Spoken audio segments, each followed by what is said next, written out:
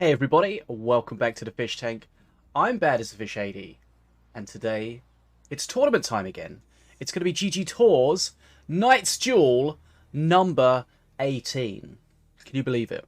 It's been a year and a half of tournaments. Now, make sure you check out GGtoor at their website, ggtoor.com. They have a lot of tournaments for a lot of different games. So check it out. Maybe there's a tournament for games you're interested in, including Minion Masters. Huge shout out for those guys for supporting this event and many of the previous events. Now, of course, this event is also brought to you in association with BetaDwarf, the Minion Masters developer, and Team Mana Frenzy. And also, don't forget, we are currently in the BetaDwarf Month of Fun. We'll put a link in the chat for the Month of Fun. Make sure you check that out. There's some free games and all sorts of cool stuff going on this month from BetaDwarf. They've got their old games, Forced and Force Showdown. They've got the current game, Minion Masters. They've got their future game, Project F4E. It's all going on. And just a reminder, we are on a 182nd, which, if you do the maths, is a 3-minute delay. Now, I do have a caster joining me, and they are very much just in time. Let me get them set up, and we'll bring them in. Right, let me get the link and we'll see if we can bring them into the software, and then maybe we can talk to them, and that will be awesome. Okay, so let's do this. Okay. Right, hello. Joining us today is going to be Dfogo. Just a heads up, Dfogo, if you can hear me, we have started the stream. And I will just start plugging you into the streaming software here. Hopefully you can hear me. I cannot hear you currently, but I will be able to when I plug you into the software. If I can find where it is. It should be this one here. Okay. Okay, let's have a look. I see you. Do I hear you? Hello, Dfogo. Said your name really well. Hello? Oh, hello!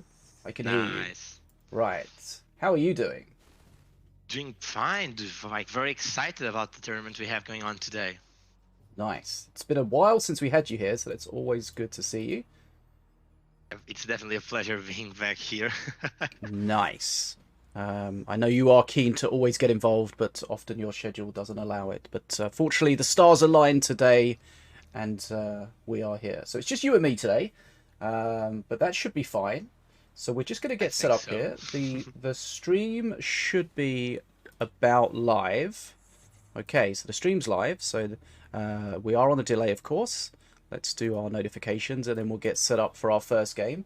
As always, if you remember, if you can keep an eye on the bans in the GGtoor Discord in their channel, just to keep an eye on that, that really helps smooth things along. Okay. No worries on that side.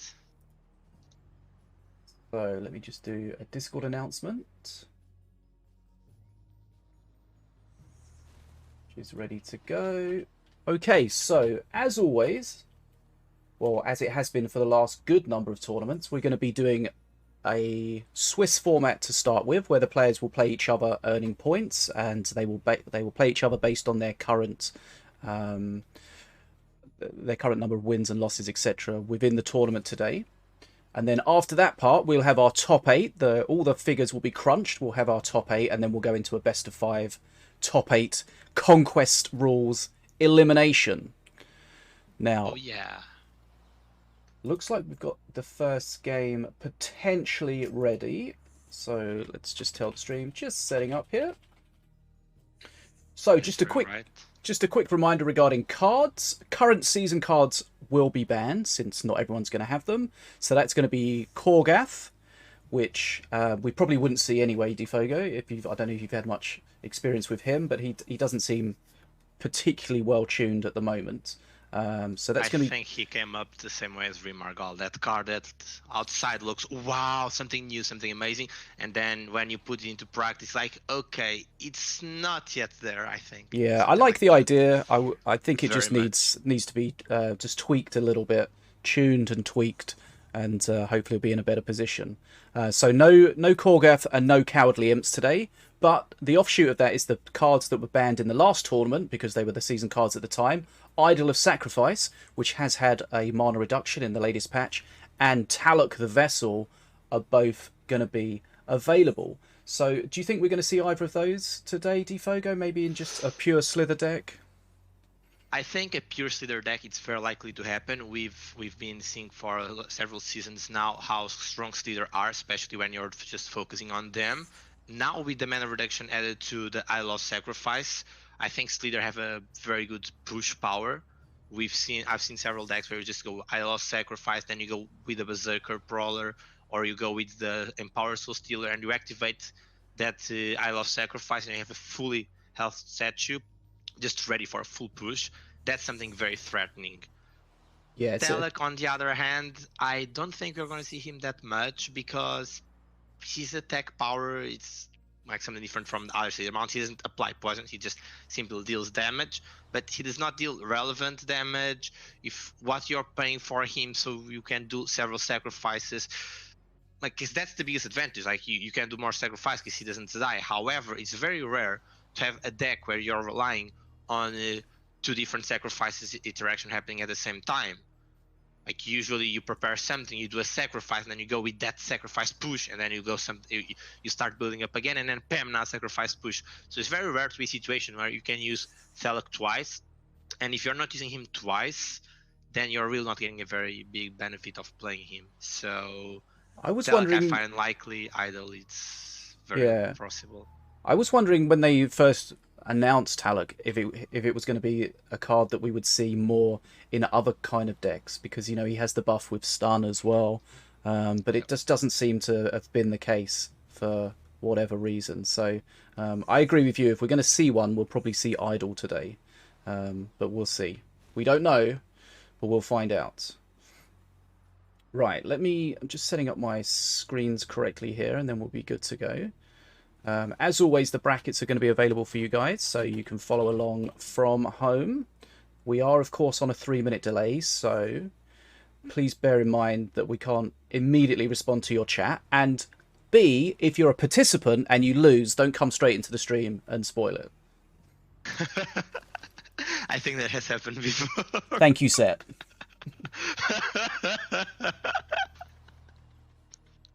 But don't worry, I've only told you that 1,000 times. Okay. Well, hopefully we learn from mistakes, right? That's how it should be, Hopefully. Hopefully he learns from the 5th mistake. Okay, so before we get into some action, let's just very quickly look at who is here participating today. Notably, we've got Set, runner-up in the last tournament. We've got Nataraja, previous tournament winner, Dark Crow. I don't think he's won one of these, but I think he's been a runner-up a few times. We've got Video Gamer coming back from an absence. Good to see him back. We've got Memfisto, previous tournament winner. We've got a bunch of people that have been in a lot of the events. And, of course, Nerzl, the reigning champion. Set was on a bit of a grind, but Nerzl put an end to that, and Nerzl, the reigning champion, is here today. So who do you think is likely to be the victor today, Dfogo? That's a very hard question. If you had to choose one name. I don't think I would be able to choose a name. I would definitely feel inclined to choose one of my guildmates, of course, but I'm very partial there. So trying to put that aside, okay, so no promises. I still think most of the things I would be most concerned of, as always, it's the power plays of Set. Set usually comes up with decks that are very strong. I remember around like a year ago or something, maybe a bit less, but we saw Set run up with Setsu very often, and then at one point people banned Setsu for Set, and he would be playing decks that people could see were not as threatening. And from the last tournament, I think we've seen how Set has left that impression. Like, it's no longer just Setsu. You're gonna face him, and you're gonna face very strong decks. You're gonna face a very good player ready to give it a go. I think Dark Crow is the sort of player that's probably going to do the same with something you're definitely not expecting. Like Dark Row comes up with sometimes decks that you're losing and you have no idea what's going on. Like you feel like you're running on experience, or you feel like you're killing him, and then out of nowhere you've lost. So I think, and this has happened with very other players. I think we've seen a lot of their growth. I'm very curious to see what video gamers bring back to the table. Like when we have these players that we used to be names we look up to when we were starting. I started playing and I was like looking tournaments of video gamer playing, cat playing, like all these guys playing. I was like, wow, that's insane. So having them come back, it's always fantastic. I remember when we had the pleasure of having Memfisto coming back, and since he's coming back, Memfisto keep kicking ass and going and going. So yeah, I don't know who is going to win. I think all of these players have a chance to win. As you said, Nerzl is one of the last ones, so all of them very, very good chances. I would also like to see if we have some dark horses appearing or not. Yaya is participating. Yaya is also a very strong player. So what's going to happen? We have Tjaenig. I'm probably not saying the name correctly. I apologize for that one. But I also know he's a very good player. We've seen Ficus a lot in several other ones, as same way as we've seen Ixan. So there's always a chance of our dark horse, and we are definitely in a season right now where if you get the right deck against your opponent and you play the cards right, then you can win. So that's also something interesting to see how it goes. Yeah, interesting what you say about video game. A video gamer, of course, used to be a very, very top player, but then took an extended break from the game and has now come back, which is great. And it's kind of similar to what Memfisto did, where Memfisto was, of course, one of the greats back in the day and then took a long break. And then when he came back, he did kind of come back and go straight into tournament play, but it took him a while to really get back to sort of the level he was at before. So the first few tournaments he was in didn't kind of do as well as we would expect, but recently he's been doing really, really well. So I think if Video Gamer's back and Video Gamer's playing regularly, then each of these events that we see him in, I expect him to start doing better and better. And who knows how far he can get there in the end. Mm-hmm. Right, so...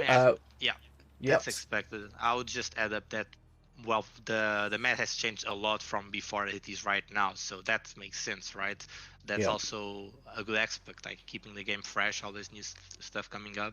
Yeah, you'll have these players they'll come back, and basically their play style will potentially be completely outdated. A lot of the cards that they would have used would have changed or been nerfed a lot.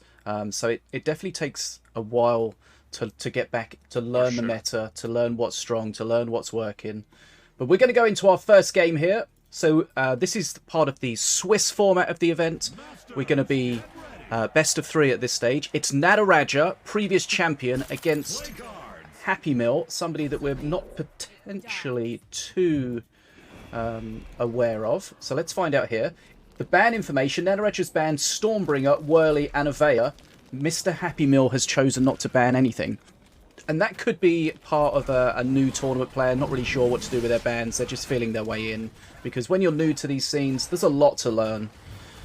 Sorry, I probably didn't give you a heads up about the game that we're about to jump into. But so we've got Diona against Milloween. And we do have a Slither Diona. As always, we've got our dual deck technology, so you can see both of the hands of both of the players. Well, the hands of both of the players. Too many hands. He does have the Idol of Sacrifice, so we spoke about it, and we've seen it in the first game here. So, Idol of Sacrifice, remember, it's going to spawn as a building, and it will stand there as a building until it's triggered. Oh, that poor Jolo. Jolo into Stun Lancers, not great. Okay, so here we go. Idol of Sacrifice. Now it's waiting to be triggered. Needs to be triggered by a sacrifice. That sacrifice can be a Rabid Prowler. Remember, it now takes 2 Slither Bounds to sacrifice it. Berserker Rage on the Prowler. That's going to kill just about everything. So scary. That's so scary. Like, he's already down to more than half his health, and there's an Idol of Sacrifice incoming that he needs to kill. And I don't think he has the tools to kill it. This is a very smart play, because now that's slow, it's going to give him more time. Sadly, I don't think he aimed. Ooh, that's not sure about that. I would think he just... Yeah. I think we can clearly see some mistakes that are probably attributed to new players, as you were seeing. I think in the current setup, you really cannot afford to ban nothing. So I would say from the 2-1, you're very sure what your opponent is going to do and you're ready to counter him, and you're trying to prove, ah, look at me, I'm a badass.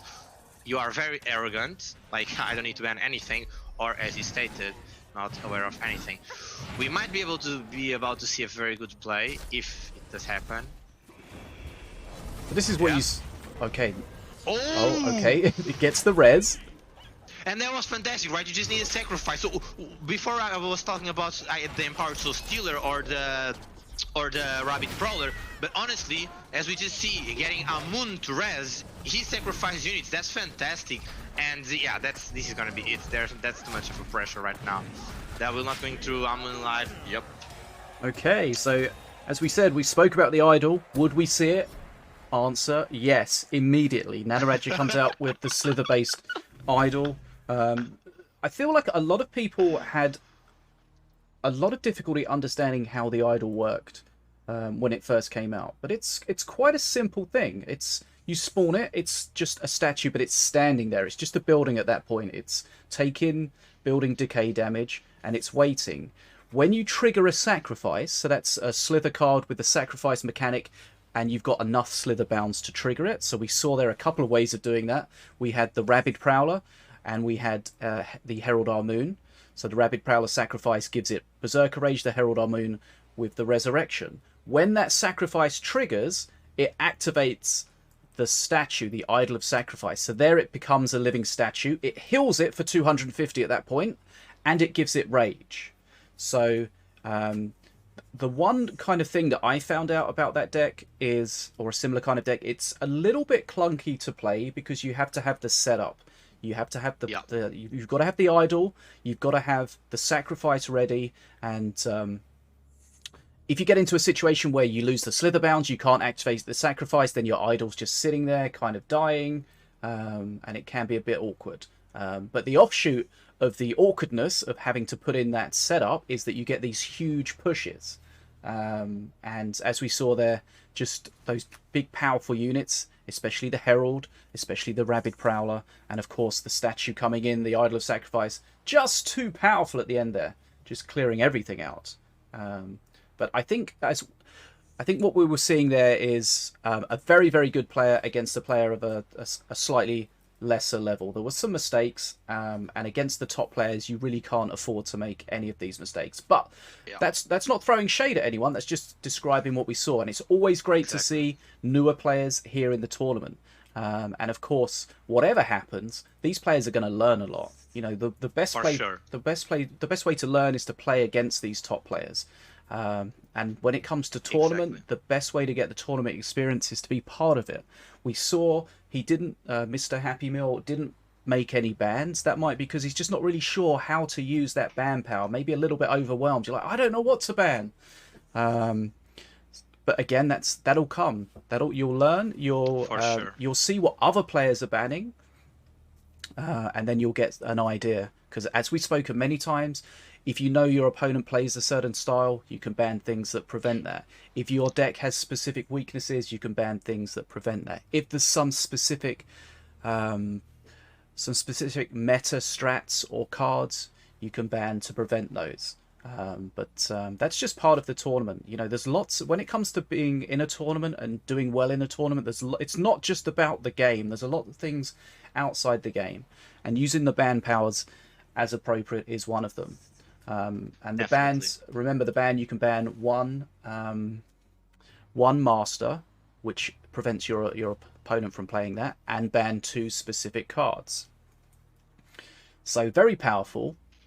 And the offshoot of that, of course, is that you've got to be prepared to play around the bans against you. So some people have very specific decks, very specific setups, that if something gets banned, their whole strat is thrown out of the window.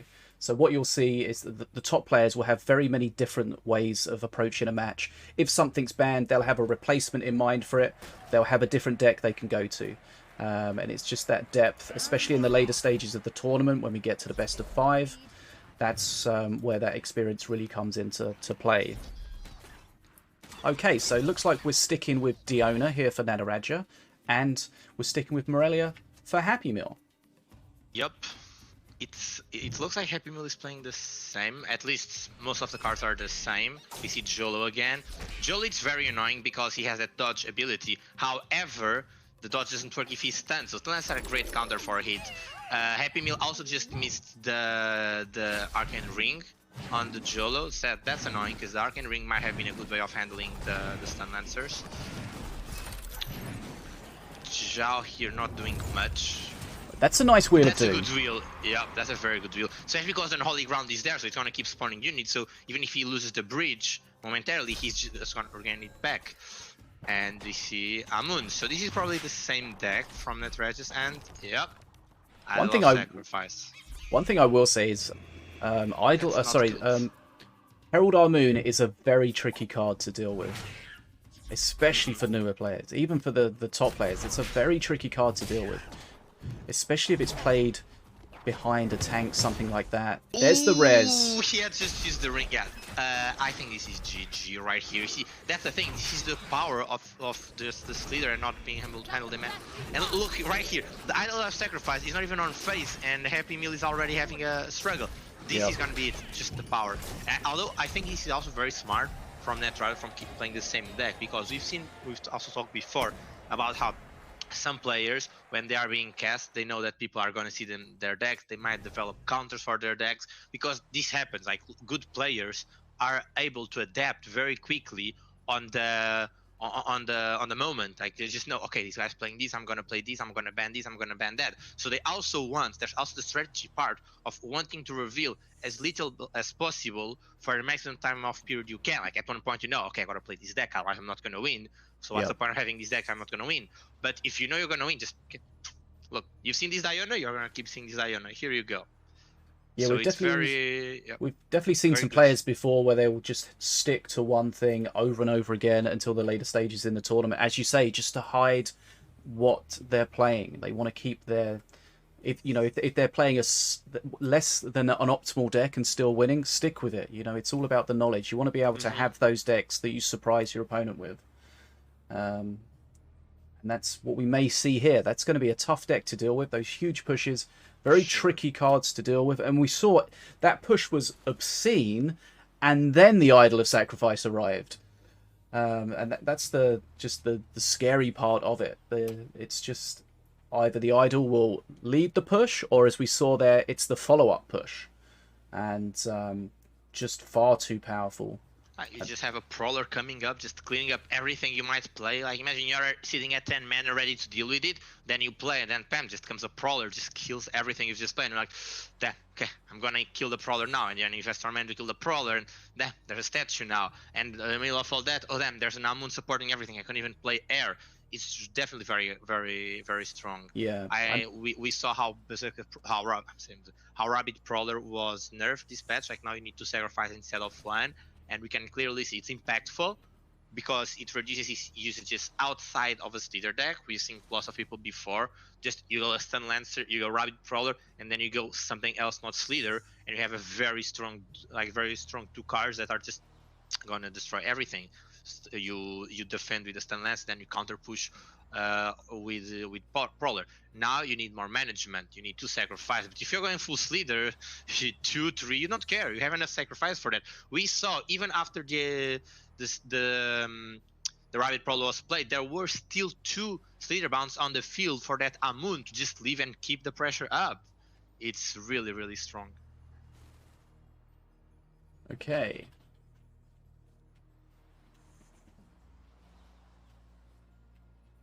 Yeah, that's definitely some tricky cards for a newer player to deal with. The Herald, as we mentioned, the Rabbit Prowler always takes you by surprise just how much it kills, especially in one shot. It's so difficult to deal with. It will just keep churning through almost anything you play.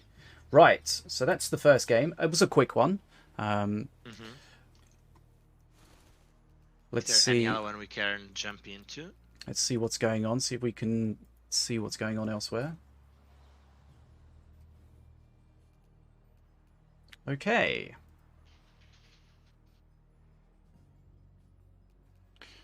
So this is last month's tournament. Right. Remember, everyone's guaranteed at least a prize of a dwarf pack, potentially upgraded to a big dwarf pack, and of course, the further they go, the better the prizes get, including And new for this tournament, we have a brand new Dynasty skin. So in the past, there's been a Dynasty Morelia skin, which has generally been for tournament winners. There's been a Dynasty Milloween skin, which I think was just a regular skin available maybe in a battle pass or something.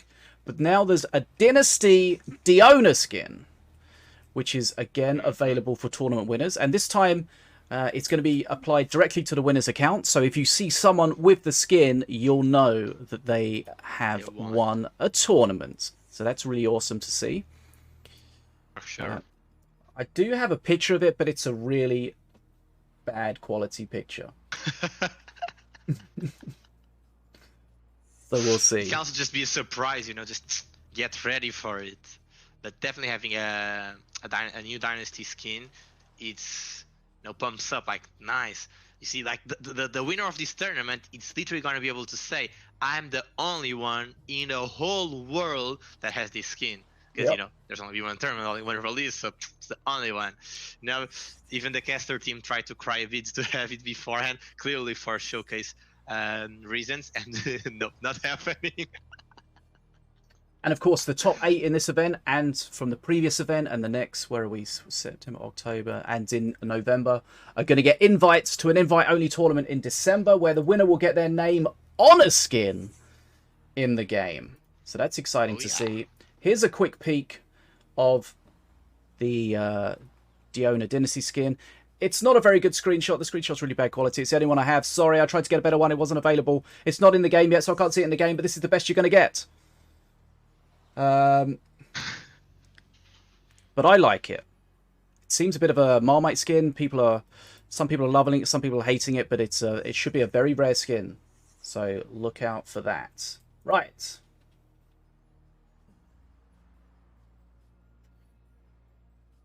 So, yeah, we're just trying to figure out what's going on. Yeah, that was a very quick match, which kind of threw us off a little bit. Right, so if we open up the brackets, see what's going on elsewhere.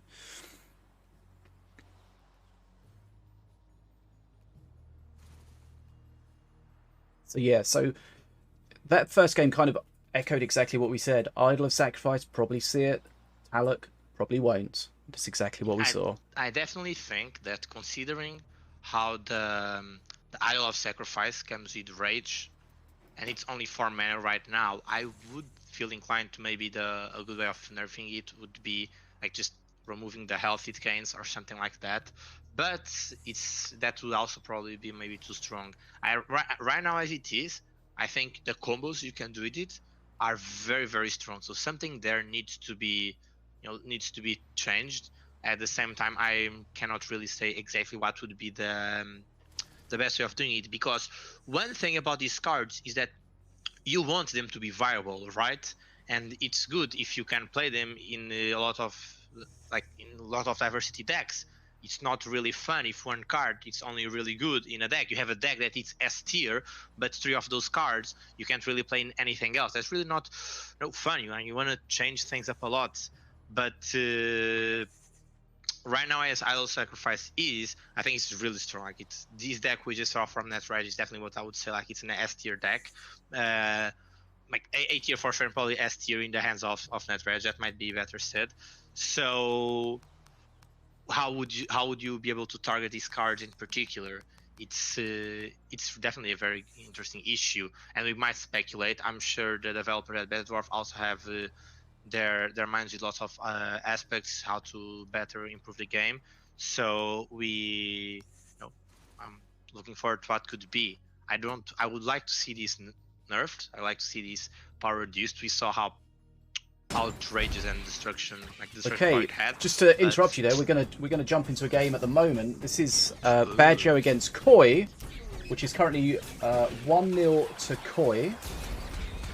Right. So this is game number 2. Koi looks like he's playing a very strong deck. It's Ratbo. It's I think, was there a Reckinator in there? I'm not sure, but it's. We saw the Zeppelins. Okay, let me just.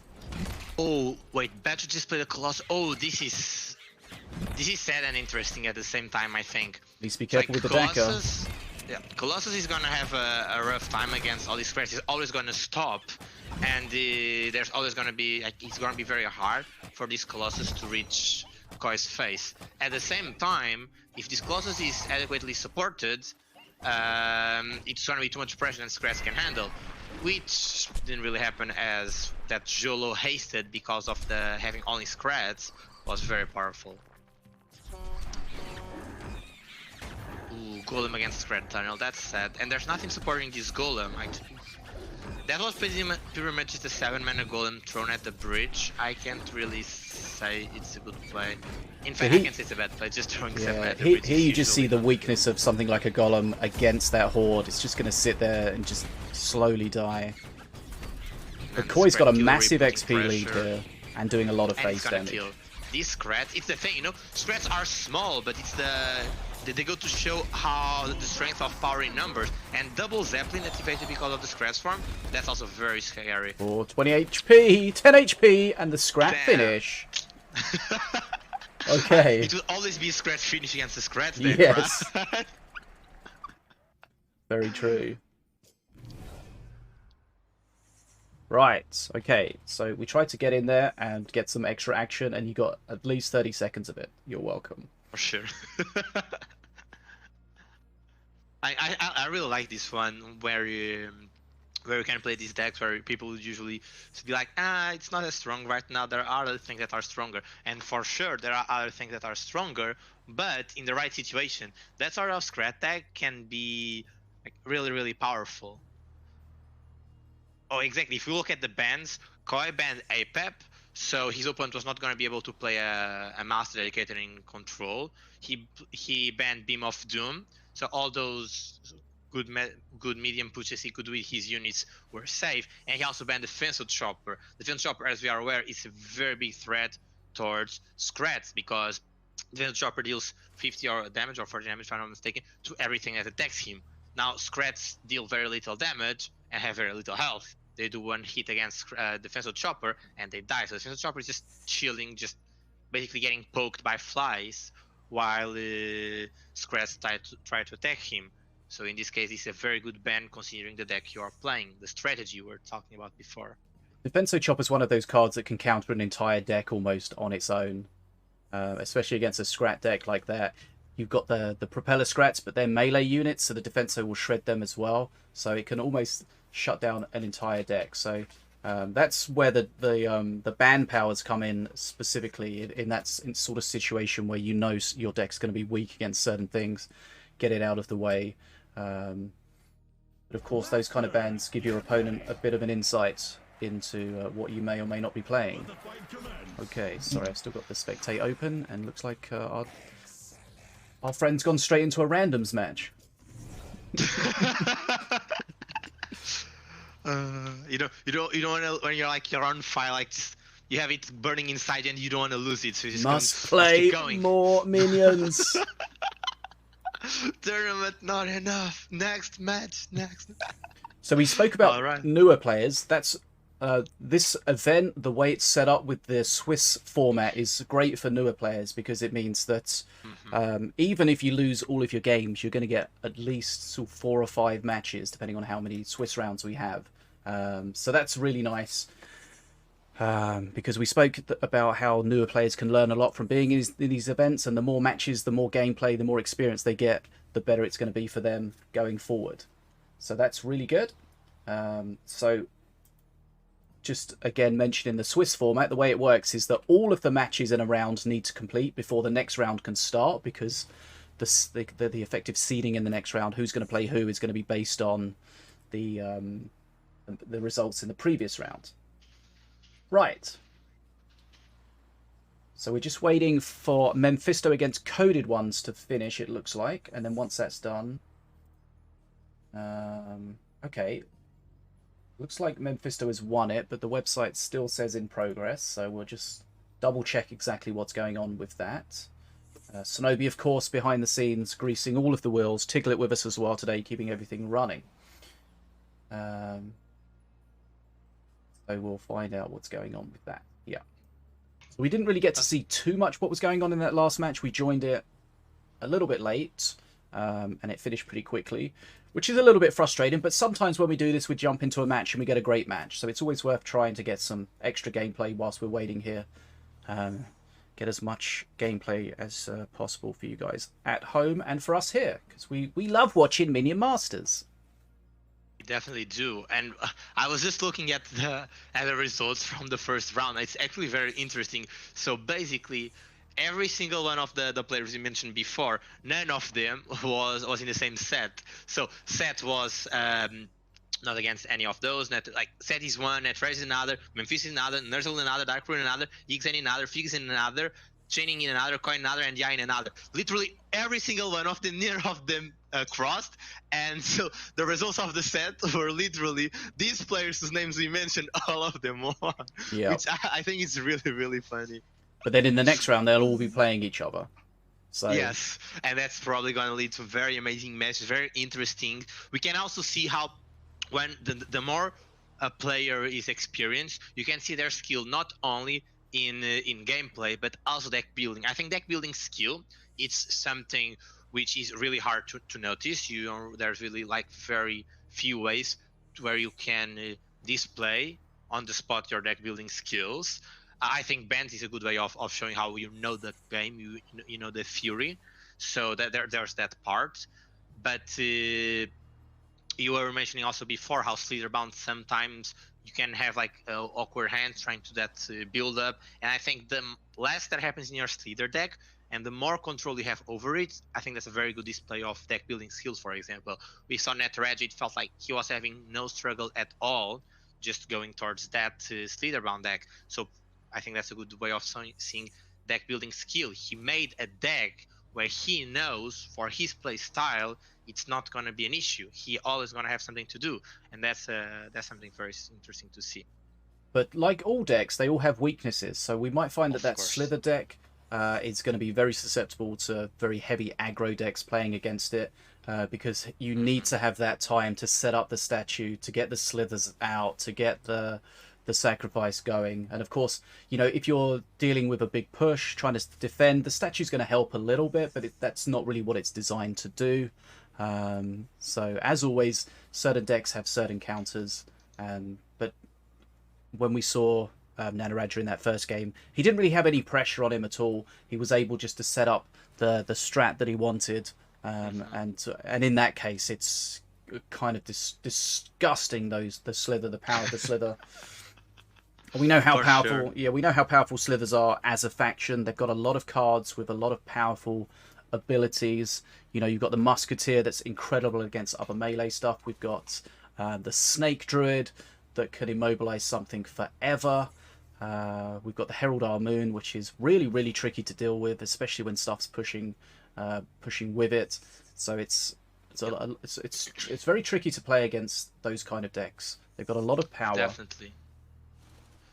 I would say it's like you'd expect that deck to be something that is okay. If they are going to do big pushes, what we want to do is we want to apply pressure. But I think Slither in itself, it's a very good faction at counter pushing. You have something coming on you. You play an Moon to defend. You play Snake Druid to immobilize it in your Master. You play a Rabbit Prowler just to trash it, and then you support your push now with a statue.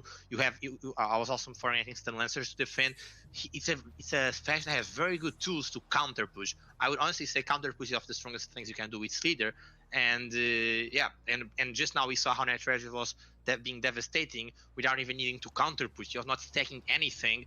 Like, he was just going all in because he had also no pressure, and Slither was still shining on that. It's amazing. I think it's been discussed before that they changed the Stun Lancers to only stun for 4 seconds. Does the Snake Druids need a similar sort of thing? Because the Snake Druid can lock down a huge unit. I've seen Snake Druid lock down a Nearveer if it's got the range. It can lock down a Nearveer forever, almost. That's definitely a change I'd like to see in the game. Yeah, potentially it should have a limit to how long it can immobilize for, because it can trade so incredibly well. Definitely, and if you place it in the right spot and your opponent has no adequate spell for it, or has some spell that you can block, then you just get immeasurable value out of it. You're just like, yep, what you gonna do? Nothing. It's locked.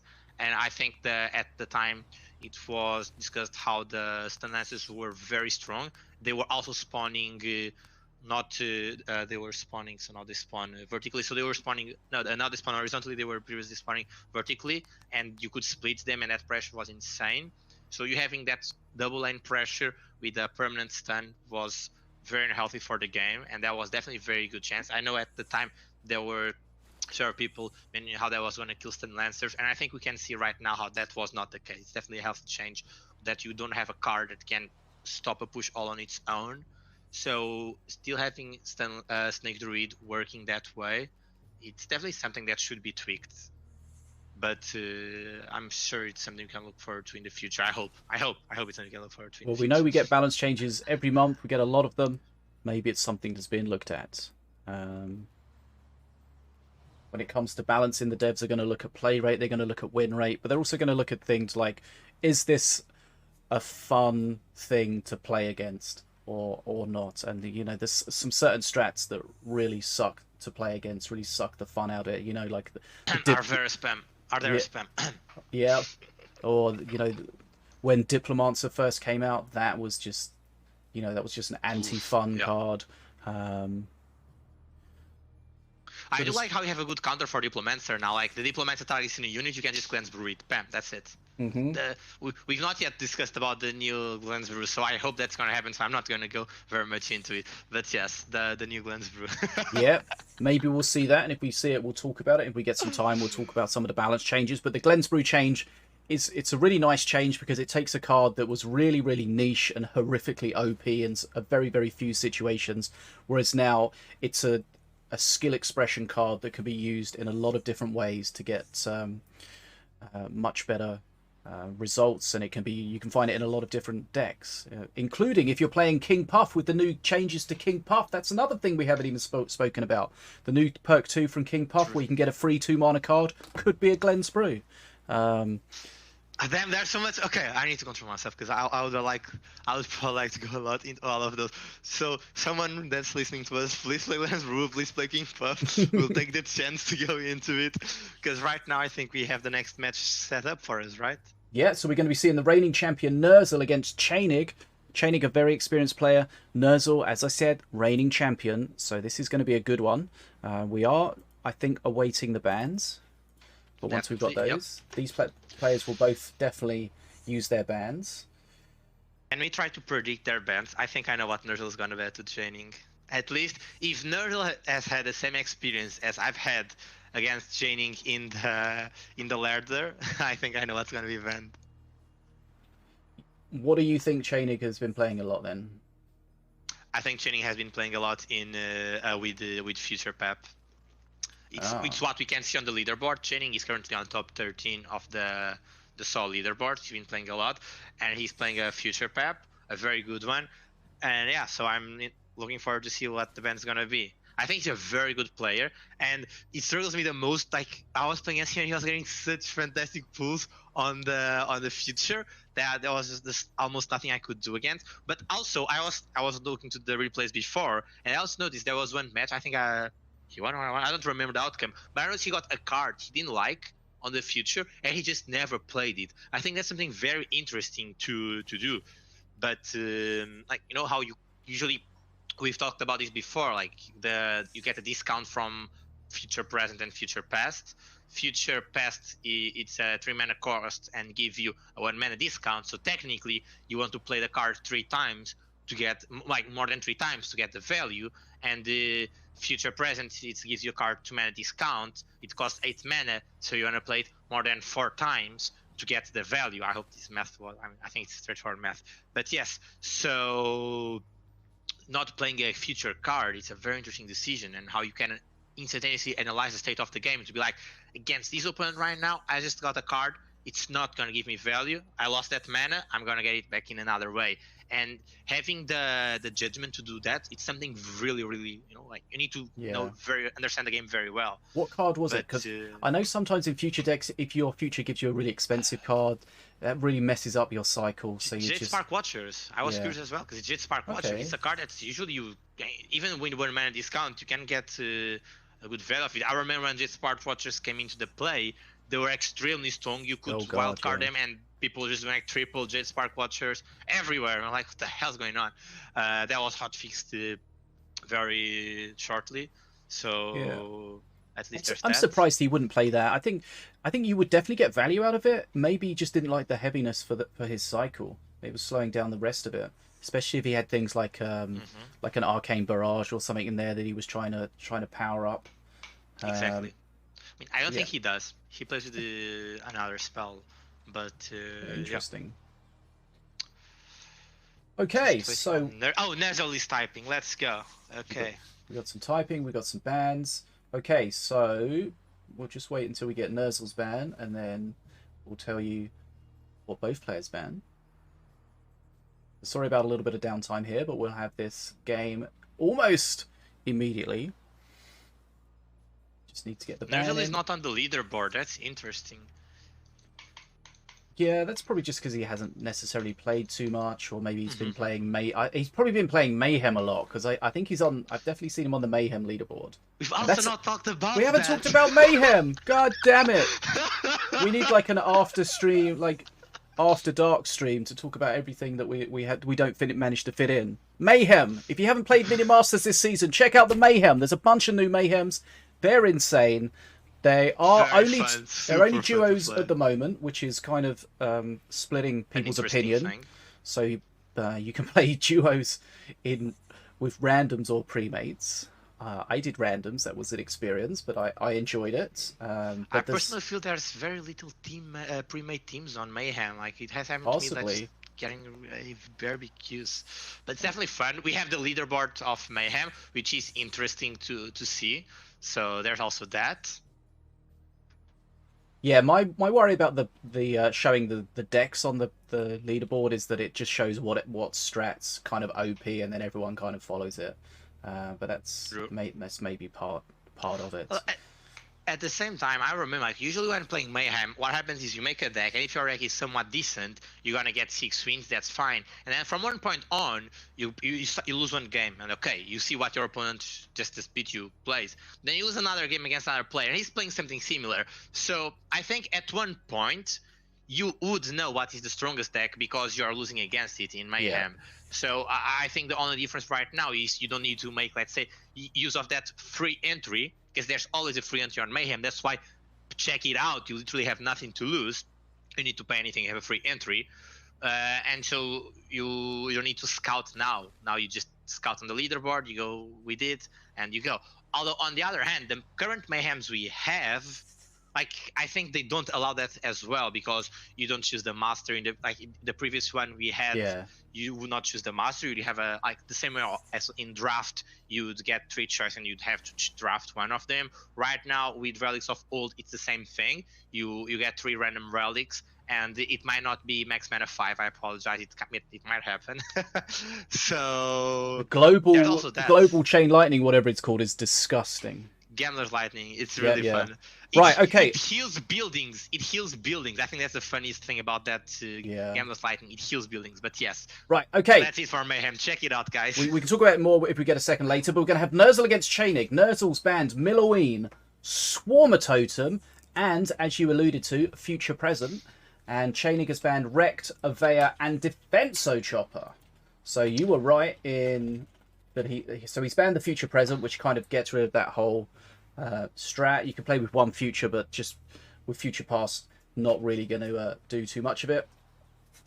I think there's definitely very specific strategies that are strong right now in 1v1, and you cannot ban. You don't want to ban just one strategy. You want to ban as much as you can. So I think banning Future is a good way of shutting down the Casino Pep. I think banning Swarmer Totem is an interesting way of maybe shutting down the Stormbringer building, and I think banning Millowin is a good way of shutting down the Brother Win combo as we've talked, where you play Brother of Light with Millowin. I think these are all very strong combos you see right now in 1v1. So sometimes we see people use their bans to kind of ban the same thing over and over again. Like you'll see them ban Dragon's Nest and Millowin, which you don't really need to do. Either of them will kind of remove that. And as you say, this is great because he's got maximizing. He's got the Millowin to get rid of Brotherween, Colloween, whatever ween. He's got Swarmer Totem, which really dents any kind of Spawn Bringer deck, and he's got Future Present, which gets rid of the APEP Future or any casino kind of based deck.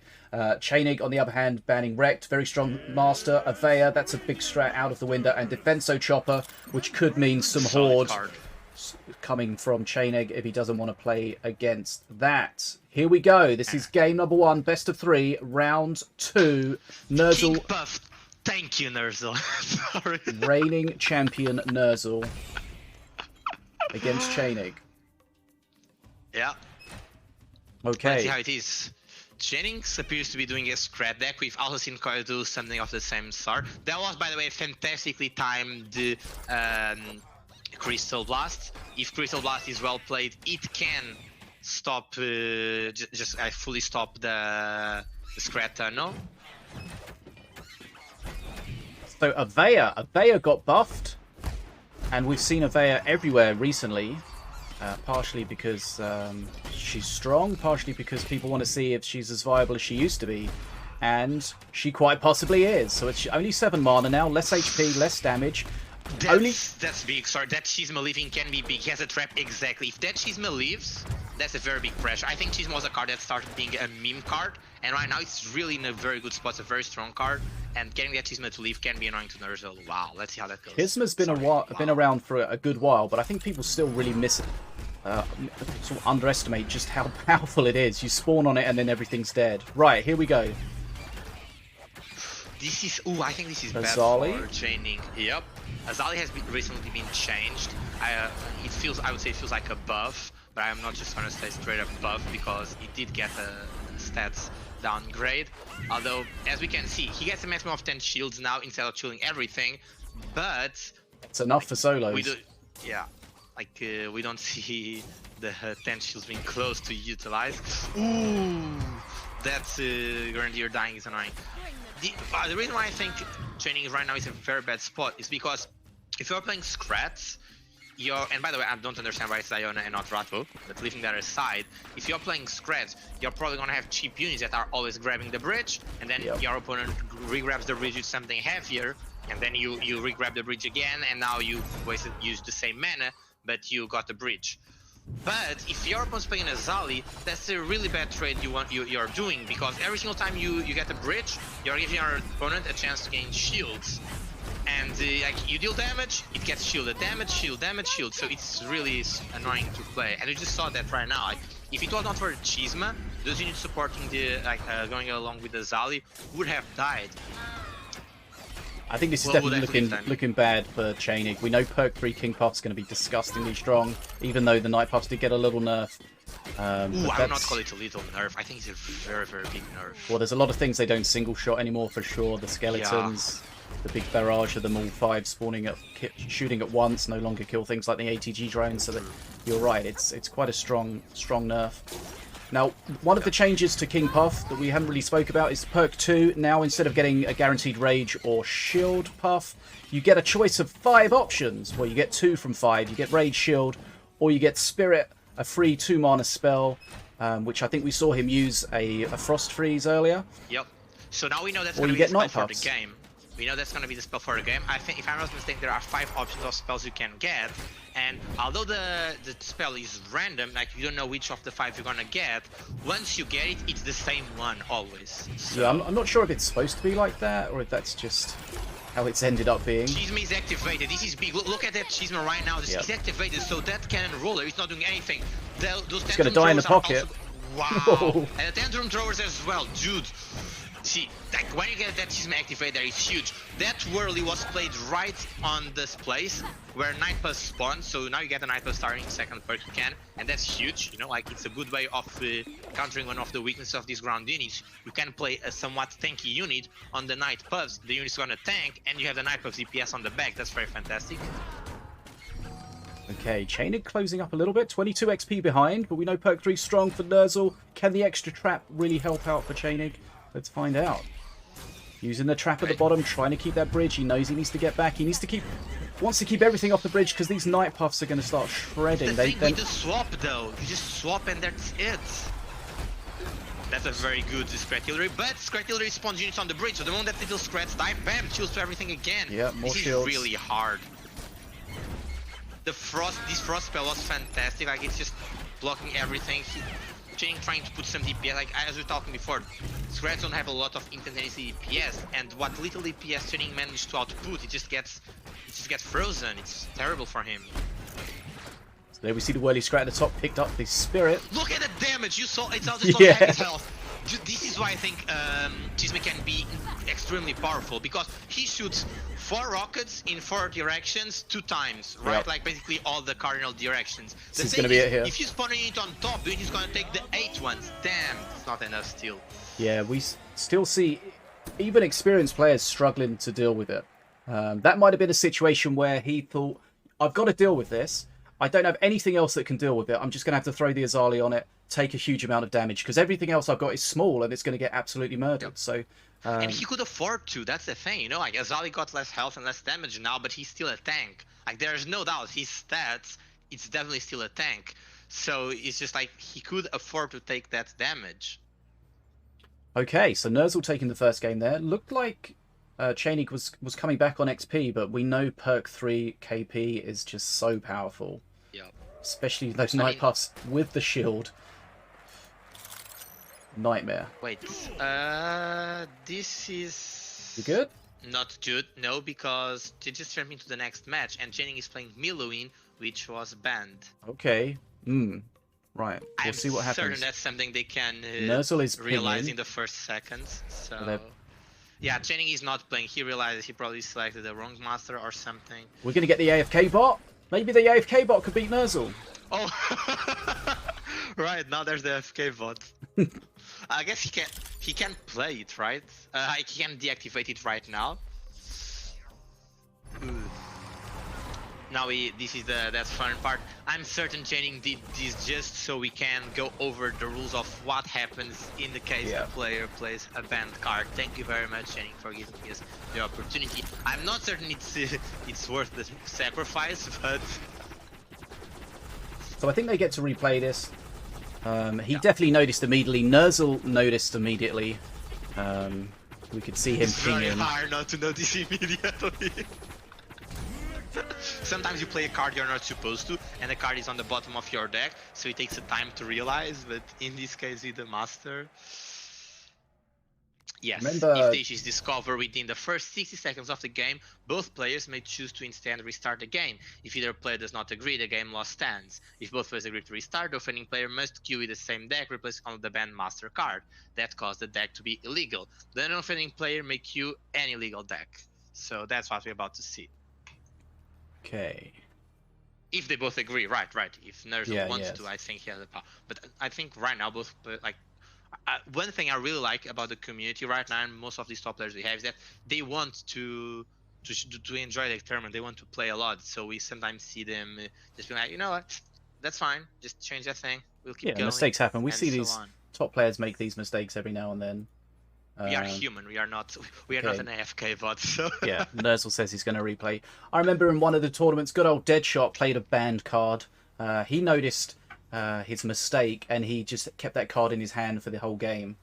So his opponent didn't know he had a banned card because he never got to see it, but he held it in his hand and never played it, and that result stood. So that was an interesting one. Imagine how you do that with the master. You know what? I'm just not gonna play my master first, and then you have a Miloin, which is an arcane golem, and arcane missiles. So you have 2 deck slots, 2 hand slots that you're just not using. It's like yep, awkward. You don't know if I'm a Miloin. How can you know if I'm a Miloin? I'm not playing Miloin cards. Okay, so let's just double check the rules. What's the situation with the rules? Does Nerzl have to play the same deck? No, Nerzl can queue with any legal deck. Tjaenig must play the same deck. So we saw he had Glansbrew, Sewer, Scrat, and Rampage. So it's mandatory for us to see these cards again, because he can change the master but not the deck. Oh, that's really awful then, because he's going to have probably a deck that doesn't suit the master. Maybe. Or at least it's not going to be ideal for it. Yeah. It's a very adaptive master. I think Diana and Moralia are the most two versatile masters right now. I mean, right now. They've probably always been. Where, of course, that also requires a bigger skill expression. Rock Rival. Nerzl switch into Milo, of course. Okay, Tjaenig has left. Tjaenig's left? Okay, something else going on. The AFK bot took over now. But what is going on? He's not playing any banned card. Does he maybe just want to give up the match? Is that what happened? We know something's going on everywhere. Now, if you're confused, don't worry. We are as confused as you are. Yes. That's all part of the thrill. All part of the thrill that's going on. We can appreciate the AFK bots are now doing an AFK bot study right now, how the bots play. So if you think the bot's playing better than you, then you might want to change something about how you play. Wow, that's a very good Signal Shield, not joking now. even Nerzl is surprised about the Signal Shield on that bot. Wow. Okay, we'll try and figure out what's going on. Don't worry, as DfogoX said, don't worry if you're confused. You're not alone. And I just got kicked out of the spectating, and I was spectating Tjaenig. So maybe Tjaenig crashed. That could be the thing. Okay. If you just left and was still in the game, if I'm not mistaken, we would be still spectating the match. Yeah. If we got kicked out of the spectating, I still see from Nerzl's point of view. So there's that. Okay, high drama here in the fish tank. Okay, he's definitely online. So did anyone reach out to him? I messaged him on Discord. He's gone offline on Discord. Did we have a problem with Tjaenig's internet before? I feel like we did, maybe.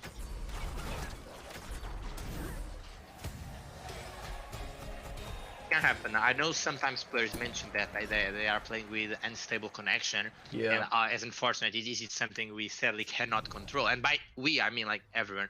I'm sure if anyone had the opportunity to choose, they would choose not have unstable internet. But that's the condition we have right here. So I don't recall where Tjaenig is from, but I know there's some players that play with VPNs, and VPNs are not necessarily the most stable things.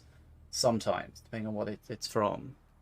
Some games even have troubles with VPNs, like you just cannot connect. So it's just like another level. It's another place where something could go wrong. So let's find out. Okay. Right, they're checking it. Right. Okay. They started the game. While they're checking, we could use this opportunity to talk about some very interesting choices. We saw Tjaenig bring a Sewer Scrat right now. I think that's a very smart choice. I do think he had it before as well. That's an interesting choice against the Zali because, as we know, poison deals damage in ticks. So basically, if a shield unit is poisoned, the shield's going to be consumed by poison. Now, shield blocks the next incoming damage. So if you are just, let's say you have a shield unit that's about to take a fireball, that shield unit is just it's about to survive 180 damage. That's fantastic. Poison, on the other hand, deals ticks of, is it 5, if I'm not mistaken? Might be less. Yeah, so it deals, no, not 5, like 1. So poison basically deals very small ticks. So yes, 10. I was right, it's 10. So poison deals ticks of 10 damage every single time. So your shield is basically protecting you from 10 damage, where preferentially you would want it to block you from a much higher damage. That's why it's a good way of countering shields with poison. Okay. And then Nerzl says his GPU overheated.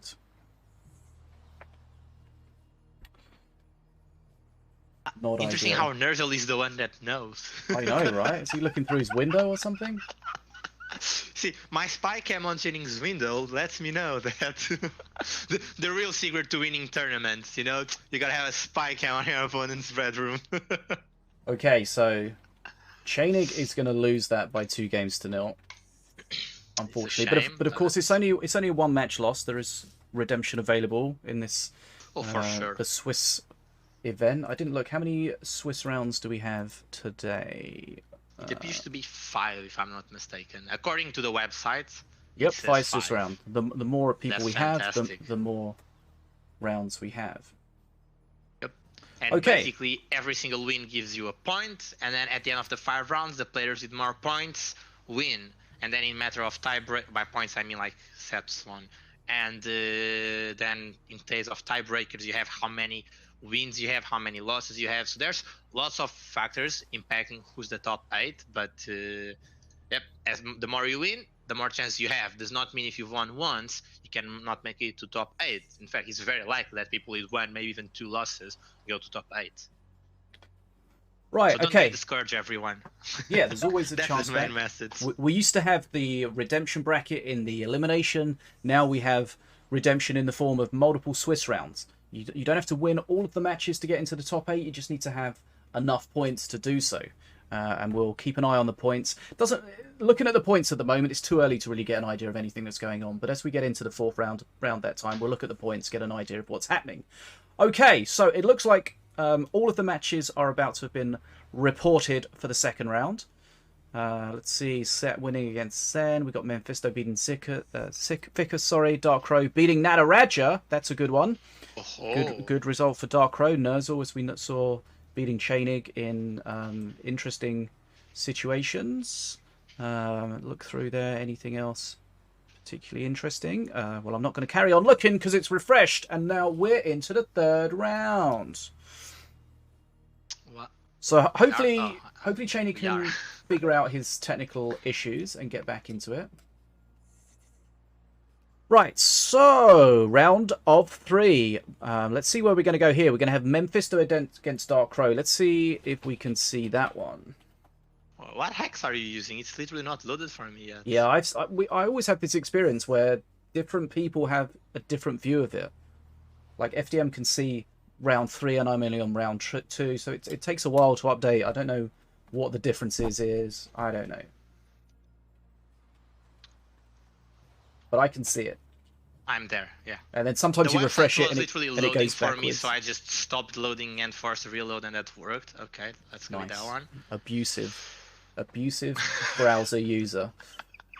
Stop and restart.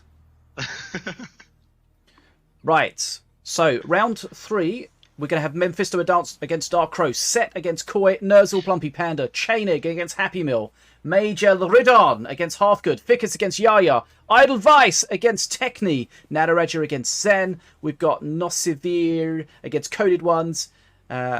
Pinsipans has a bye. And we've got Indoor Grow against Nidram. Let's see exactly where we're going to go, and then we'll get set up for that.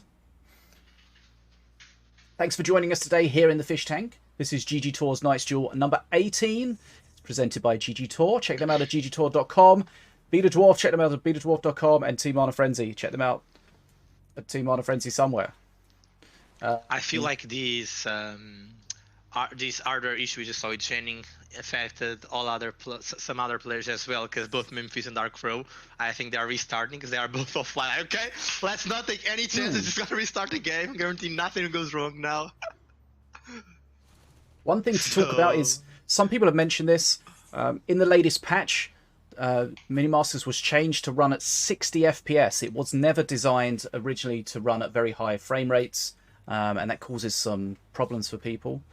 So the game was changed to run at 60 FPS. You can get around that by enabling VSync. If you've got a monitor with a refresh rate of higher than 60, then if you enable VSync and your PC's powerful enough, you'll get more frames up to your refresh rate of your monitor. So for example, I have a 144 Hz monitor. If I enable VSync, we get 144 frames. But 60 frames seems to run pretty well anyway, and if you want to go any higher than that, it's fine. So on the performance side, definitely 60 FPS. I would say it's fantastic. If you're wondering why your game's locked at 60 FPS, that is why. Okay, so let's have a look what's going on. Tjaenig says PC crashed. Sad. Okay, it happens. Unfortunately, AFK bot wasn't quite strong enough to take him through. Right, so we're just waiting for the bans to come in from Memfisto and Dark Crow. My game's the one that was bugged as well. For some God reason, I damn it. was spectating, but I didn't have the thing saying I was spectating. So I was trying to spectate, and it was telling me you cannot do that while spectating. But there was no icon. Oh. I Maybe think it that has bugged it. happened a while before, like where the spectating, like the small spectating window, just disappears. So, and then you go into a match, and it just throws you into the replay folder, something like that. Yeah, I've heard of those replays, those bugs. I did report that because I did see a couple of people mentioning it. Hopefully that'll get looked into. Right, so we're just waiting on the bans. Awaiting bans. Right, so this should be a good one. We've got Memfisto, previous winner. We've got Dark Crow. I think he's been runner-up on at least 2 occasions. PlumpyPanada is Panada from Canada. God damn it, why have different nicknames? I was like... Just to keep you on your toes. Imagine keeping it simple. And he's playing against Nerzl, okay. Okay. It's going to be a tough one for Panada. Panada's had some good wins in the tournament. I remember he beat Set when Ruby was kind of horrifically OP at that point, and I think he played a Ruby deck that just destroyed Set. So definitely a good player. We'll see how he does against Nerzl. Nerzl, of course. Definitely a good player. I have no doubts in that. Yep. Okay, do you have Set the ban? versus Sky, Bridge base against Bridge base. They don't have. They've not said the bans yet. We are once again waiting for the bans, unless they did it privately. But yeah, I don't think that's the case. So while we're waiting for the bans, going back to King Puff, because we didn't talk about it enough. I think the second perk, I have like really mixed feelings, because I think when you're making a deck and you want to make something stable, right? Because the more stable it is, the easier it is, and the more powerful it can be. The more stable your deck is, the more control you have over it, so the more you can fine-tune your plays, the more specific they can be. When your second perk gives you necessarily 1 shield and 1 rage, although you don't choose which lane they are, so there's that variance. You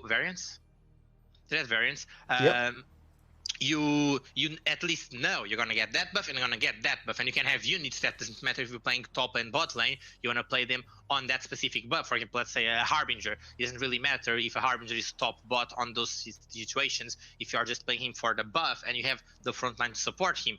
Now you have zero control over that. There's 5 buffs that can happen. The same buff can happen twice. I've seen where both top and bot buffs are shields. So you're just getting 2 shields. So you just don't know. So you need to have a deck that somehow can get benefit out of Night Puffs, Rage, Spirit, Shield, and a random 2-mana spell that you know what's going to be.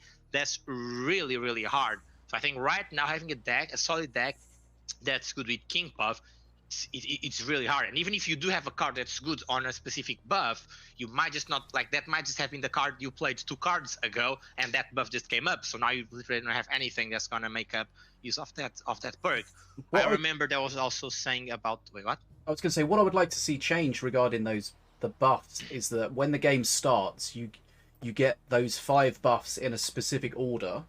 It goes through them all and then it repeats. So at least then you know the order as the game goes on and you can play around it rather than it just being completely random. That's why you get because I think it has to go through all 5, but then the next 5 I think are random. That's why you can end up with getting, as you say, 2 shields at the same time, because the shield is the last of the first 5 and then it's randomly the first of the second 5.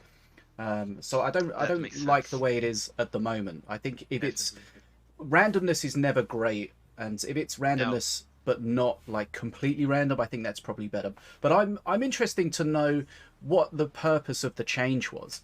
Was it supposed to be a buff? Was it supposed to be a nerf? Because they do mention in their patch notes they think KP is powerful but doesn't see a lot of play.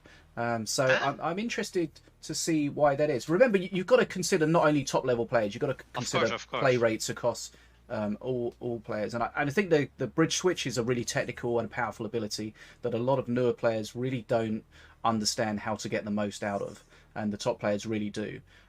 So we might find that King Puff is one of those masters that's played far more at a higher level and has a far higher win rate at a higher level, which of course makes it a nightmare to balance when you've got this discrepancy between play and win rate across different abilities. But they do say adding more gifts should make him more versatile and more fun to play. But I feel like it's versatility, but it's different. The more versatility is a nerf. Right? Yeah, I think it's a nerf, but versatility is good when you can control it, when you can make use of all that versatility. When you have no control over it, it's just, as you were saying, randomness. Yeah, it's not a straight nerf, because sometimes the free card you get is the free spell you get is exactly what you need. It's incredible, but other times it's really not. So I think versatile adds the randomness. Sometimes it's a buff, sometimes it's a nerf. I think it's kind of cool. And my favourite thing, if you zoom in on the perk 2 little icons, they look incredible. Let me see if I can find a picture of it. The best one is the random card one. Let me see if I can find a picture of it, because it's incredible. We've got to share this. I did post it. I was talking before, as I think I really like the current state of 2-cost spells, because it's basically utility spells. All 2-cost spells, like, they deal damage and you can use them for removal, but they are pretty much just utility.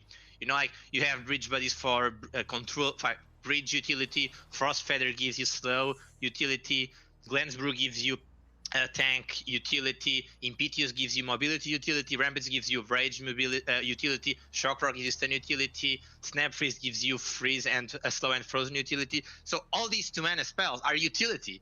So the way you use them, you're not going to use them for something. They have like huge potential. You're basically just paying 2 mana to maximize one of your units, or like to change the outcome of a fight that's about to happen. It's really, really cool. Just sent you. I really like it. I sent you the picture on Discord, but like if you zoom in in the replay of the random perk 2, how cool is that? You've got a little puff at a table, and if you zoom in even further, it's got random cards. I think the cards are always the same; they're just placeholders. But you've got the three little tiny cards. Isn't that just incredible? I love it. It's cute, it's adorable, it's a fantastic tale. It's like, wow, I had not seen that one. I like the fact they put in the time and effort to do that, and most people won't even notice it. There's lots of details in the game that people don't notice. Like even a couple days ago, or I think yesterday, I was talking about how when you play a card, small stars came out from the master to the card on the plays you just played it. There's literally a small star trail that happens. So let's say you're a genius that captures everything in 2v2, for example. So you can actually keep track of, like, you cannot keep track of your opponent's mana in 2v2 because you kind of don't know who played what. But if you're a genius that captures everything, you actually know what master played each card, so you can keep track of it somehow. Like, it's technically possible if you have an insane, huge computing power on your brain. Right, okay, let's get Those details are amazing. Yeah, let's get to some gameplay. Right, we've got Memfisto against Darkcrow. We've got the bans. Memfisto banning KP, King Puff, Blood Imps, and Rock Rivals. We've got Darkcrow banning Wrecked, Azali, and Avea. What do we make of those bans? Just restarted my game because I had that same buff. Sorry, the same spectating bug. Yeah. I think it's interesting. So we were talking about the KP just now, and we also saw the King Puff deck before. It's definitely very strong. You can make a lot of it, and I think right now, if you're playing Azali in 1v1, you want to maximize his shield potential with King Puff. So Darkrow banned Azali, Memfisto banned King Puff. King Puff probably also gives you another decks that you might not play, although I definitely think the main ban with King Puff is that Azali combo. Darkrow banned Avea, and Memfisto banned Blood Imps. Blood Imps are a very strong card in the sense that it's 1 mana, you have control over both bridges, they also have a very decent DPS, they trade well against other cheap cards. The trade-off is that whatever damage they take, you are going to take some of them damage, and by some I mean you're going to take 85% of the damage they take, even overkill damage. So, but we see a lot of Blood Imps being played with Avea. We also see them being played with future with Casino APEP, but right now, so Blood Imps on one side, Avea on the other side as bans, probably going towards the same direction.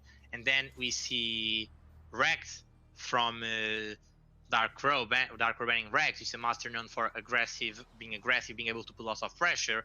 And you see Rock Rival, it's a card that's good in control. You are basically playing 6 mana for a 7 mana Rock Rivals, but it has taunt, which is usually good. You want to, like, if you want to protect another unit, the trade-off is that on the first time you play that card, a statue is going to come on the other side. So there's that to handle. But it's definitely a card that can put some pressure on. If you're playing a Milowin with Rock Rival, that's very strong because your Rock Rival is going to protect the Arcane Golem from Milowin's perk. So there's that part. Although at the same time, Wreck, Pressure Master, Rock Rival is a card that can help you putting a lot of pressure. So I would say both players definitely have a good understanding of the game. They are both trying to maximize their bans. It's very interesting to see how this set's gonna go now. Yeah, both of these are really good deck building players. I think you mentioned before about how when you see a player doing something kind of different to what other people are doing, that's when you kind of see that they're really good at deck building. Right, here we go. Sorry for the little bit of downtime, but we are now going into this. This is our round of 3 match. Sorry, Memfisto playing King Puff with his King Puff skin, and Darko playing Wrecked. All right, so both players are playing the Master they banned. That's very interesting. We were talking about all these aspects before. We also see Memfisto playing Rock Rivals, which he banned. So I wonder if you're gonna see Darko playing one of the units he banned as well. Okay. There's the Rock Rivals. We've got a Nerzl from Dark Crow, so that's going to be yep. his so tank they are of both choice. playing the Master and the cards they banned. All right. This is not looking good to Memfisto right now, though, I would say. That's a good offensive that Dark Crow is putting right here, and he's keeping both bridges. Still not a... Okay, so Memfisto's used the Rock Rivals, so he's down at the start here. He's going to have to try to claw his way back, try to clear this out. Of course, he's given Dark Crow a statue for the first time, so... And Dark Crow taking maximum use of that. Big XP lead, a lot of face damage.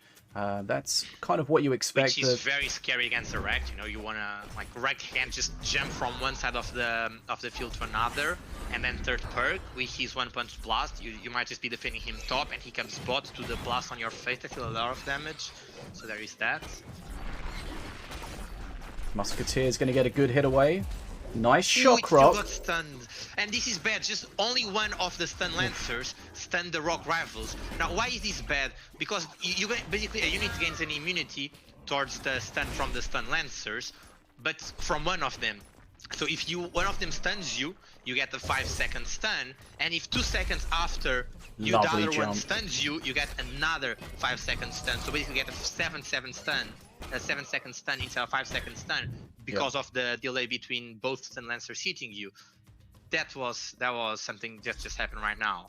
Okay, so we know KP is going to be strong at perk 3, but we know that Wrecked is going to keep the pressure on the whole time. Memfisto catching up on XP, but a long way down on HP, and that's... Wrecked can be a little bit like Setsu, where you're trying to get your opponent within that lethal range. You know you've got that one-punch blast. We've seen that as a way of finishing matches off in the past. Azali hasn't really been able to get too much value on many shields. Rock Rivals is very good against Azali.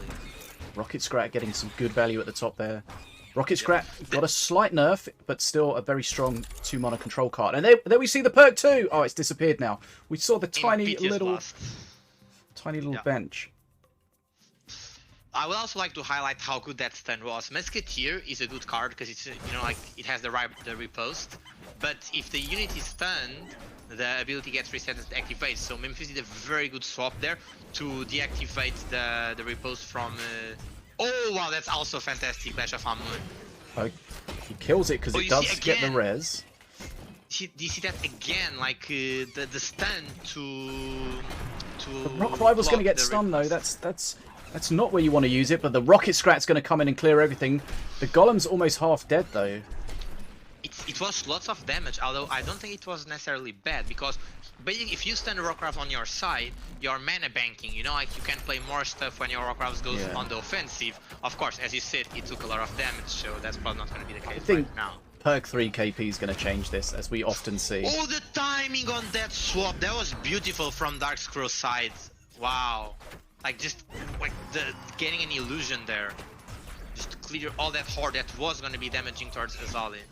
Okay, Memfisto forced to go near the bridge because he wants to shut down that mana puff. Needs to look out for his HP. Slightly ahead on XP. Right now, that's very bad. Yeah, but he is perk 3. We know that can change things if he can hold on. Perk 3, we're going to go... Where did that punch go? Did it go face? I'm not sure. It might have got soaked up by something. But I then think... he might die. Like, the Musketeer, he has a good amount of DPS. Okay. He's alive. He doesn't have But too he much needs to be face careful. damage. He has... If somehow Wrecked gets on face here, he can stop and one punch blast. That's scary. One punch blast is the lethal there. He does have the dagger fall, but that's going to take a while. Spirit, not great. Early.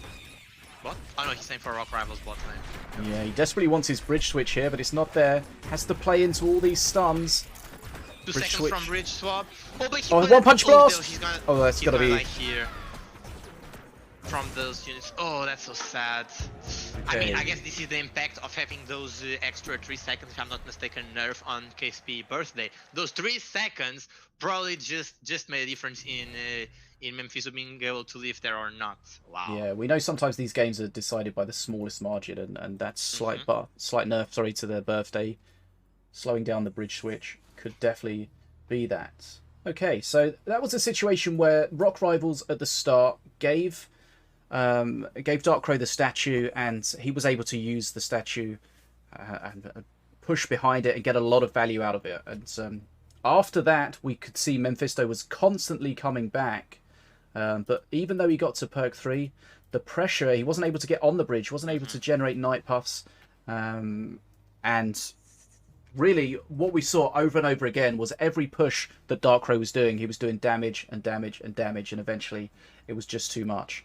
So Memfisto was pretty much just trading his health for being able to stay on the bridges, I guess. As you've said several times before, health is a resource, and he was trying to use it as maximum, but Darkrai he wanted that. Memfisto wanted to build around the blue golem, but there were so many counters to the blue golem. We had the musketeer in there, we had the stun lancers, we had everything with shields from Azali, everything that the blue golem was going to hate.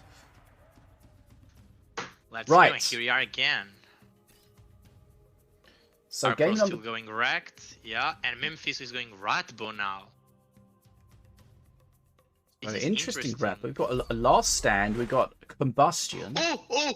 This is it. Oh, I saw this before. This is fantastic. Okay, I'm not gonna. Should I spoil?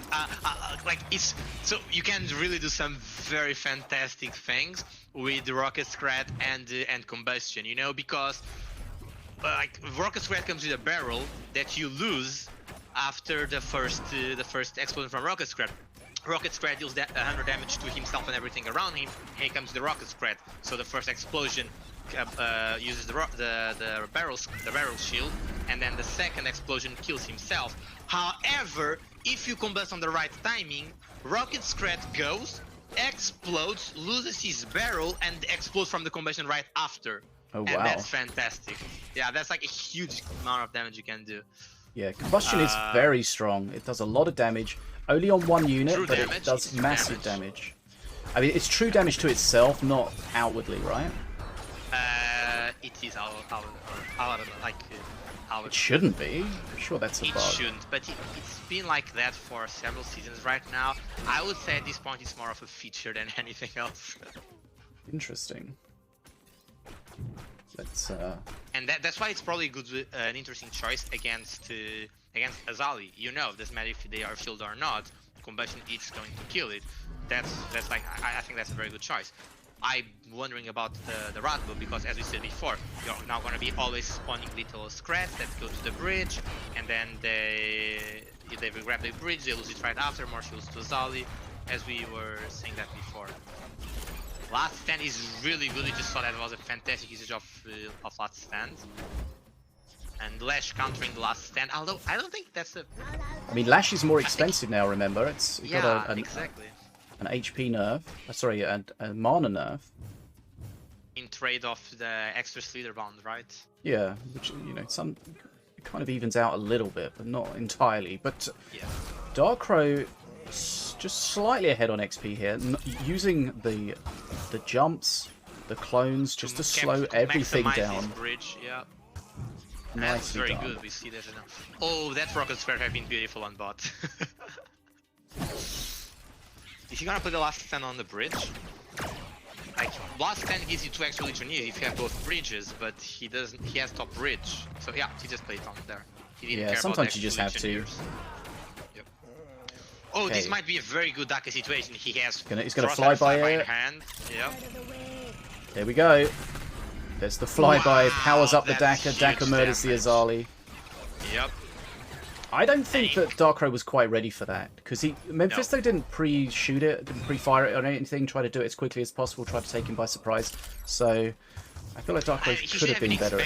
Yeah, he should have been expecting it. Even without the Frost Feather, I couldn't need that. Oh no, this is sad. He didn't get the full amount of Legionnaires because he slightly neutralized one bridge the second he played the last stand. Not sure if that's going to be very impactful, but it is still less 2 units you get for the same mana. Oh, and once again, yep, and now he blocked it, yep. There we go, there's the Daka. That's hugely important to block it. Remember, the Daka has a small window between, bless you, between shooting and locking on a target. So if you're quick, and you have to be very quick, you can play something small to take that hit. Right, perk 3 for pretty much both people at the same time. Rocket Scratch, huge Rocket Scratch value. Stunlancers are doing a great job against Ratbo because, as we know, Ratbo needs to, build up his attack, his basic attack, and Stunlancers just resets that build up, same way as Mordor. I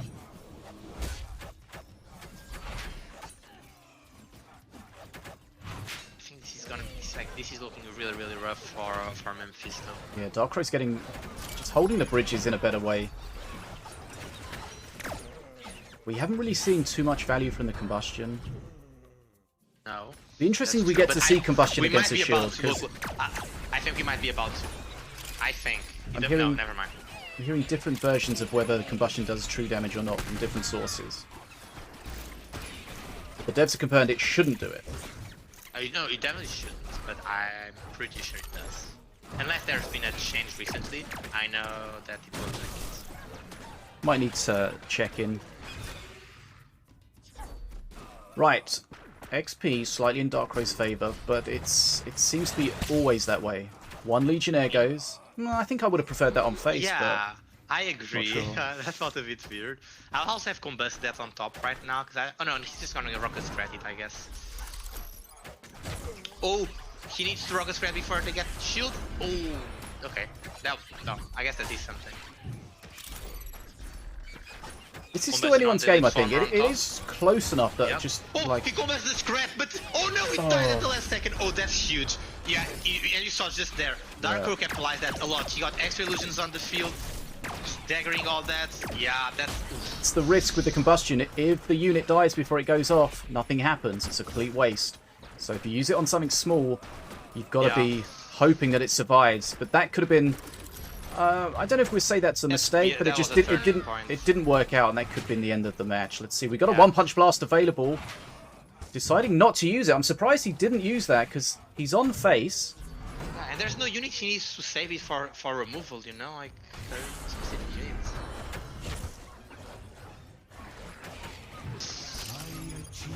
Okay, he's combusting. No, yeah, that's just desperation. I guess at this point, Memfisto, just trying to get as much as he can. That Daggerfall is doing insane against this, and this is gonna be game. Okay, so Just 15 XP away. Darkrai takes that by 2-0. And that's the power of Rekt. We know Rekt is a very strong solo master. We saw some stats a season or two ago. Rekt, I think, was the highest win rate solo master. So we know Rekt is very strong, especially in the hands of Darkrai. Very, very powerful player. So Darkrai taking that against Memfisto by 2-0.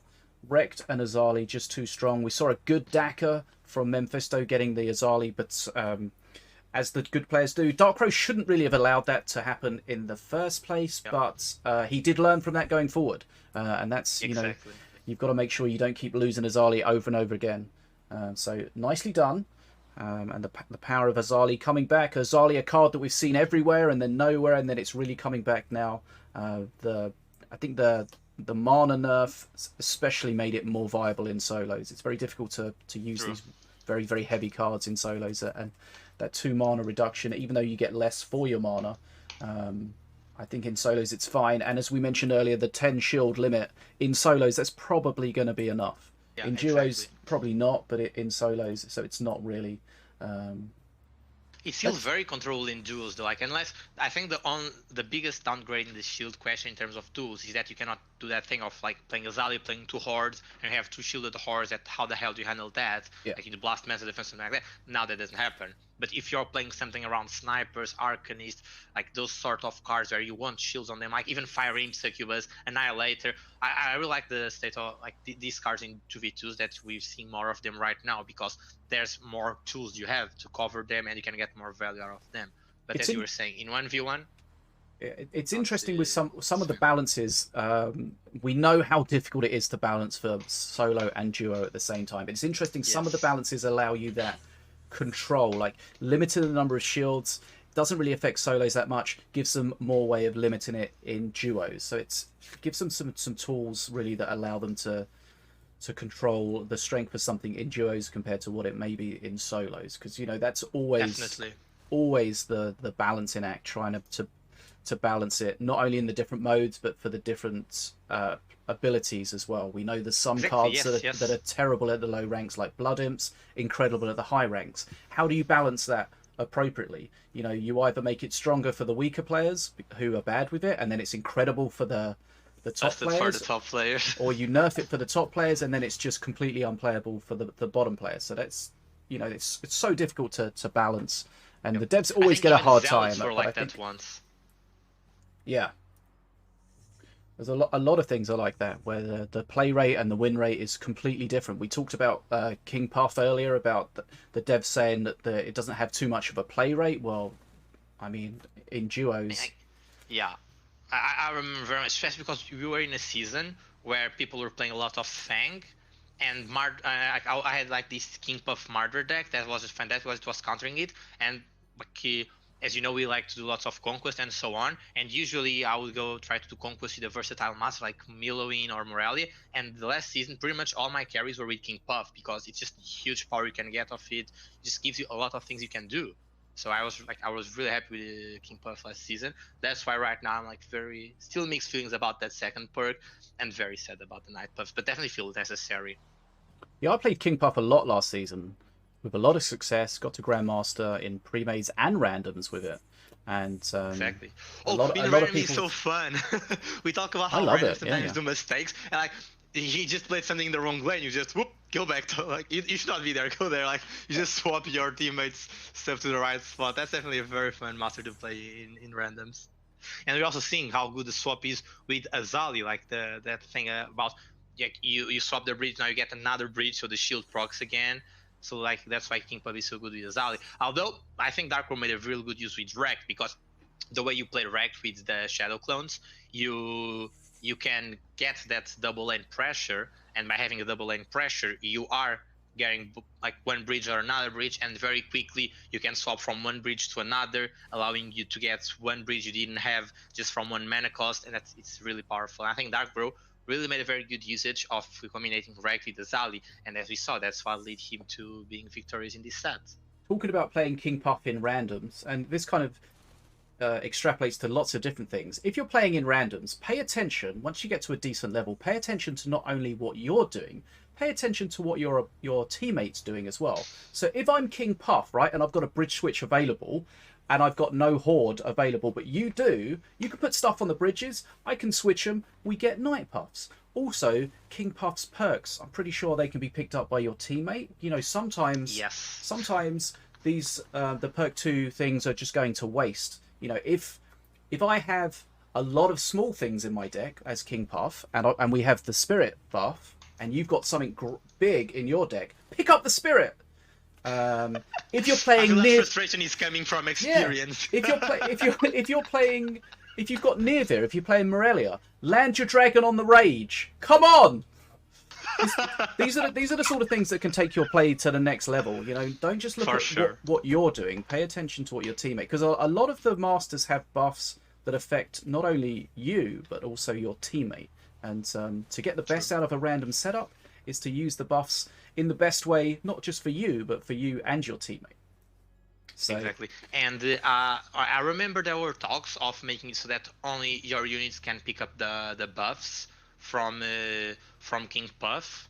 I remember that was in talk. The same way as like now with marksmanship only affects Stormbringer units. But honestly, I think I'm really happy that they didn't do it that way, because I think one of the most fun parts of playing King Puff in duos, especially of course pre-made, is how you can play around that. Especially now that you have 5 buffs to pick up, probably your deck only has units that benefit from 2 of those buffs, but you can have your teammate having units and feed from the other 2 buffs, that sort of thing.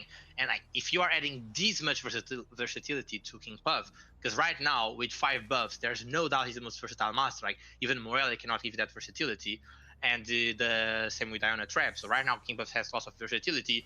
It is good, fun, and important that your teammate can make use of that versatility as well.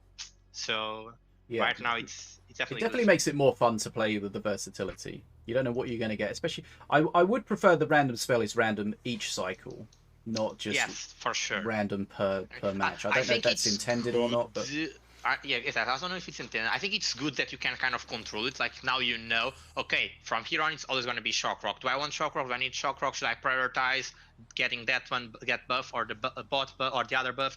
So I think that's like gives you control, as we were saying.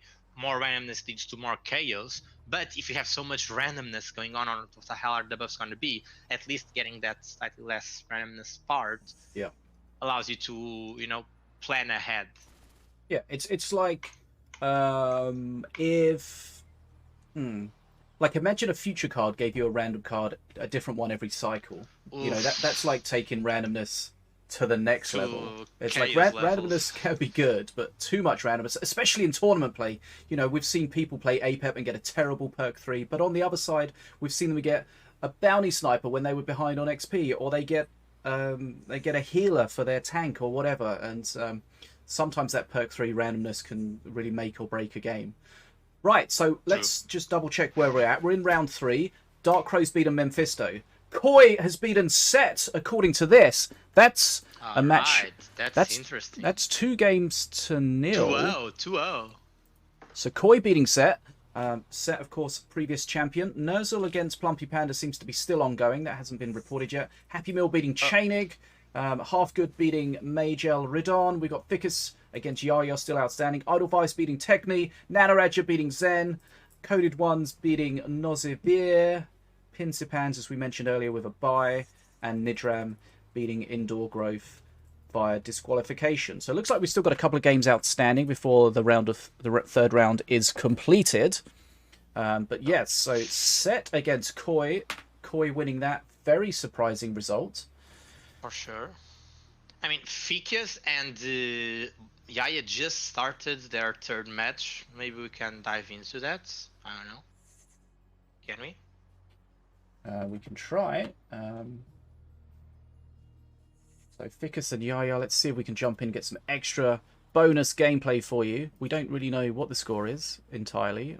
Ficus. It's 1-1. It's literally the last match. Okay. Do I see Ficus online? Not entirely. Do I see Yaya on my friends list? Not entirely. Don't think I can jump in if I don't have either of them. I'm surprised I don't have Fikys. Fikys participate in tournaments. Yeah. Very strange. Let me look. Maybe they've only friended. Wait. His name on Steam is not the same as on the page. So like Fikys with a C-U-S and not with a K and Y. Although honestly, the match just ended. I think. Okay. So. he's only friended my second account, Ficus, which. Weird. That doesn't work. Well, it's fine. The match ended on 1 minute and a half, so, and I'm not gonna spoil anything, but yep, that was interesting. Okay, well, we almost had some bonus gameplay. Ficus won that one. So okay. I guess Ficus won. Wait, did you say I'm not gonna spoil anything, and then immediately said the result?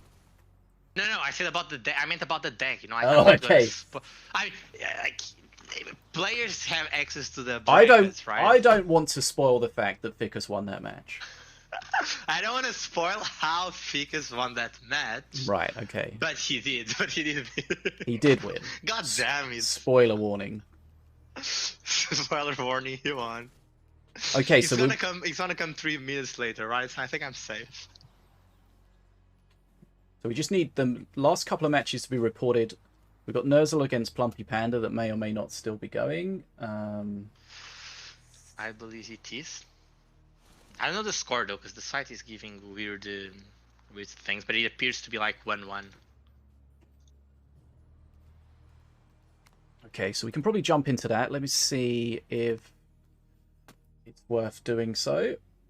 Oh, I would say so. Yeah. I mean, just checking to see if it's about to finish.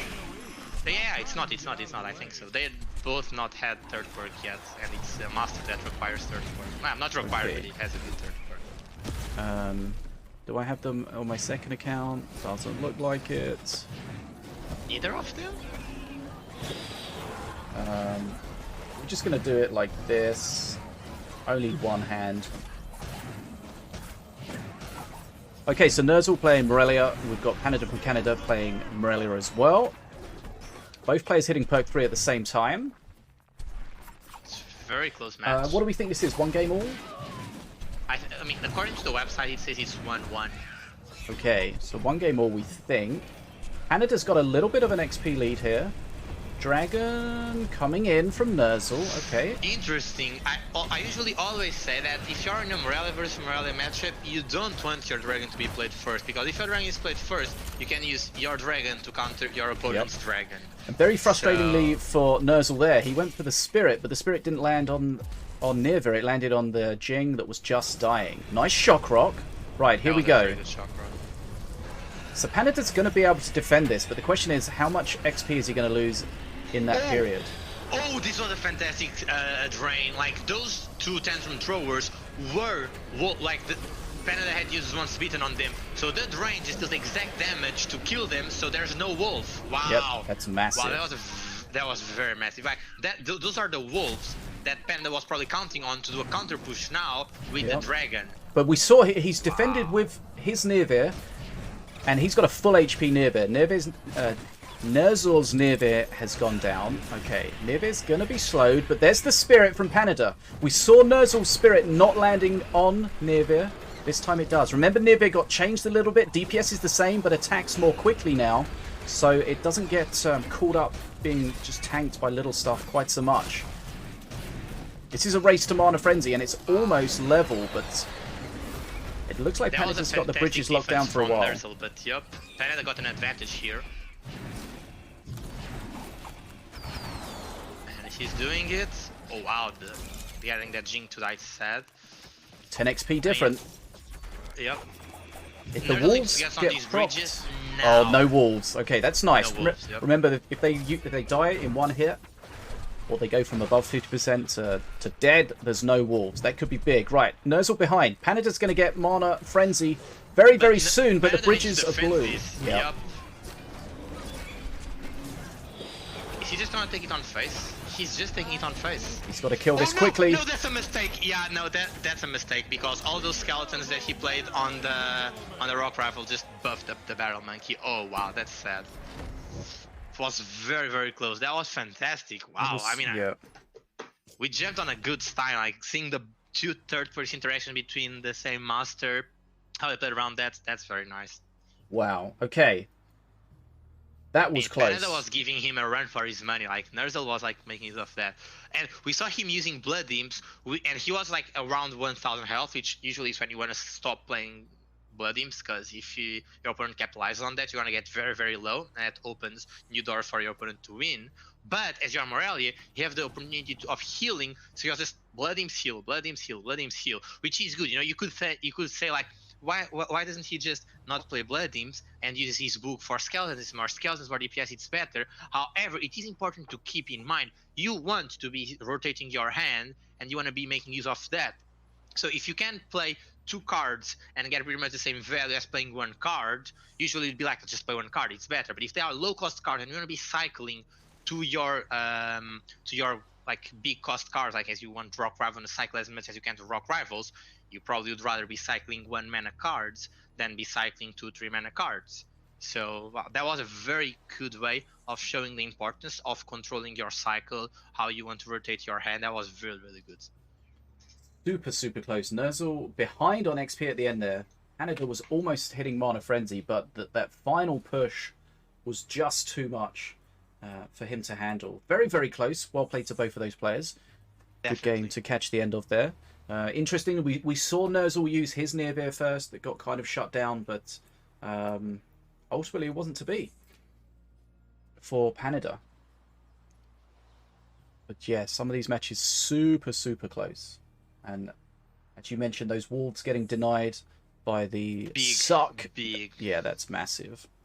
I definitely think that was like a game turning point. Like if that had not happened, Panada would probably have taken it from that. We saw he still managed to output more pressure without those wolves that got him very close to Mana Frenzy. Not enough, as the counter push was stronger, but if he had those extra wolves, you'd probably have kept the bridge longer, because Nerzl will need longer time to deal with the wolves. You'd have gotten Mana Frenzy. Mana Frenzy have more mana to handle the incoming push. Bam! Panada wins. That's definitely very, very close. Yep. That's the sort of thing that happens, and it may not happen too often, but if it happens to you, so Panada just needs to say, oh look, that's a great counter for my wolves. Going forward, if I'm in a similar situation, I just need to bear that in mind, so they don't get shut down like that.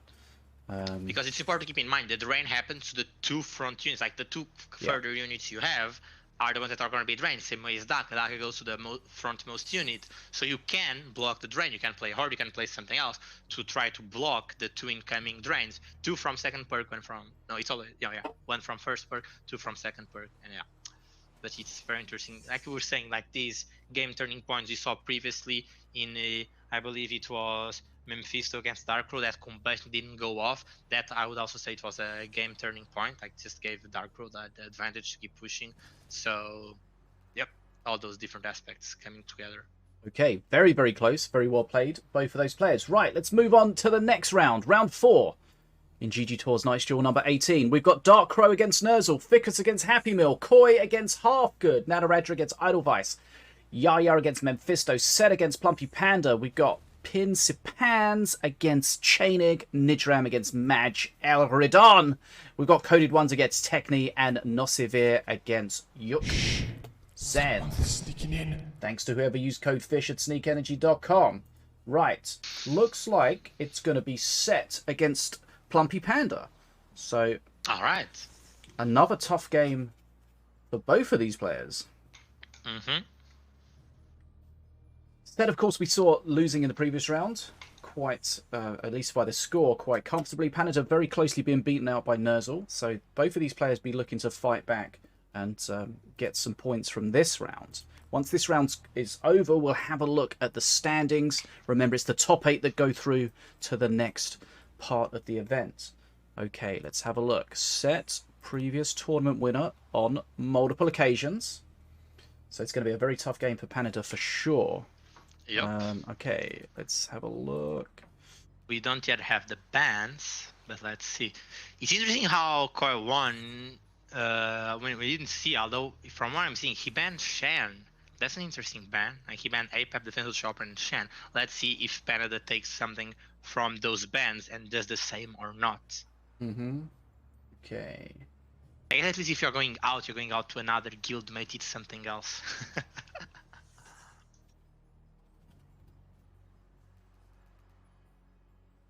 Right, let's get this friend set up.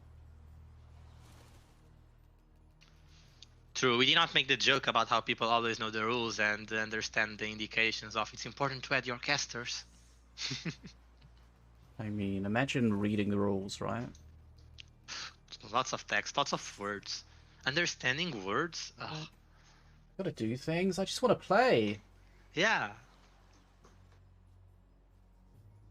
Okay. We don't have yet the bans from these two guys. We don't have the bans from Set and Panada. We have other bans.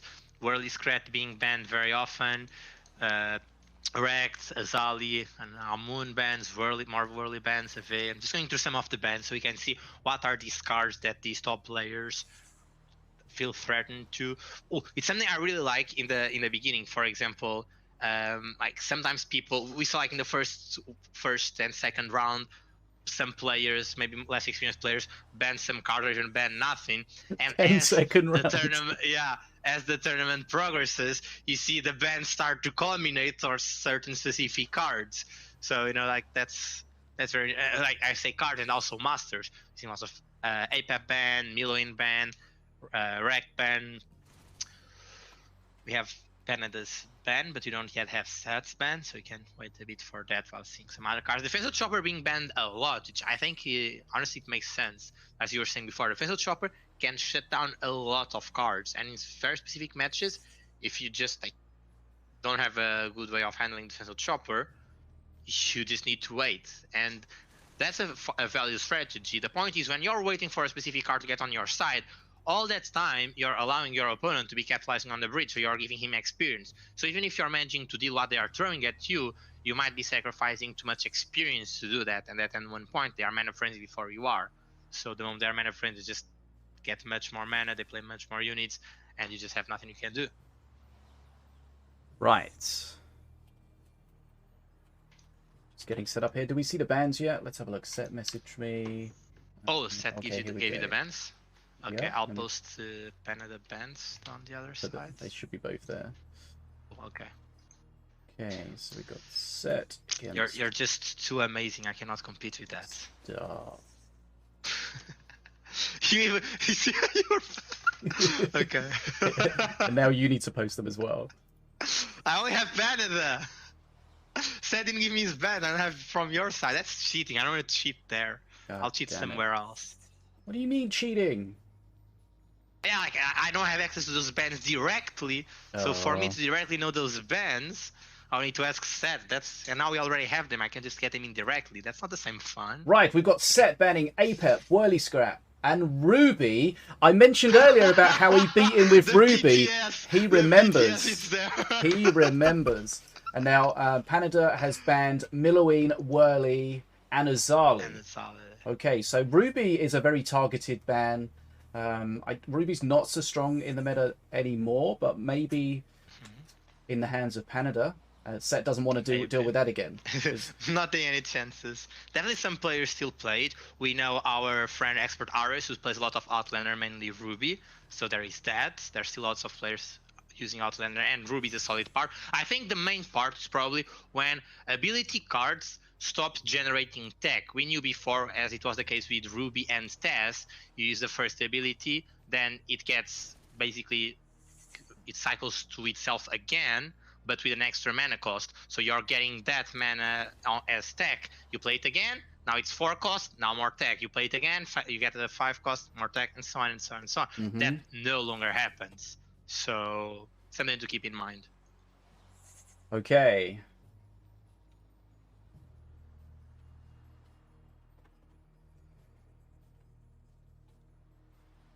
Okay, so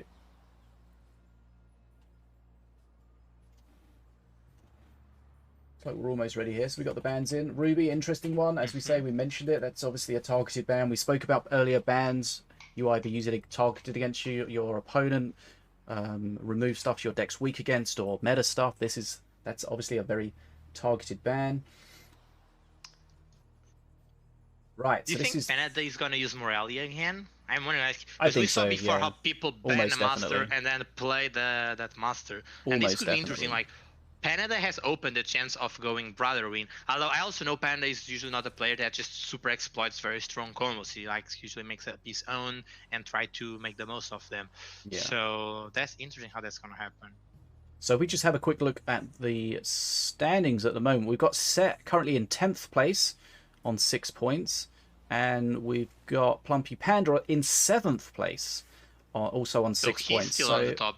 He's still on the top 8. But it's so close, though. They've both got a 2-1 match result. Let's have a look. Set's won 4 and lost 2. PlumpyPanda's won 5 and lost 2 in the game states. That's not updated. We know because he just lost to Nerzl. So these standings, yeah. If you look at the set count, there's only 3 sets. So we are in the 4th set, right? This is the 4th round, so there should be.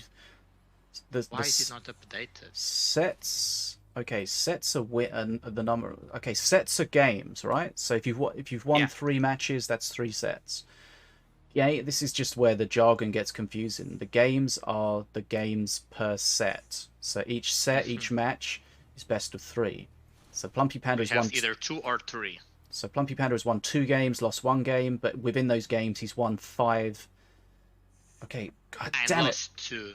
I keep wanting to say games. Okay, he's played two matches. He's lost 1 match. Matches is probably better than game. Yeah. He's won 5 games and lost 2 games within those matches. Okay, so that's where this every game that you win within a match is important, because top 8 is going to be close. And then if that's still the same, so if a number of players have won the same number of games and the same number of matches, then it comes down to how strong were their opponents during these matches. And it's just updated, so there is that. So it's very close, really. We can't really tell at the moment. We have so many players. We literally have Darkrai and Nerzl with a Swiss score of 9, and then so many guys with 6. Yeah. This round is pretty much going to be very determining. This round, next one. So from Dark third Crow place, is undisputedly on first. He has 3 sets, 6 game count, 6. So that means 6-0. So he has literally won every single set 2-0. Nerzl, it's very close. We just 1 loss to Panada, and yeah. So from third place all the way down to 12th place, that's all those players have 6 points. That's how close it is. Right, looks like we're loading into the first game of this still best of 3 at the moment. It's set against Panda from Canada, PlumpyPanada, and as we expected, we're seeing a Morelia from Panada. Here we go. Rocket Scrat. So both of these players are in a good position to get top 8, but this match could really be important. Oh, and Seth just pinged a lot of X on that Grenadier, so... You think that's a misplay? It's not a banned card, is it? No, it's probably because he was hoping that Grenadier would kill the Elite Swarmer and grab the bridge, but as we know, Grenadier has recently been nerfed, so he instantaneously realized that's play. Damn it, that's not gonna kill. That's a Berserker Rage.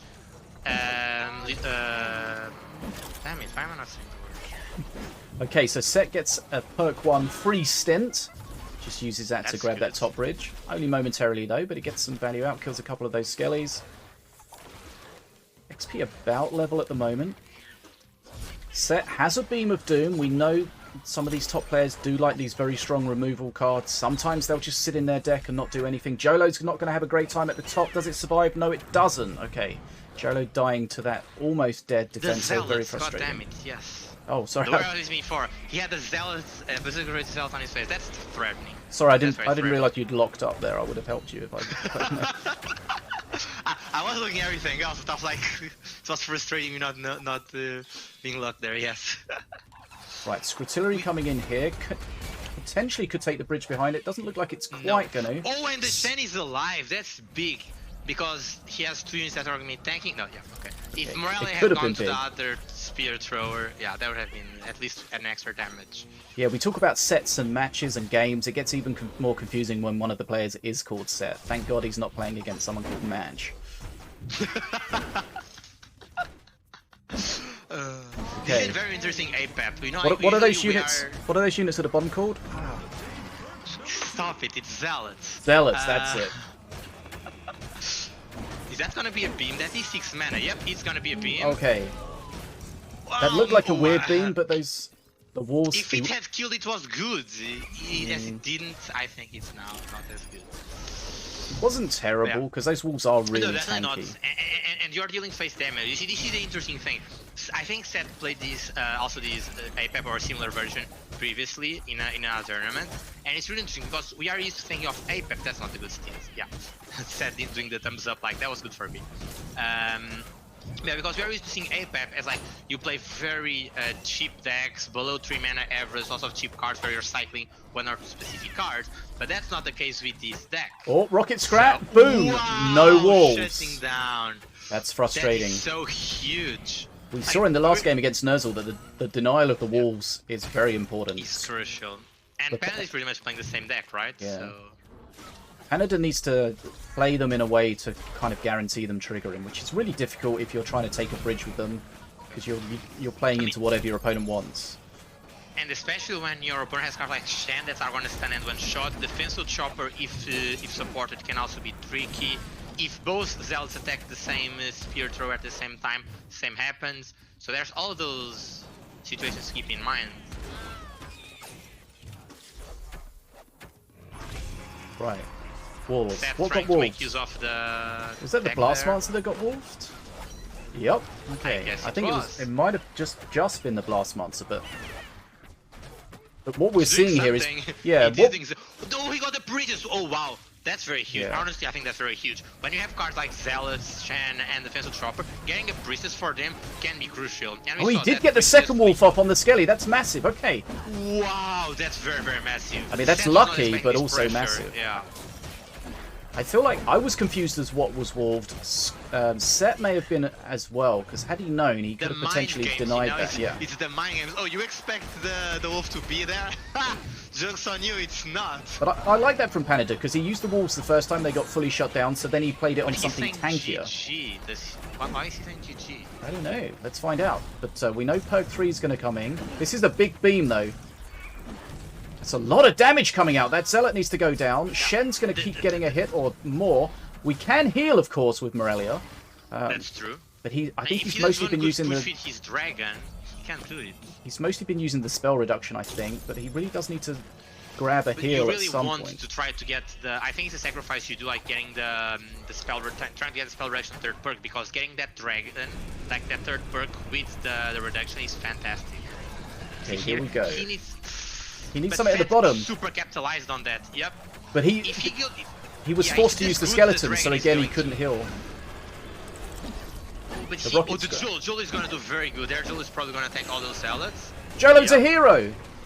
It's a hero, very true. But Set's got a good XP lead. I didn't even see what he got from his perk 3. We'll see it soon as he it's the cycles priestess, through. it's the priestess. It's that Oh, the priestess, yeah, that must be. is healing. Yeah. Now the thing here is the Shen. Shen can shut down these Nearfear. So Set purposely Right. plays No heal the again way. from Panada. There, oof. He's trying to get pressure, so I understand that, because like, He's- you have your yeah. dragon now, you need to put as much pressure you can. Healing comes later. If He's you don't not- win now, you lose. Yeah, but he's not in beam range yet. 150 and damage. Seth did a really good job defending that. I think this spell did. Healer's so annoying though, he has to prioritize that with the Scritillary so he doesn't get to kill too much else. Set. Zell doesn't kill the succubus, that's okay. Not super impactful. Set's probably happy now. Fantastic He's survived the strat. perk 3 push from Panada, which is probably Oh, yeah, Panada's best definitely. chance. Definitely, I think Seth is in a very good spot. But again, a very close game. Looks like Mana Frenzy for Set will probably close it out. Yeah. I mean, at this point, Panda has no third perk, and Seth has a priest that he's being very impactful. Look on bot! Look at this priestess on bot, just guaranteeing that Elite Stormer keeps the tranquil busy a long time. This is And gonna then be starts DPSing as well, just to add insult to injury. Oh, There's a Gex! Gex coming out! Where did this Gex come from? If I'm going down on my terms. Wow. Did he have that Gex No, in his that's hand the whole time? Where did that come It was a from? blind date. It was blind date. Oh god, okay. No blind date, just giving you a Gex. Sometimes the Bam. game just kicks you when you're down. Right. I Set- do want to highlight how good is that defense on the dragon wall. Like, Panada played the dragon and supported the dragon with Incubus, which is good. Incubus has a fast attack speed, has a good decent DPS, AoE, that's good. But Seth purposefully played a defense so on the Incubus, which stunned him, and then played Shen. Shen is not activated, so he has no Zenshi flow. But since the Incubus was stunned from the defense, so Shen instantaneously started attacking the Incubus, but the stun stopped, and we know Shen does not retrigger. So if Shen's about to hit you for damage, but you are okay. So if you are stunned, Shen's gonna hit you for damage. If you're not stunned, Shen stuns you. He was about to hit for damage. Incubus stopped being stunned, so Shen stunned instead. So Incubus stayed longer doing nothing, and then Shen dealt. Wow, that was like he just fully blocked the Incubus, and then Nearveer had no support. Shen blocked the Nearveer because the Nearveer was blocked by the totem. A fantastic use of totem. Bam, just oof. Yeah, again we saw the power of stuns, Everything there the was power huge. of the Defenso Chopper. And we know at the top level the players are really, really good at dealing with Nearveer. Lower levels players will get kind of crushed by Nearveer the Fallen, perk 3 or from the card, whereas the top Very players true. can really handle it incredibly well. With the changes, now that she attacks slightly quicker, although the DPS is the same, just means you have to be a little bit more active with tanking her, keeping her away from all of your DPS and stuff. Which means not only do you need some extra APM if you want to talk about a gaming term, actions per minute, you've got to spend a bit more time tanking it, but a bit more mana as well. So I think the dragon, I think it's a bit of a buff to the dragon, but as you can see there, easily able to deal with it. And Shen will shut down a dragon. We know that's a great counter to it.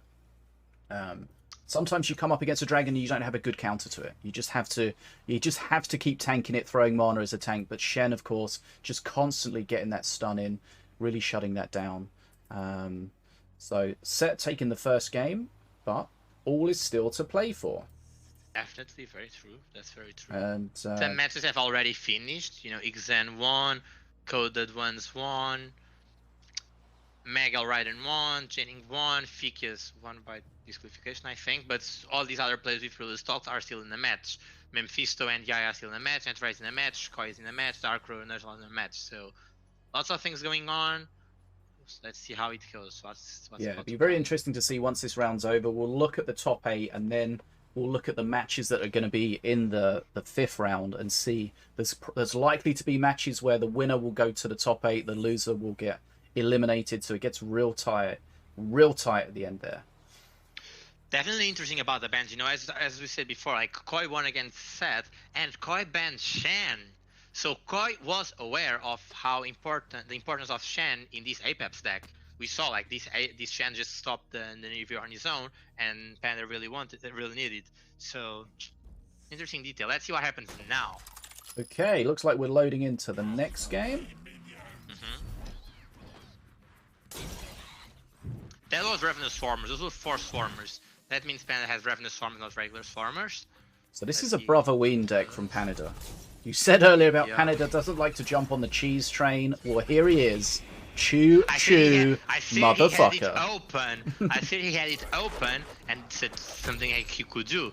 You talked before about how he got set with Ruby in a previous tournament, and I would say that at that time that was like Ruby combo, current Brother Win, same level of stuff, so that's probably gonna be a Brother spawn. Yep. Right on. It'd be interesting to know. Oh, that beam though. There's the beam of doom.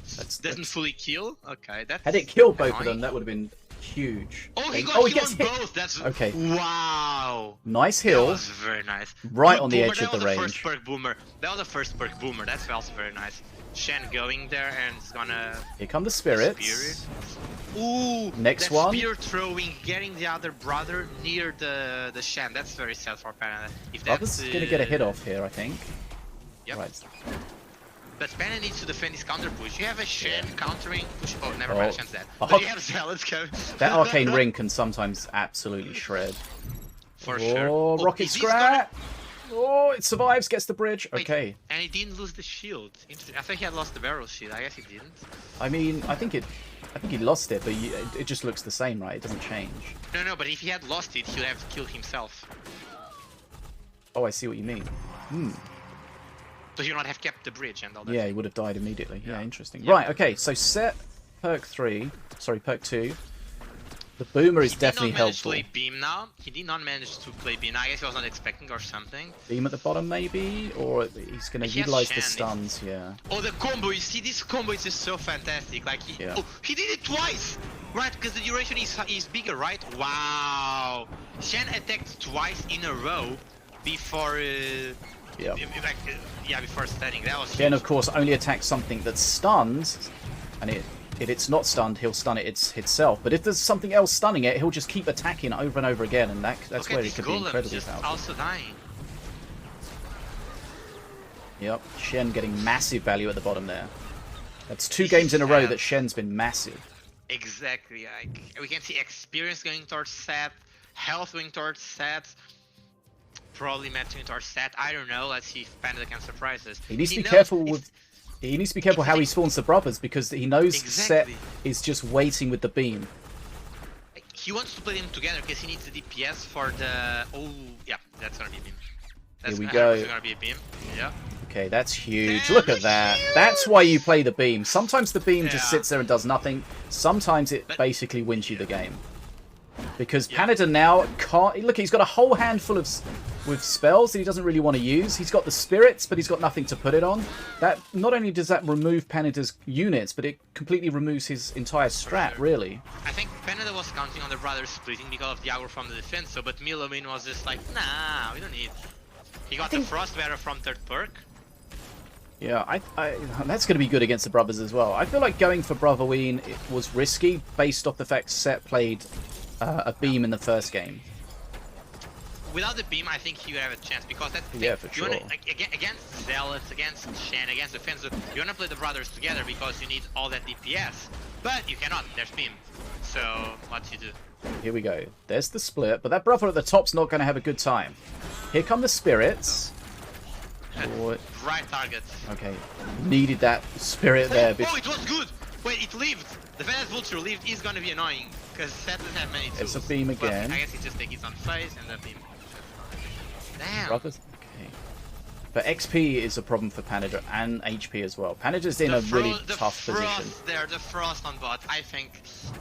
Like he's not even third perk. We saw how the golems were reaching 6 level, like the 6 level and so on. He can buff his golems very well, but I mean, if you're not third perk, where you start on a point where you can buff your golem in the like from 10 level 10 and so on, it's just very sad.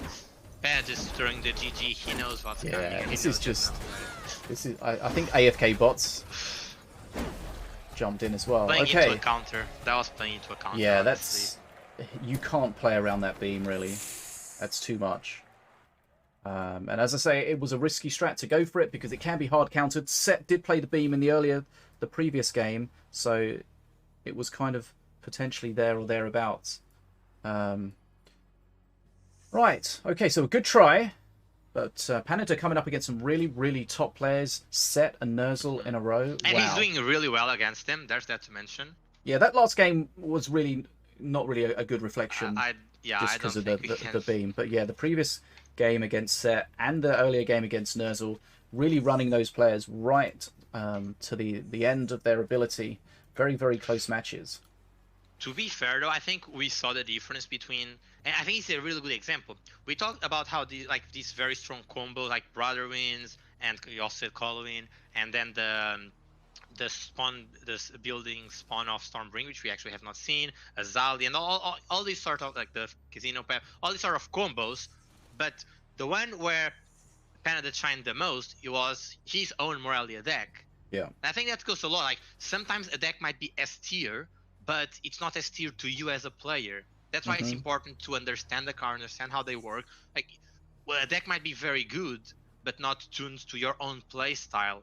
And that's why I was saying as well before, like Nataraja was playing the Stealer deck that you mentioned. Sometimes has awkward hands, so those situations probably make the deck an A tier, but it was definitely an S tier in Nataraja's hand.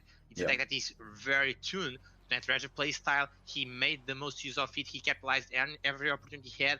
That's the thing. And honestly, as a player, I think the best part and what you can get the most enjoyment on is making your own deck shine. And yeah, although I understand that can also be very frustrating when you're playing your own deck, you're winning, and then you're faced with these sort of strategies that are definitely very polished by just the general community, and like these decks that everyone knows, everyone makes a small variation, and at one point, a specific variation is stronger. So just the whole community polishes these decks, and they're definitely strong and hard to play against, but it still does not mean you're just going to play them for free wins. No, players with experience, players that know can counter them, and we saw that flawlessly executed from Set's side. That was really, really good. Yeah. I mean, sometimes it's risky to play those decks in a tournament where you can get fully shut down by a specific card or a specific strat.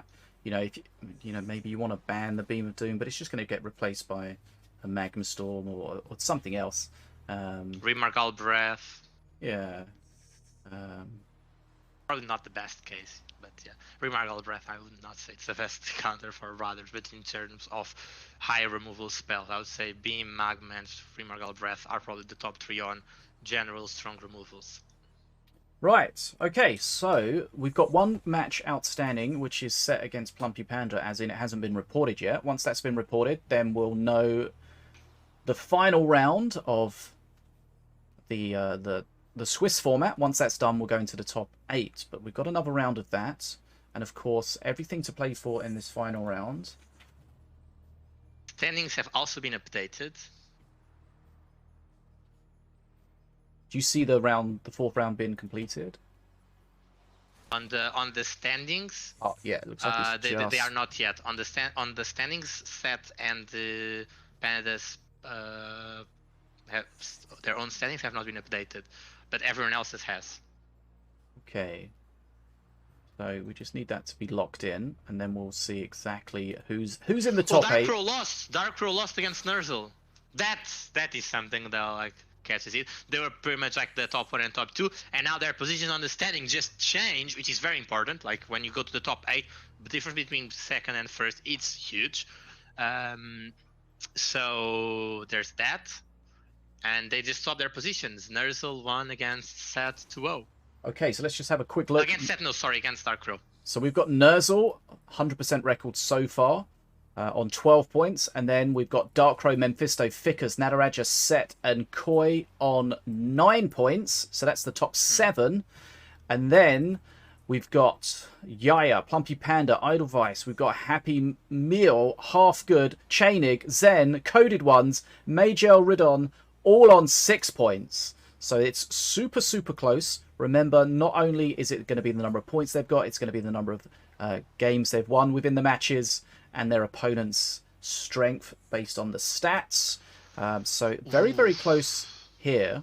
So if we keep this up on one screen and then have a look at the matches on the other screen, we'll see which of the matches are going to be the ones that are going to potentially decide who goes through and who doesn't. As Dfogo mentioned, you've got people fighting for their position within the top 8, which is going to affect their seeding going into the top 8. And then you've got people just trying to qualify regardless.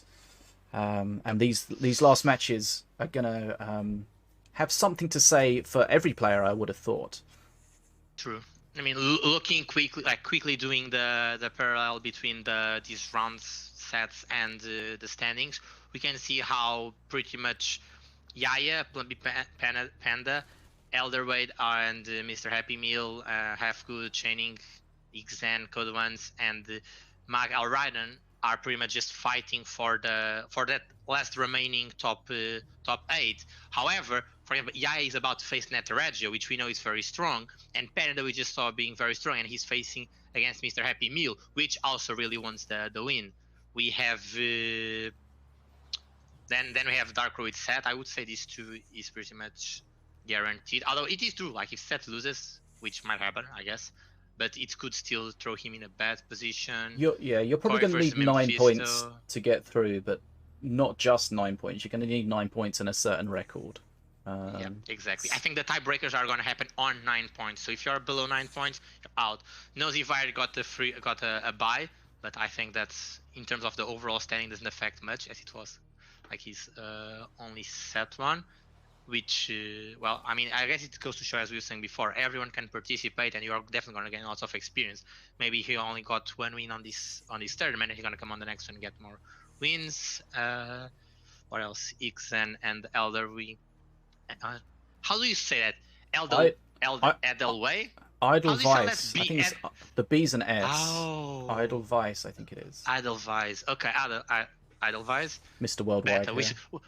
Edelweiss better, right? Because there's that B that looks like a better, from. Just saying, you're the one that sees the characters on your nickname, and then we are the ones that need to guess. Yeah. Right. When you register, you should register your name and then register how to pronounce it. The pronunciation between brackets, right? How you say it. Those two are also going to be fighting for Otherwise, and Xen are also going to be fighting for the top 8. Very interesting. Pretty much every single match. I don't know which one to go for, because every match has something to say. Every match is going to affect everything. Decisive here. It's amazing. So Zen and Edelweiss. Let's have a look at that. Zen is 14th. Edelweiss is 10th. So that's super close for those guys. We've got Coded Ones. Against? Half Good is 12th. Coded Ones 15th. Tjaenig is 13th.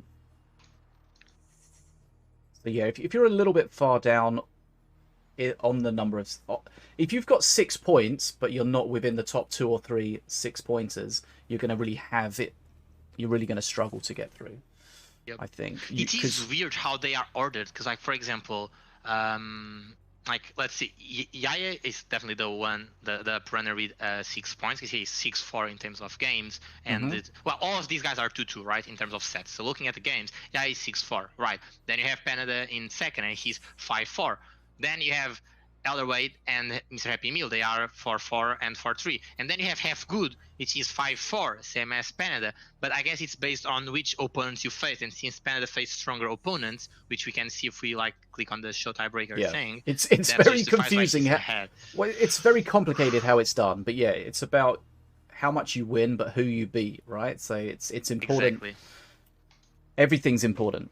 Right, so it looks like we're going to go do Yaya against Nataraja, because Yaya is currently 8th. If he loses, he's likely to be overtaken and get dumped out.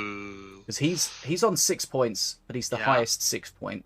But we're definitely going to have some other 6-pointers winning. So if Yaya doesn't win, he's going to get eliminated. So let's see if we can set this up here. Don't know if I have.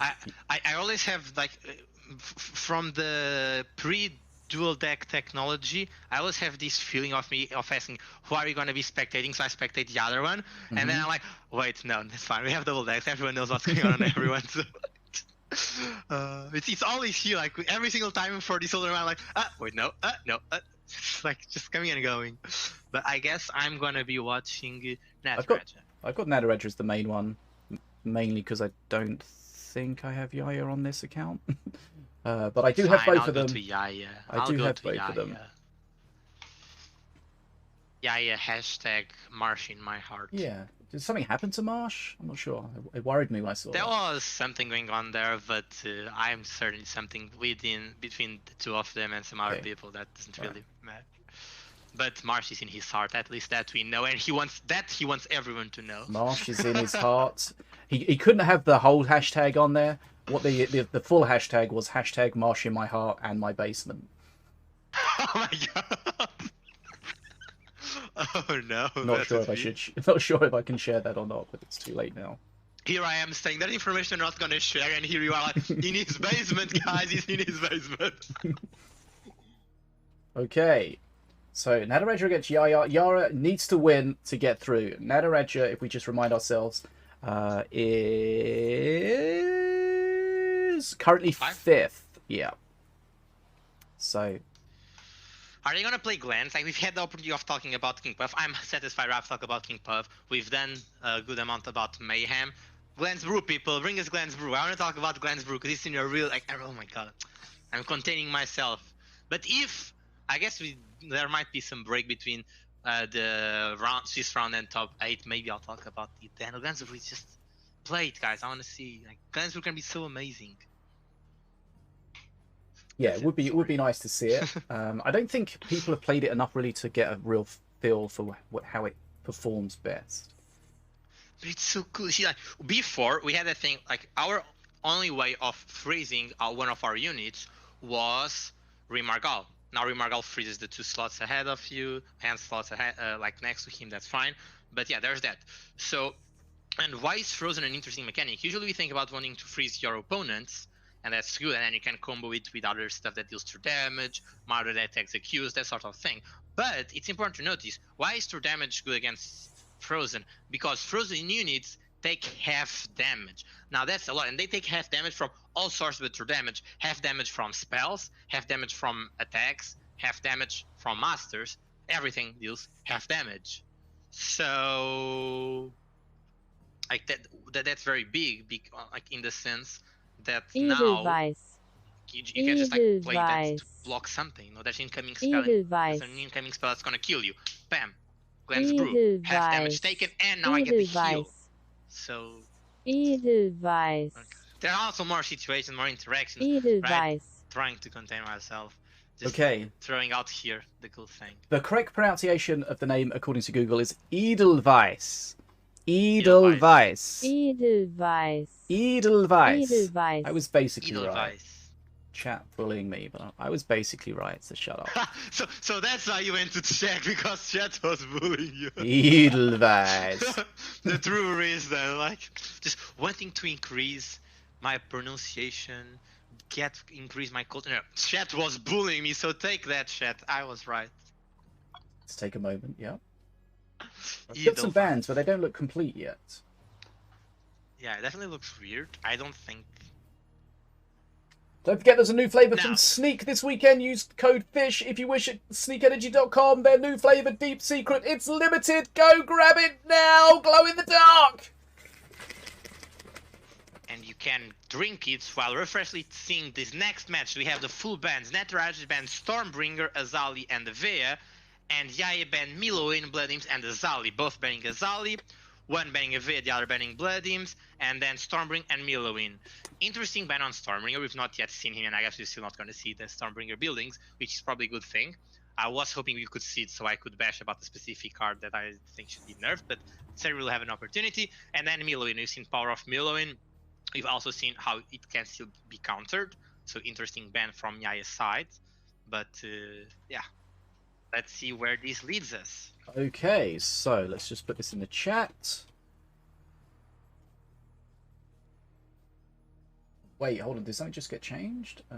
I just had to clarify that was Yaya. Okay. Apologies.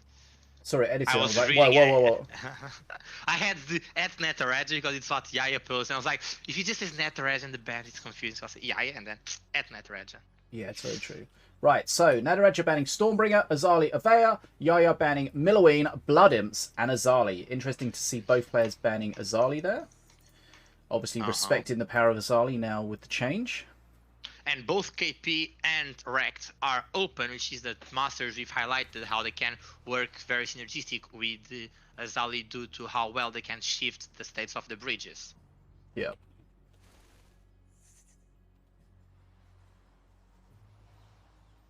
Okay, Decisive Strike asks, have we seen Korgoth yet? No current season cards available in this event, so no Korgoth and no Cowardly Imps. Right, here we go. This is Yaya fighting for his life. Nataraja probably okay, but we'll see. He's fighting for his life. Well, Hidaru's probably okay. Let's go. Morelia versus Rect. So Yaya is on Morelia, and Nataraja is on Rect. So we're still best of 3. This is the last best of 3 part of the tournament. And we know it's not a Rect Azali, because as we stated, Azali is banned. Perfect usage of Frostfeather Flyby. Ooh, wow. Okay, that I guess doesn't make much of a difference, but it's still funny to see how it did. Wolves somewhere, but there's a defensive chopper going up top. Oh, what are we seeing Sadly, here? the engineers have too much. Oh, the bats are. Oh, no, never mind. It's okay. The bats managed to kill one of them, so it could have happened that the wolf was amongst them. This is a scrapyard deck from Nataraja. This does not look like a normal scrapyard deck. Interesting. And I think that might be bad. You see, like there, scrapyard requires build up, but how can you build up? Oh, that's how you build up. That's a strong beam. Yep. How do you build up against such big pressure? You beam it. Simple, you beam it. There we go. Okay, that's the power of the beam. We know, and we say it over and over again, how powerful it is, but you've got to use it appropriately. If you use it, you spend 7 mana and kill 2 mana's worth. Probably not ideal. But if you shred a ton of stuff like he did, incredible. Fantastic. I mean, 5 mana Zappinator plus 5 mana Legionnaires. I think he used one of the shots that makes it 6 mana, so you just killed 11 mana with 7 mana. That's good. The only trade-off is you lost the bridge for a while. So basically, you gain 4 mana by not getting the bridge, but this 4 mana you can use to get the bridge. That's a shame. I think he wanted to split it in a way to some of them going top. Yeah. He might still win that top fight. Yeah, wow, okay. Wow, nice. I think he knew that. They are 10 XP. Like, bridges are blue now, but they are 10 XP. And Yaya doesn't really has a good way of handling. Oh, unless they all go in the same way. Oh no, into the defenso chopper. And the rocket scrap. Wow. Okay. Get churned. One of the wolves was top though, so that's gonna secure top unless there's Zappinator. Zip's gonna murder at that. at the And top. he zapped again for 1 extra. So remember, the Zip Zappinator does have the ability to reset his attack and make it hit an extra he unit. gains extra damage. Yep. And you can tell how many times it's been charged if you look at those circles on the back. Currently we can see it's one of those circles is split up. That means it's recharged 1 time. So it hits 2 things, I think. Those details are really cool and very interesting. Yeah. The same happens with Kurnoth. Kurnoth has 2 crystals. Yep. And once each activation removes one of the crystals. That's like, those details are very interesting. So Zip can be really strong, but it's 11 mana to fully charge it. And this is a huge push. Lots of ranged units, lots of DPS. Yeah. And Yaya didn't really have a good way of dealing with range. He has defense, so it's not good against it, and he needs to play Legionnaires on top of it, which These bats are are helping here, single though. units. Definitely helping. Okay, he can still heal, so that's a thing. For sure. Oh, here we go. Nataraja going What? face. What do we feel about Damn. that? Okay. That's an interesting. How like, it makes me wonder how awkward does your hand need to be, where you don't have the bridges and you're still playing Dragon Ball on face. Yeah, that was unexpected. That's You a don't heal? often see that. Not at all.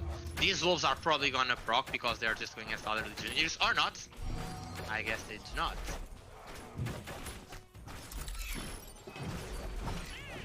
And here they are. Where's Yaya gonna play this dragon out? Ooh, I think he played it at the front.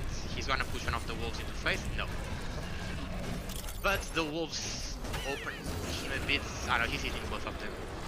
Dragon That's is what just you want. melting though. Yaya's done a great job getting to perk 3 first, but that dragon's absolutely getting shut down. I mean, if he plays a scrapyard now on bot, ooh, that's a beam. Yeah, it's what just are you asking doing? for That's a it. beam. But he doesn't even care. He's just going face. And he Another can Dragon afford Ball to. on face. That's so It's the thing. strange. He's forcing every single time he plays that Dragon Ball. He's forcing Yaya to play 5 mana onto it. So basically, he's just playing 1 mana for the face damage, because Yaya needs to play that. And then he Oh, can it's out come- of wait, he just range! missed. That's big, and because he played the Lost Legionnaires on bots. Oh wait, is he gonna die here? He does not have enough pressure to play the The the dragon scrapyard. needs to die. But the, Dragon's oh, this is dead. awkward. The Zephyr bounty is sniper's going to dead. start farming as well. Yaya's already ahead on XP, so even if Nataraja survives this, which he will, that bounty sniper's getting Yaya closer and closer to Mana Frenzy with One every push, shot. One push. Nataraja needs to do one more Yeah. push. Nataraja needs to win this before Mana Frenzy for his opponent. That's his win condition now. He doesn't have the luxury of just controlling. Yaya's at health, but he failed because the illusions quickly died. Is this gonna be a blast on face? No, they're all fake. No, because they're all fake, yeah. And again, the bounty sniper. It's Mana Frenzy about to happen for Yaya. That Outlander, that scrapyard thing is too late. 1 XP. Oh well, 2 XP, Here we I go. guess. Mana Frenzy. One more tick. Now. He might die though.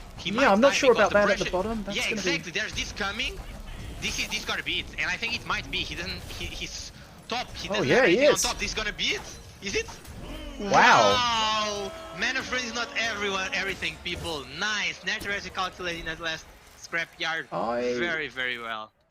I don't really know what we saw then. A bit confusing because of the Dragon Balls on face, but I guess they were calculated, I guess. I mean, he won, right? So you have to say it's calculated. I don't understand. Yeah, you very, very, very rarely see that sort of strat with the Dragon Balls on face with nothing that they were killing. And although you were saying he was having to respond with the units, but he still gets the units. He's not having to respond and then they die. So Yes. it seemed But I really think the- inefficient. The biggest part here is how he needed to play them. Like he was playing Dragon Ball in a way where he needed to play the units on the same lane, and so he was not able to divide those Lost Legionnaires. So Nataraja was probably ensuring there was not going to be a split, and he wanted that so he could put his Legionnaires against Yaya's Legionnaires and secure the Wolf. I would think something along those lines. Like imagine the mind games you're doing to guarantee all of that. Like it's huge. Yeah, you're forcing your opponent to play defensively. That's kind of the thing, right? And as you say, you're forcing them to not be able to split. Exactly. But even with that, Yaya was well ahead on XP. He got to Mana Frenzy at the Bounty end there. Sniper was doing huge. Yeah. It's the thing. Since he was using the the Dragon Ball for face pressure, he could not use it as a removal for a bounty snap, which makes sense, right? You don't want to use 6 mana of like a very offensive spell to kill it. The Dragon also lost a lot of health because of that thing where like the drone buzzers were hovering the middle of the field, and Dragon was just slowly trying to get there. There was also that I'm reviewing now on the stream. So there's that. But it's really it was the power of the scrapyard, because Yaya didn't really have anything to answer the scrapyard. And he frost feathered it once or twice, but it's not even great. With the health reduction on scrapyard, it's definitely not a good thing to do. One thing that I see a lot of scrapyard players do is that they don't pay attention to what their opponent's counters are. If your opponent's got a Wheel of Doom, you've got to take that into account. And for example, in that match, Nataraja would be thinking, I can't put that down while Yaya's going to have his perk 3 available, because it's just going to get breathed. So let me hold on to the scrapyard until that counter's been removed. 100%. Because those scrapyards, if you can't shut them down, they just pump and pump and pump, and we can see how powerful the pushes he was able to get with that. I mean, I guess it goes to the point, like, you're literally generating units that are worth much more mana than you paid for it, to the point where your units output surpasses your opponent playing in Mana Frenzy. So, okay, fair that I didn't have much time in Mana Frenzy to actually generate, and when he was on Mana Frenzy, bridges were towards Nataraja, but still, like, all that little details like go to count. Any of the spawner buildings, if they're left to their own devices, you get way more value than it costs you. But the difference with the scrapyard is the units that come out of them are serious units. They're not just a crossbow dude or a swarmer. You can get that single plasma marine if it's simulacrum, but which happened in the last push. But still, goes to show. I think it further supports your claim. He got a simulacrum 1 plasma marine in that push, and the pressure was still more than enough. Yeah. So that's just the power of those spawner units if you can't shut them down. But it was interesting because you don't often see a scrapyard deck that's not just fully Outlander, and that was not fully Outlander in any shape or form. Okay, Nataraja takes the first game 1-0. So remember, Yaya, if he loses here, he's likely to be eliminated. And to keep that in mind, I think there's 2 reasons why you can have that now with the scrapyard. To quickly summarize, now it doesn't consume your tech on play; it consumes it on summon, so you can just play it with less tech, and you are going to be generating tech as you cycle to your deck. So there is that, and there's also the fact that the units are not going to consume tech, so you can just make use of all that. Avea here, Yaya is playing is against Avea, which Nataraja bans when he can play it. Defenso's a great counter to that. Remember, Avea needs to trigger her shield and shield a unit at least 4 times to complete her quest and get the Legionnaires, so you want to do that as quickly as possible. Normally you want to be doing it twice every cycle, but the first cycle is only going to get 1 activation, so that's doing a very good job aiming that. It might look like it's a no-brainer aiming the Arcane Barrage, but if you want to maximize its value, you really need to guarantee you're not hitting something you didn't want, and as Vulture Prime was so close to Master Tower that I really needed to guarantee just the Vulture Prime, and we saw he was like very just like fine-tuning the maximum of that one. And just quickly going back to you said about the scrapyard no longer consumes tech when you spawn it. That makes it more difficult to punish, because previously they could put it down, you deny it costs you X amount of mana to shut it down, but you deny all their tech. Whereas now, they just, even if you shut it down, they've still got their tech available for whatever else. Oh, the V procced because of Diona. Oh, that's sad. He got an extra one. Yeah. And considering how much mana Yaya invested to try to deny her, well, how much mana? He invested the scrapyard, but in the defensive chopper, but in a bad position, and the bridge was in Nataraja's side the whole time. Wow, that's sad. When you're trying to stop Avea's procs and you really go the extra mile to stop it, if you fail, I feel like you're really punished for it. Like here again, you cannot stop it. So that's 3 procs already. 3 procs, yeah. We know Avea, once you get to the 4th one and she's got her quest done and she comes with the Legionnaires, that's when the power of the deck really changes. Wall is not okay. That was smart. Oh, that last bat she got an extra proc. She's on 4 procs now. There you go. That's what the bats are there for, because they're really helpful to support Avea if she gets ahead and she's on her own. You throw the bats in, they grab a shield. No, Yaya did a fantastic job. He played Wall, which is kind of bad against Ave because Ave is gonna hit herself attacking the wall, and the range units are not, so Ave is gonna proc herself, but she shut it down with Arcane Barrage. But then that last bat, wow, and now he needs to handle this. So he's gonna play. So this is how... Oh no, the trap! He just lost the trap. There was a Diona passive trap there, but oh yeah, the bear trap just at the last second. This is how I like cards like Avea, where they're weak until they're activated. Like, you should be behind until it's activated. A lot of the times we see people playing Avea and they're already ahead and then they just get further ahead. But here we see Nataraja is behind, but he's going to start coming back because Marsh doesn't, Yaya doesn't have a great counter to shut this down like really efficiently. True. There was a ban from the Blood Imps, but like I think the Blood Imps helped Avea in this sense, but like it's one of the things that enable Avea to not be as behind. Like you just have that very cheap reach grabbing tool that helps Avea, but without that, Avea is still doing fine. 20 behind, right? Or 25. Yep. The cheap cycle deck and Nataraja means the Avea is just going to come faster and faster as the match speeds up. Oh, that's not going to be good. Diona is going to proc. Oh, the bat stopped it. Nice. Okay. The wall is very big though. Honestly, I think this right now it's going towards Yaya's favor. The extras on Avea are not, and it's increasing. You know, it was 25, it's now 35. Yeah, remember the Nataraja's from Avea are not impactful. Nataraja's going to get a free card. True. Perk 3. What's it going to be? When's that going to happen though? One of the other things is Nataraja's not really using the barrage that much. Oh, sorry, Yaya's not using it that much, but and that was not a good barrage.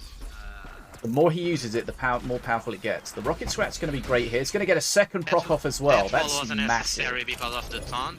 Yeah. That's like 2 mistakes in a row, I would say. The barrage and the wall.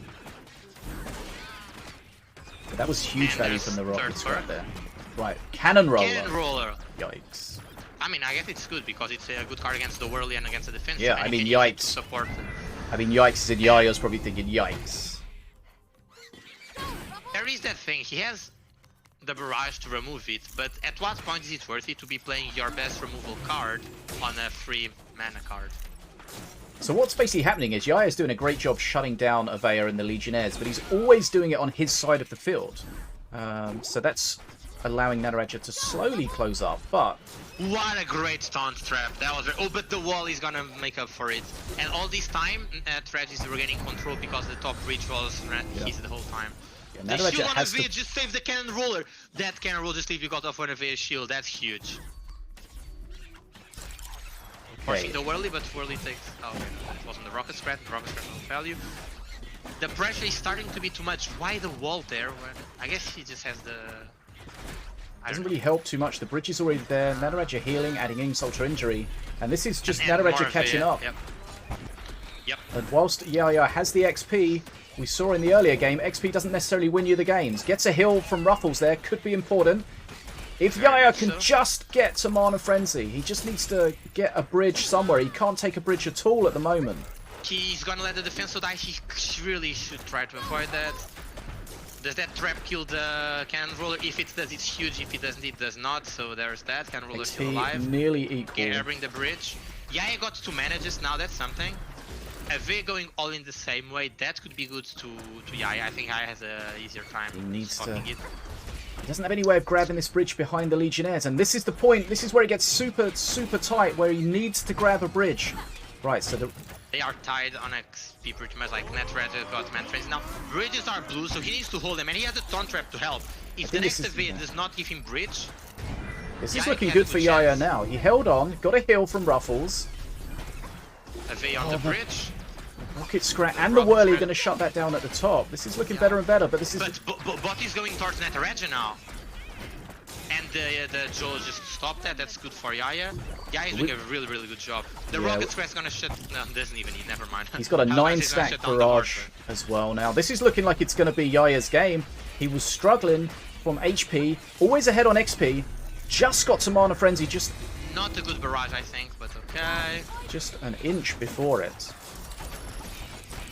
The taunt, like, his usage of the Diona traps are insane. He's getting so much value from those taunt traps. Like the placement is just forcing Nataraja to go like far away. 2 Cannon Rollers getting Yeah, that's huge again.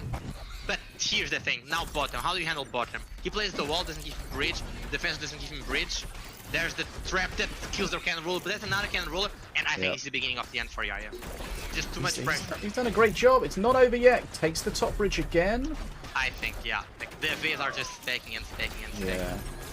He's doing everything he can. But it's the thing, as you were saying, he was defending the whole game. He was defending these cards on his side of the field. Now he's forced to be in a position where he needs to defend them on the bridge or on Nataraja's side. He just can't. Super close. Remember, if Nataraja takes this, Yaya's probably going to be eliminated from the event. Super close here in this fifth round. You can do it. Give us a third one. So much going on. The Defenso's getting huge value. The Rocket Scrat generally getting a lot of value. The Trap's doing a good job. Jolo able to keep the bridges for a while. I was thinking it's over, but he's definitely managed to hold on. He traded a lot of health. He had managed to get some heals, and he's trading them again. That's an XP ruffles. Oh, there's the beam. Oh, okay. Nataraja started going for it. That would be a mistake against the Diana. Wait, he needs a heal. What comes after experience? Is it heal? We're about to find out.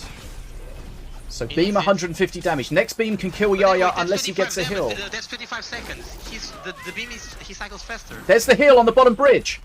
Can Ruffles get it? It's gonna be enough. I don't think it's gonna be fast enough. Ruffles is going for it, but there's the beam. Oh wow! So close. Oh, so close. 5 health, right? It's 150. 5 health. Ruffles was just circling. If he got that heal, I think Yaya would have won. That's huge. That's so huge. The 25 seconds, it's that thing, you know, like we've talked before about timer perks and about cycling perks and how timer perks are usually better in the overall of the game because they give you more flexibility towards what sort of decks you can play because you're not tied up because of the average mana cost. But once you reach Mana Frenzy, flip that idea, my dears. Cycle, just going forward. That's huge. And was that very impressive from Nataraja to identify that that was a win condition that he could go for? Because, you know, as you say, if he goes for those 2 beams and doesn't win the match at that point, he probably loses because that's so much mana that he's not going to have to control the bridges that he's probably going to lose because of that. And Ruffles' heal was so close. There was the fact of playing the beam, but we saw the Ruffles was on the hill when it happened. Like, right? It's about yes, there is playing the beam, but there's also the time it takes for beam to kill you. Yeah. So, and he had so much stuff on his face. He was managing to hold on to the totem. I would love to say that was calculated, but honestly, I'm scared to say that was calculated. Like, what degree of calculation do you need to know you are gonna win by 5 health on a margin of 1-2 seconds? The problem for Yaya in that situation, that was it. It was so close. The 5 problem, health, 2 seconds. The problem for Yaya was that because of the fight on the bridge, the health potion was always going to be almost its maximum distance away. So had it been closer, he would have had more time and he would have probably got it in time. But yeah, super close, and that's just game sense from Nataraja identifying. Okay, so we're fighting back and forth. Yeah. I've got to go for it. He was full health. He was full health, right? I'm saying this as I've been saying it was very like he would lose. Yeah. Not super true, okay? Like, and to be fair, like it's not super true. I think he healed a lot throughout the match with the heal buffs on Mana Frenzy. He has very good cards. He had the free wall he got from first perk, which I, by the way, I also think is one of the reasons why he was not as ahead on experience as he would have liked. He didn't get a bridge grabbing unit. He got a wall, which is offensive, and the guy was not playing something very threatening. But definitely that wall was shining on Mana Frenzy because it is one of the tools that allowed him to be able to be more aggressive with the beams. He had wall for free as defensive tool. Yeah. And the important thing was had pretty much just melee minions as a threat. The important thing was that, well, that earlier in the game, Nataraja had been able to do face damage, which gave him the opportunity to either just try to control the bridges or go for lethal. His opponent didn't have that option. Even though he had traps that he could put pressure on the face, he didn't have that option because Nataraja was, you know, almost full HP the whole time. He had the heal puff in there as well, didn't really take too much damage. So super close. And that's why, even if you're not closing the game out early on, every bit of damage helps because it gives you these options at the late game. You know, if Yaya's got another 100, 200, 300 HP, then that that beam strat's just not going to work. He can't hold on and get through 3 cycles and beam his opponent 3 times. Yeah, it would really be about how defensive tools Nataraja have. I was trying to see if we could find out like the cooldown it takes for Ruffles to grab the potion, but that's not on the tooltip. It just says it's for every 10 seconds. So we saw the beam was about the time the XP came. So Nataraja pretty much cycled his cheapest cards in 10 seconds and got enough mana for the beam. So the beam was going to be back probably in another 10 seconds. In more. Do you think it was 10 seconds when he had the bridge? Do you think so Nataraja was was aware of what the next vial, what the next Diona buff was going to be, what the next Ruffles was going to be? Do you think he knew it was going to be a heal, or they come in the same order, right? Like it starts in a random one and then it's always the same order. So there's mana, XP. Like, do you think he paid enough attention to know that that's what was coming? I don't. That's a good question. It might. I think it's something you can. I think you can do because it's something like you need to pay attention, but at the same time, we are. I would feel it's something at one point from playing so much Diona and playing so much against Diona, it's just instinctively, you know? You saw Ruffles, saw a potion, and you just grab like, okay, next one is this, bam. And you took like 0.1 second in your brain to process information. Because it's just static information, very straightforward. So at one point, you don't even need to be calculating with that. You automatically just, you're subconsciously just considering, I have room for that, that's not going to happen.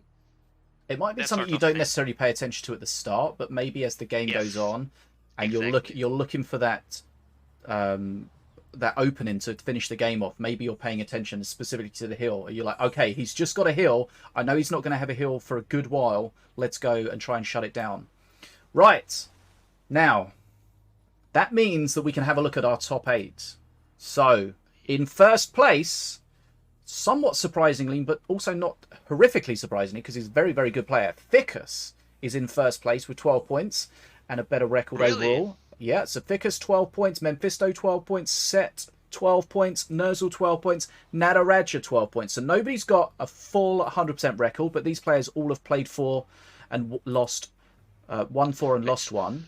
Then we have Dark Crow. I don't understand. Why is Fikys above Nerzl? Nerzl has 9-3. Even if Fikys played against tougher opponents, 9-3 should be much, much bigger. Trust. I see. Just trust the process. Yeah. Trust the process. Don't try to understand it. You don't need to understand. You just need to understand that you're not smart enough to understand. That's all you need to understand. I mean, if you go to the shot I break, it explains like Ficus opponent's set wins is 60% and Nerzl opponent's set wins is 52%. So Ficus opponents won more than Nerzl opponents. But it makes sense because Nerzl won more. But I guess if you go towards set counts, they actually won the same one. So that's what counts the most. Yeah.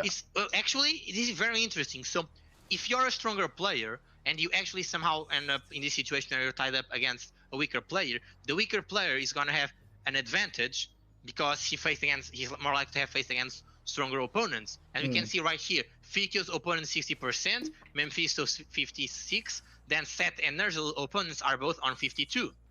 Yeah. And that's literally the order from which they are.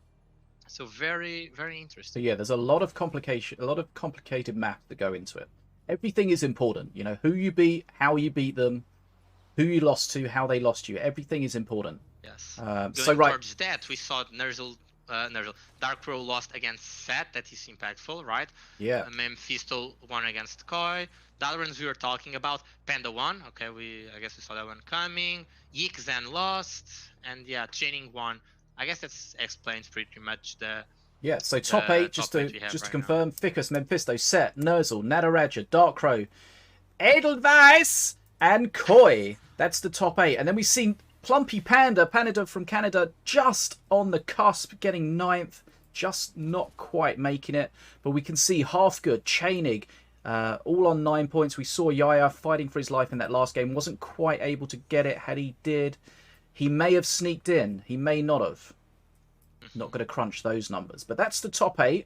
I mean, like, Yaya definitely faced the strongest opponents. Like, if we saw like that factor I was mentioning about your opponent's set win, throughout the whole tournament, the player whose opponents have more set wins is Yaya. Yaya opponents have a 72% of win rate. So Yaya was definitely fighting as much as he could. And definitely, if he had won, he would be the number 1 of the 9 pointers. Okay.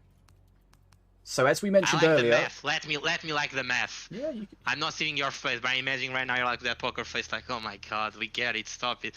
Math, it's important. No, it's I interesting mean, to understand what's going on. You want to understand. You want to understand it. Just understand that everything is important. I could go to a more simple way, right? 3 bridge beds in the top 8. I'm happy. Right. So we're gonna Sorry, see. 4. I meant 4. Oh my god, now they're gonna shoot at me. 4. No problem. We're gonna the Ficus against Koi is going to be our first match. Nice. Now, I like this match. I think we've seen very little of these players so far. I mean, we've seen like 1 or 2 matches of each. So this should be first against 8th, right? First against 8th. Yeah. That should be the way the seedings. Okay. Right, give me a second. I'm curious. I just need to get. Who did Fikys beat and who did he lose to? I'm so curious right now. You can check that while we're setting this up. So we're going to move into the elimination stage. So it's going to be best of 5, conquest rules, which means if you win with a master, you can no longer play with that master for that match. I just need to get these players as friends on this account. I'm surprised they're not.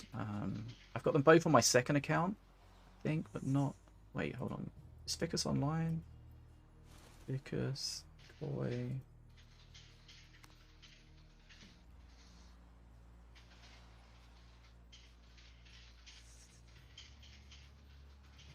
Ficus. Right, is Ficus online? I don't see him anywhere. I don't think I have Ficus. I do. He was away. I guess he was doing a break. Okay, but he's online. He's in the game, is he? Yes. No, online Steam, not game. Okay.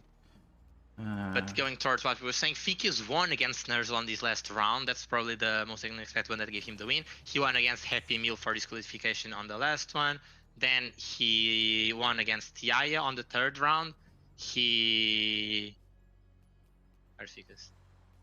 Ficus lost against Memfisto. And on the 1st round, Ficus won against Edelweiss.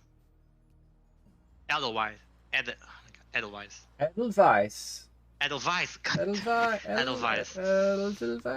you not heard the song from like Sound of Music or something? Really, I did. Edelweiss. Wait, I think I'm getting there. Can you sing a bit more? Edelweiss. I say idol. It's Edelweiss. Like Edelweiss is like some kind of Austrian flower or something. Ooh. Okay. Well, I guess flowers have thorns, as we've seen Edelweiss being right here on the top 7. Well, top 8, but yeah, top 7. Right. What am I doing? Oh yeah, we need a friend. Looking for a friend. What's my friend number?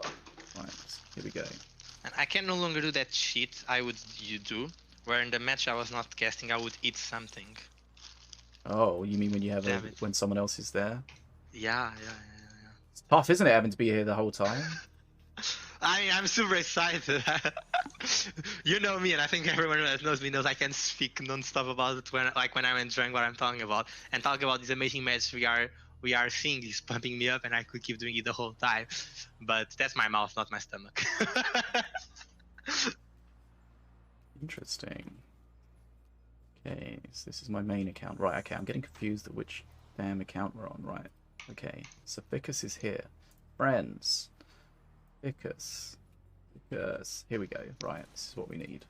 Right, sorry for the delay. We're just getting set up here. Right, can you add my main It's actually account, all calculated please? To allow the top 8 participants to have a small break between the whole match. They can refresh their energies, eat, which is good, you know, like sometimes eating when you can. Yes. And any other things they need to do to refresh themselves. If they need to do a ritual, imagine you gotta do like a ritual to win the match. Like, okay, ritual got me to top 8, let's do the ritual again. And the ritual implies, like, I don't know, doing some weird dance or something. Might be, they might need to do it again. Right. I can almost imagine your face, like, the hell is this guy saying? I tuned you out. Only this. I can't hear you. Only the stream can hear you. Ah, okay. I just go yeah every now, just to be like, I'm still here. Right. So once Ficus has added me, we're good to go on that. Right. So top 8. Boom. Let's have a look at the top 8 matches. Okay. So brackets. Remember, the brackets are on the website if you want to check it out. We've got a giveaway running that I didn't forget about. Okay, so we've got Ficus against Koi, Nataraja against Nerzl, Memfisto against Edelweiss, and we've got Set against Dark Crow. Wow, that's a good lot of matches. So what we'll try and do is we'll try and watch both semi-finals and then the final. We'll see what we can see of the semi-finals. So, just a reminder, it's going to be best of 5 now. So the players are going to have to dig deeper into their strats and decks. So, right, Ficus and Koi. Interestingly, Koi only just managed to get registered for this tournament. He messaged me with about 10 minutes to go before the start and said, I forgot to register, can I still get in? And Sinobii managed to squeak him in. So he's squeaked in, but he's also squeaked in to the top 8. But Ficus, who is the standout player probably today so far, is going to be in his way for sure. Right, let's draw a winner of this giveaway before we forget. Boom. Winner is Dark Crow. Congratulations. You've won something. You've won something. Something. Enjoy your thing.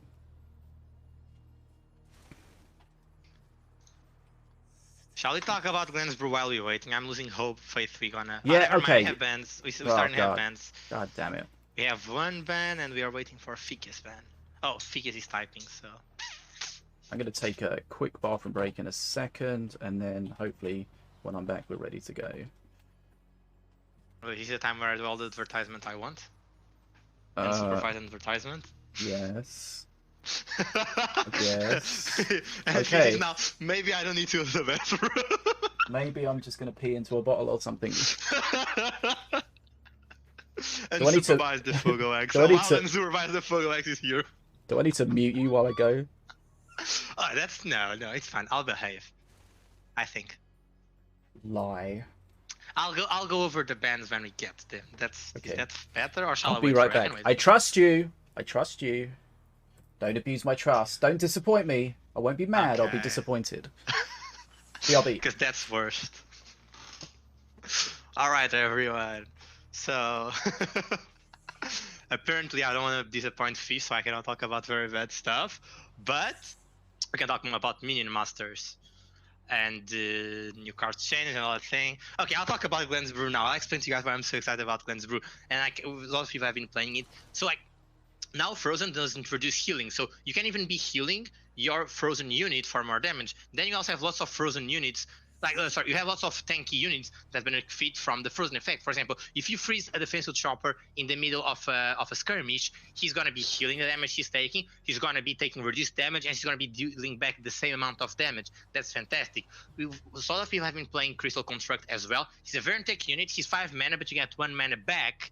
So like, it's a very tanky unit, which you can use where you can use the Glenn's Brew to make him even tankier, and you're still getting 1 mana back. Because death effects happen while you're frozen, so it's fantastic. Okay, I was mentioning the effect of Diplomancer before, and that also happens with Hypnotize and our crowd control stuff. Like people just stun your units, they hypnotize your unit, you Glenn's Brew. It's like, okay, this unit is gonna be living here. You want to stun it, you want to stop it, he's gonna stay there for a while, and you need to put more output if you want to kill it. And that's also a very interesting thing with, for example, spells, right? Like let's say you have a Fire Imp. Now Fire Imp has 130 health. Right? And Fire Imp dies to Fireball because Fireball deals 180 damage. However, if you use Glenn's Brew freezes your Fire Imp, and now your frozen unit is going to take 50% less damage. So instead of 180, your Fire Imp is now taking 90 damage, so he leaves, and he's also going to heal through 100 for the duration. So basically, if you time it right, you just use 2 mana to counter a 5 mana spell, and you have your unit fully intact, and you even mana banked on it. Okay, it's fantastic, right? Like, this card can do a lot of funny things. Is it busted out of this world? Of course not. We're not seeing it in other tournaments so far. It's definitely, I would say, something more impactful on 2v2, where you want this type of interactions where you can just block and negate damage, and you can support the frozen unit better. Of course, your opponent can also do it better, but like, you can counter with with very big DPS, spell that intensely remove the unit, like Bolt, well, Lightning Bolt as well. I mean, Arcane Bolt, Lightning Bolt as well, although barely anyone plays Lightning Bolt because the gambling is too much. And if your Beam is outputting it, you can try to do it, because Beam is still 600 damage. You can... I'm missing one of the most impactful ways of shutting it down. Well, doesn't matter. But yeah, you see, like, there's all these things you can do. So yeah, it's a really interesting thing. True damage, of course, the most obvious one, like true damage. I'm back. So it's really good. Was I really talking about one card the whole time you were away? Okay. Yes. Well, we don't need to talk about Glenn's Brew. I was super excited to talk about Glenn's Brew and how fun it is. I like that it's not as niche as it used to be. You can use it in a lot more decks, in a lot more ways. It's always healthy. I think before, like, we've talked a lot about win more strategies, right? Some people have also talking about how King Puff third perk is pretty much just a win more strategy. I don't fully agree. I fully understand what you mean by it, because if you're winning on the bridges, you're going to have even more pressure on the bridges, and if you're not winning on bridges, it's going to be very hard to put that pressure on the bridge to get the Veil of Night buffs. But I think if you build your deck keeping in mind those situations, then there's definitely stuff you can do. So I don't think it's that much of a win more condition. And the previous Glenn's Brew, I would say it's definitely a win more condition in your win condition. Like, you have a fight, you play Glenn's Brew on a unit, and that unit's gonna live long and probably win a fight that you're about to lose. So that's not win more, like I was missing it. But in that sense, like, if you're already winning and you can afford to invest extra mana on a fight, you're gonna win more, because this fight you're about to lose, you're gonna win. If you're going the aggro combos with Setsu's gonna be able to put much more pressure. If you're winning on pressure, you're gonna be able to put much more pressure, you're gonna win more. If you're doing the Rammer combo or the Stout Hard combo, you're just playing on that aggro and you're gonna be able to put more pressure on it. So you're gonna be winning on that sense, you're gonna be able to win more. So yeah, there's all that. Just funny card. But that is it. Shall we go to the events? Yes, I was literally talking non-stop, okay? I was literally talking non-stop, I was just talking to the camera the whole time. Right, okay. My friends list was full. I think that's why we had a problem adding people. So let me see if they've... Yeah, okay. I think we should be good now. Okay, yeah. Tell us about the bans. Yes, sorry. Darkrow banned Wrecked, Azali Brothers of Light, and Set banned King Puff, Azali Rabbit Prowler. Once again, both banning Azali, that's out. Set banned Prowler, and Darkrow banned Brothers of Light. So interesting, we see like Brothers of Light probably targeting the Millowin combo, the Brotherian combo, and Rabbit Prowler probably targeting the Stealer combo. And then we see King Puff and Wrecked, which is very interesting because it's the two masters. We said work well with Azali once again.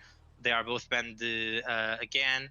Azali is both again. So let's see how it goes. We've seen Wrecked be very strong out with the Outlander combo outside of Azali. So of course, Wrecked is still very powerful and applying pressure.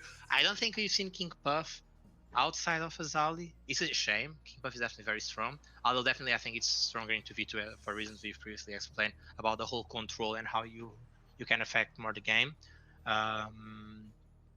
It's interesting. I would not. I think if I'm banning Azali, I don't think I would ban King Puff. I would probably ban like we spoke earlier about not else. doubling up your bans, banning the same strat. Maximize the strats, yeah. Yeah. Okay. Right. Sorry. I'm back. We're good.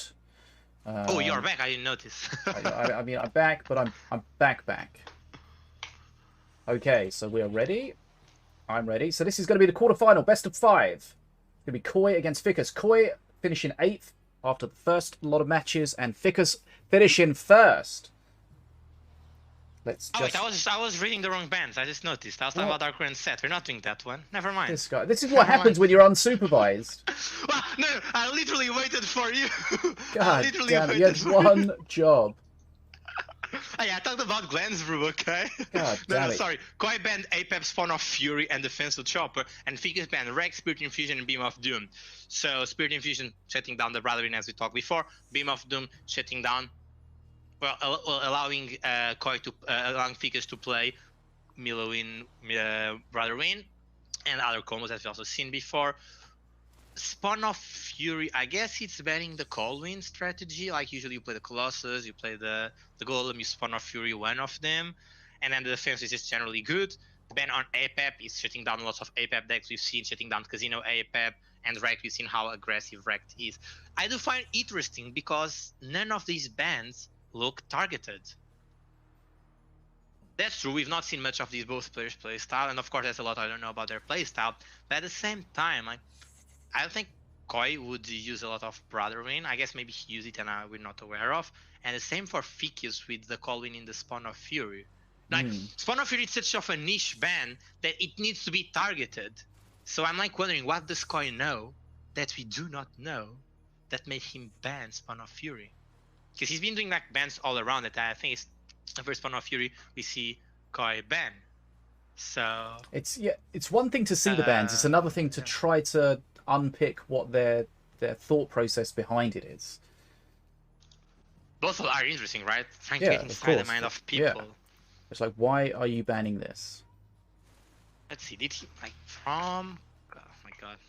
This card has this cool thing, so I can just say from Kai in ban selection, and we see so Apple Defensive Chopper, Defensive Chopper Shan, Defensive Chopper Shan, Beam Defensive Chopper, Beam Defensive Chopper, Defensive Chopper Whirly. Oh, that was in the previous one. So yeah, well, lots of Defensive Chopper and Whirly. So I guess Koi, we saw him play Scratch, wasn't it?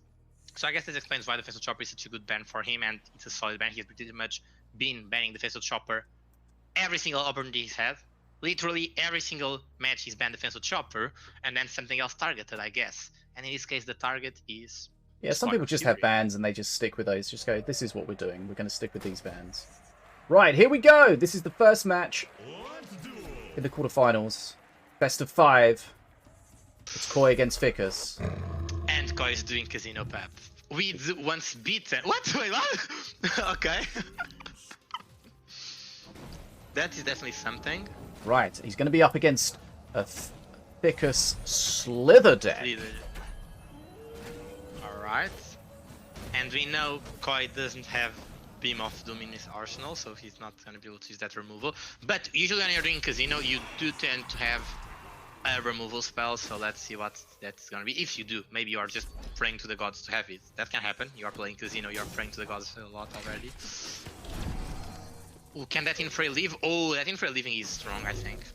I would have to play this character. One thing to think about moving to this stage of the tournament is we've definitely seen it in the past where in the early stages where it's best of 3, there's no restrictions on playing a master once you've won with it. We see some people that have a really strong deck, they're really good with it, and they just dominate over and over again with that. But of course, when we get to this stage of the tournament, once they've won with a master, they can't play that master again. So sometimes a player's dominance in the early stages cannot be quite so quite so apparent as we get into the later stages. Definitely. So we'll see. Is that what Ficus has done? Has he just played this deck over and over? We're not sure.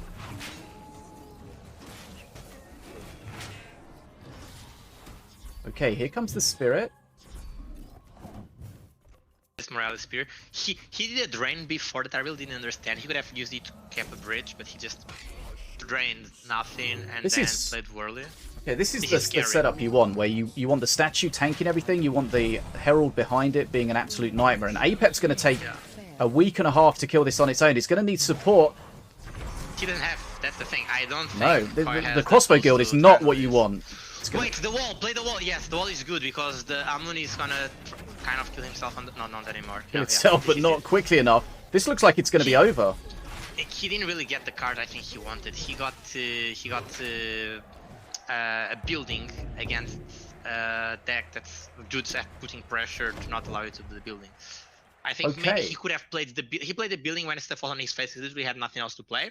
Yeah. And I think maybe he played before. He would have forced Fikys to split his pressure, at least put the pressure on a place where he had something he could do, but that didn't happen.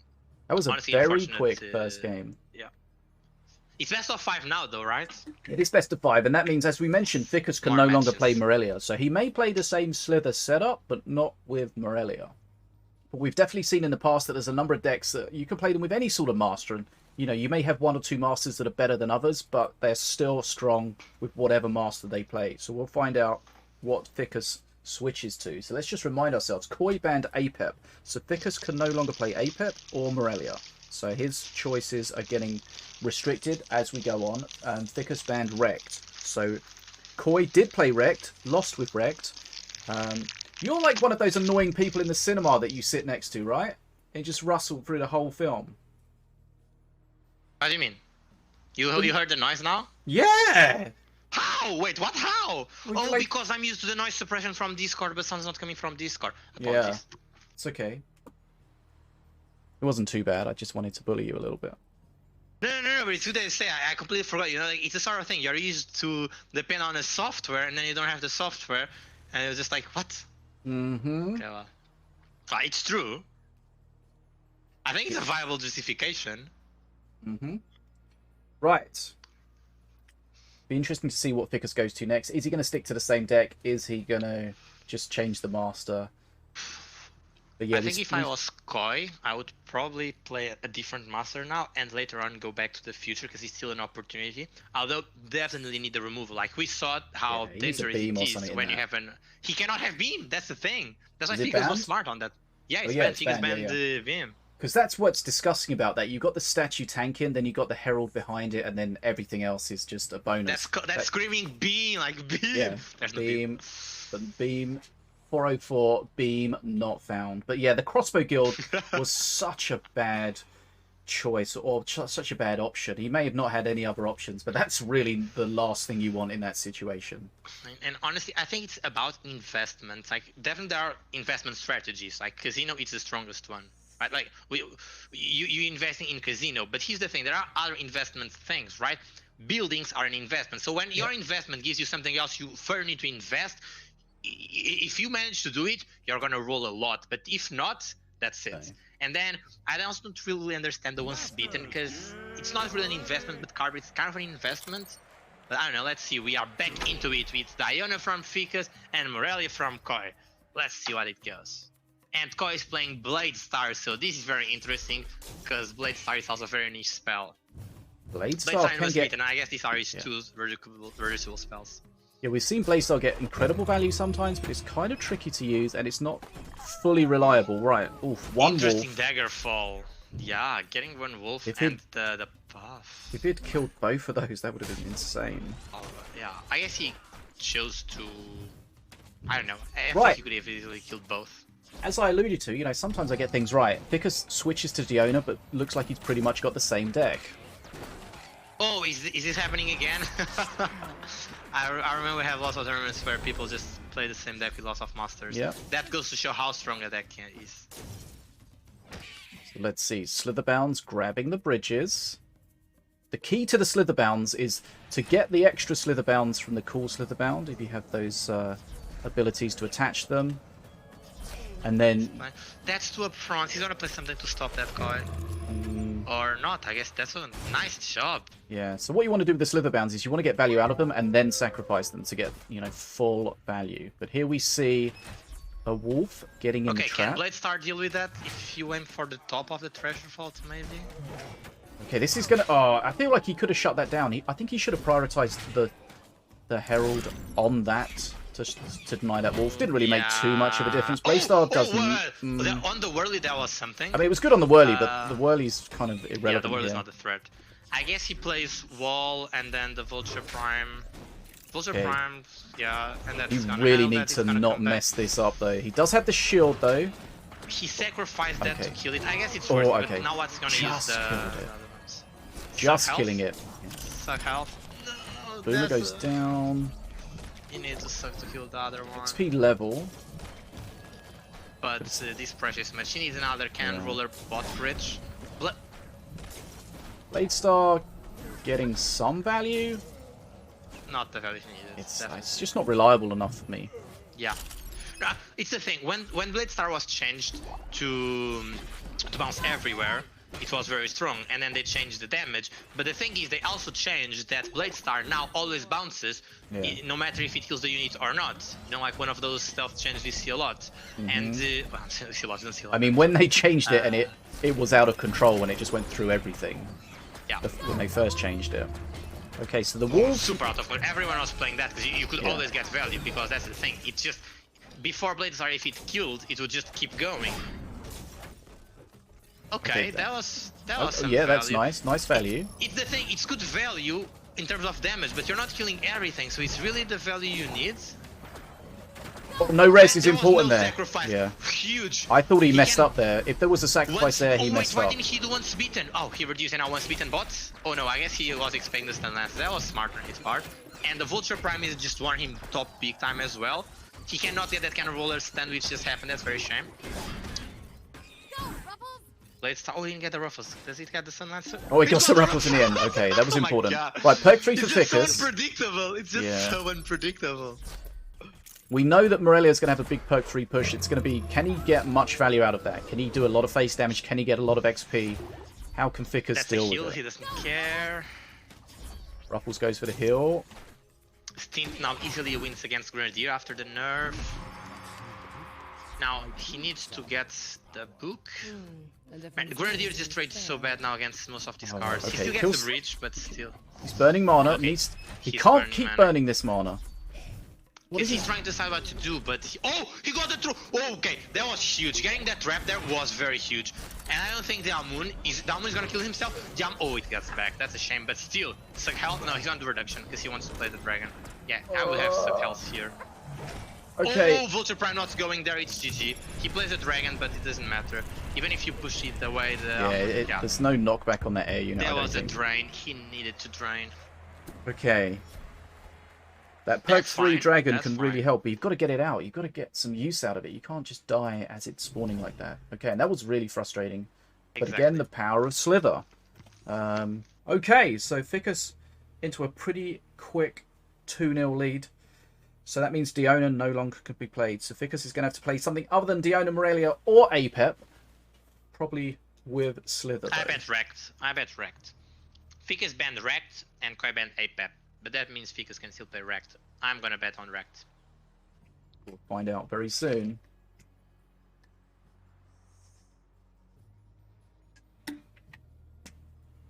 Okay, so this is best of 5, best of 3. So not over yet, but Koi's going to really have to start the fight back now.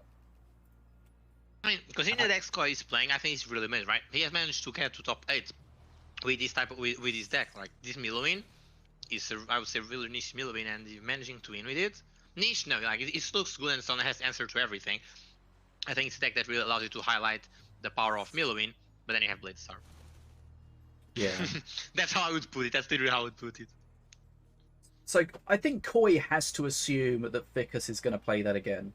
And he needs to tech against it. And what would you do to tech against it? Beam of Doom's out.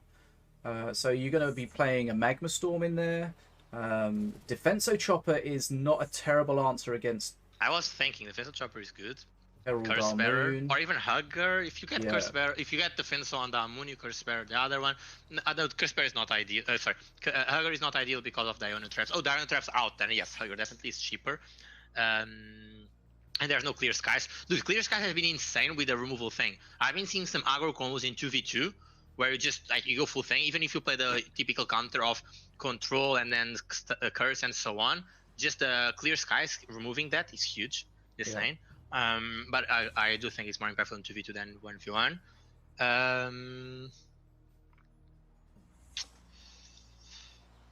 Let's see. He's starting his last match. Okay, so 2-0 to Ficus. Nerzl's 1-0 up against Nataraja. Memfisto's losing against Edelweiss 1-0. Set against Darkrow doesn't have a score. But here we go. Valorian. So I guess it's Valorian's time now. I lost. I said it was wrecked. Oh well. So it's the same deck, but with Valorian. What's Koi got to deal with it? He does have a Defenso Chopper. We mentioned that.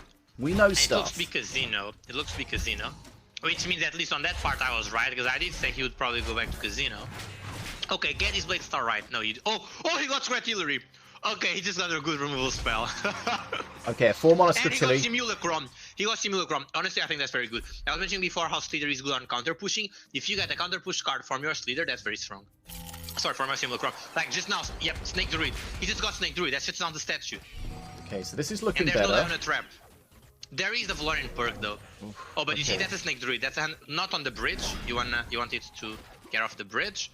But after that, now I would Snake Druid here. Right Yeah, now. you gotta do it so it gets there before it gets on the face. Okay, nice. You don't need to care about those guys. You just exactly have. I like this so far for Koi. He's got some good, some good randomness, and also he's started investing in the late game, and he's not too far behind.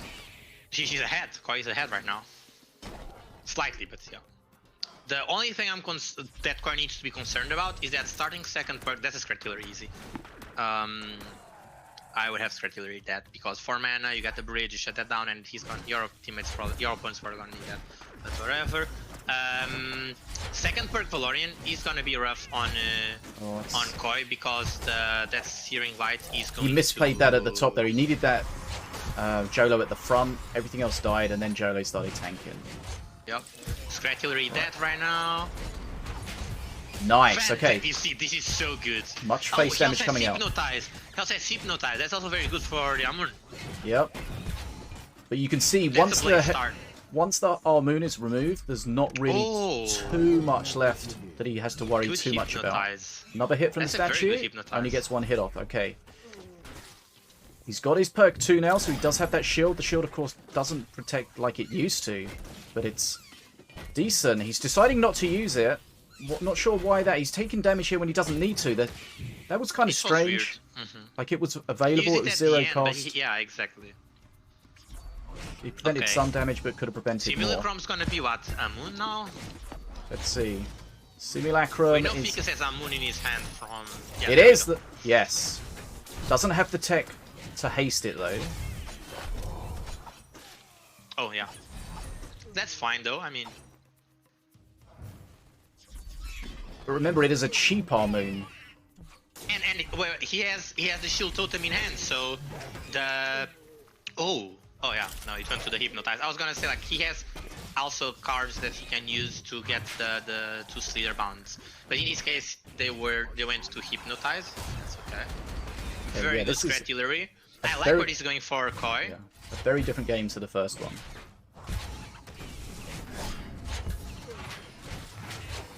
If you're wondering where that Simulacrum came from and all the nonsense that comes from it, he's holding the totem way too long every time. What's going on?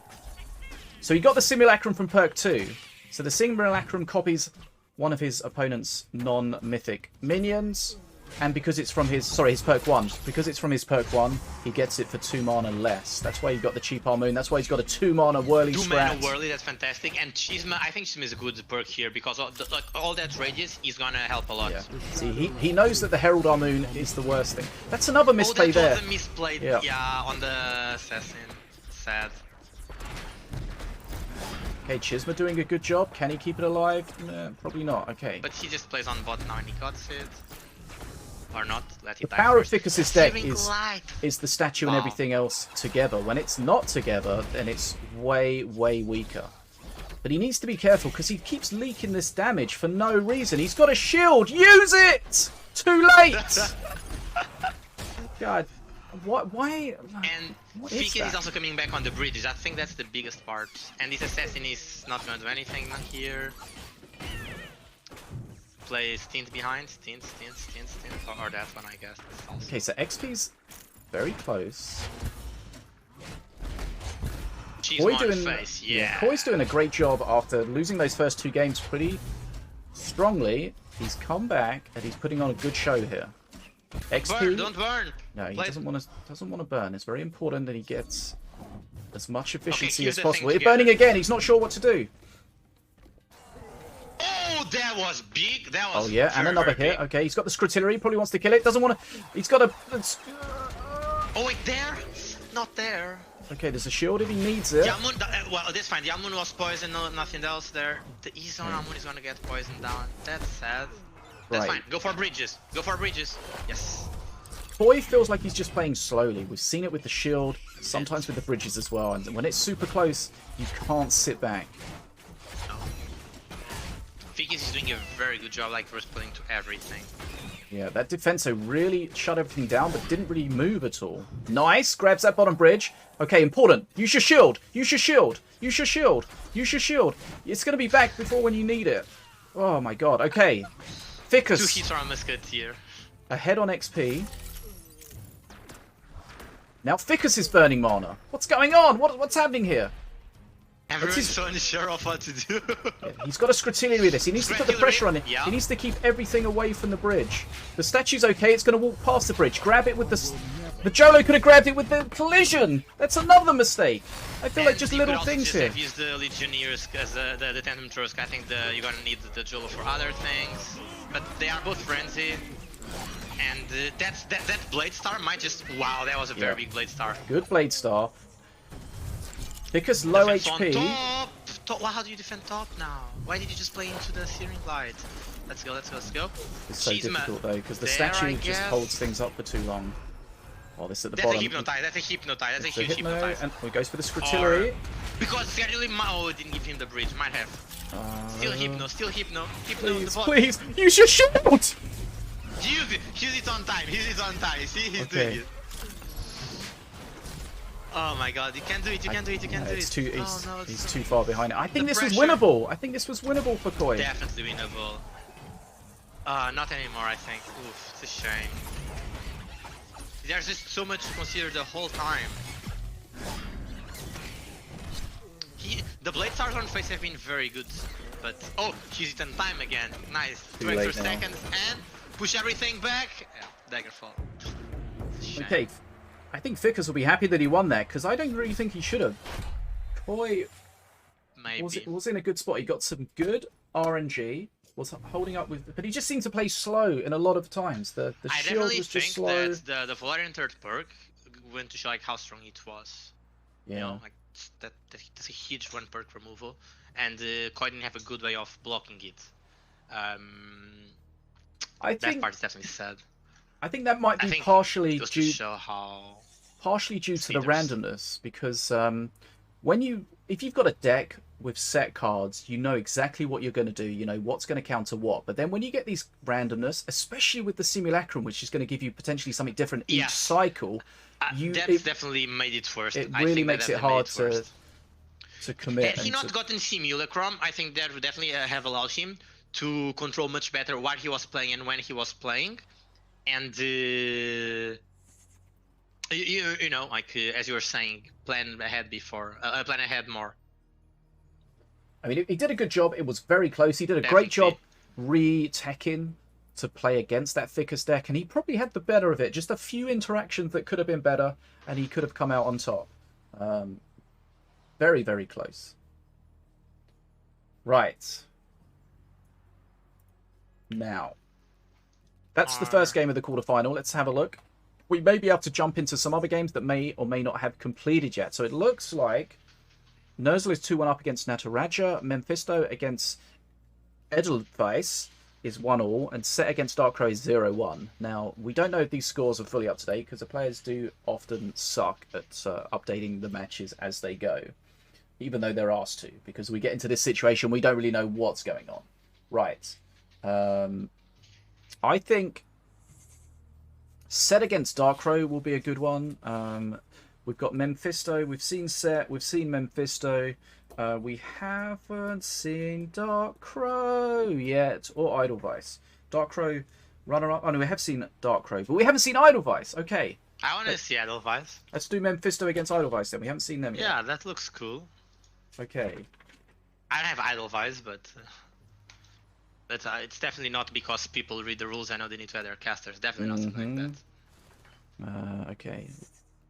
Memfisto. We're going to jump in here, see if we've got these players to spectate. May just have solo for this one. Don't see Edelweiss over here. But do we also not have him? Don't have him on my second account. Okay, but we have Memfisto here. Very close. Memfisto ahead on XP though. It's Valorian. It's a King Puff. And it's...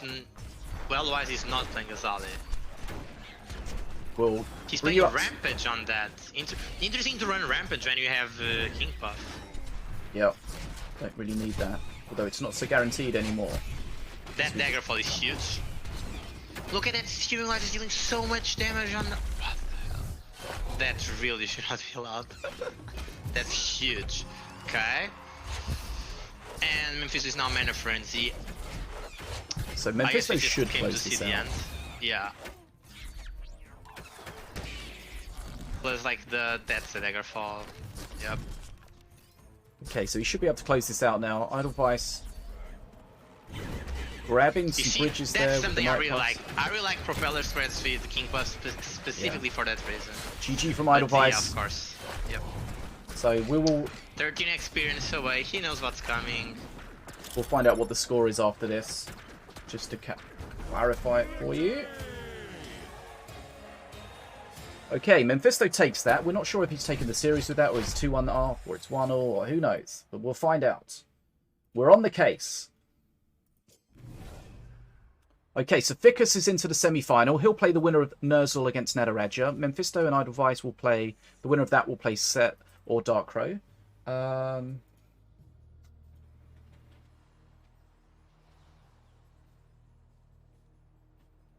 Okay, so it's 2-1 to Memfisto. Memphisto's mad that we looked at his deck. Apparently it's super secret. Not anymore! Okay, so it's 2-1 to Memfisto.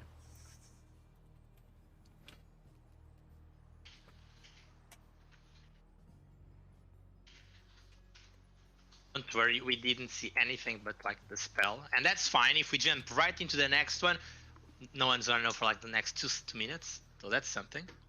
Okay. Obviously, getting your decks featured on the stream is a bit of a negative, but that's also, you know, part of it.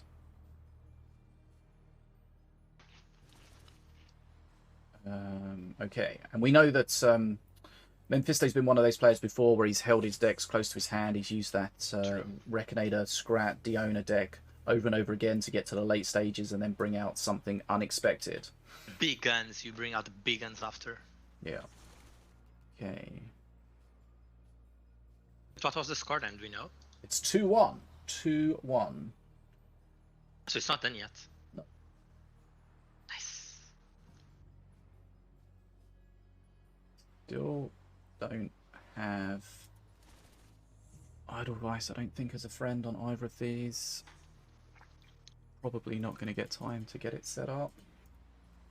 Do you have your friend code in hand? Yes. Send it to me. Send it to me. I'll send Edelweiss a message with both of ours.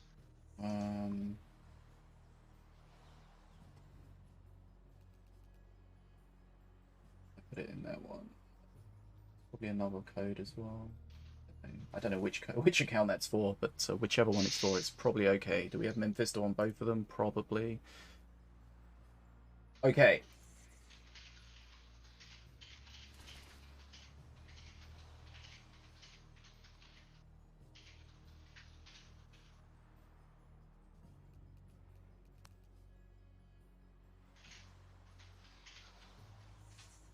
Rampage free spell, yes. Back to free spell from Okay. That makes more sense.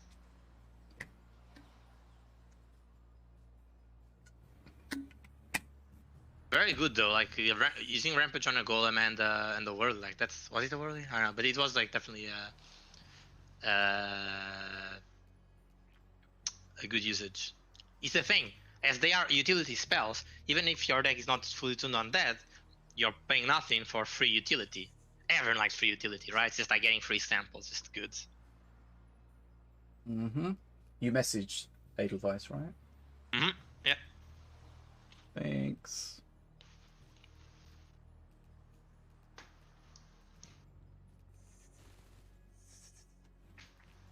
Okay, so make sure we don't miss. Also try to be more direct and...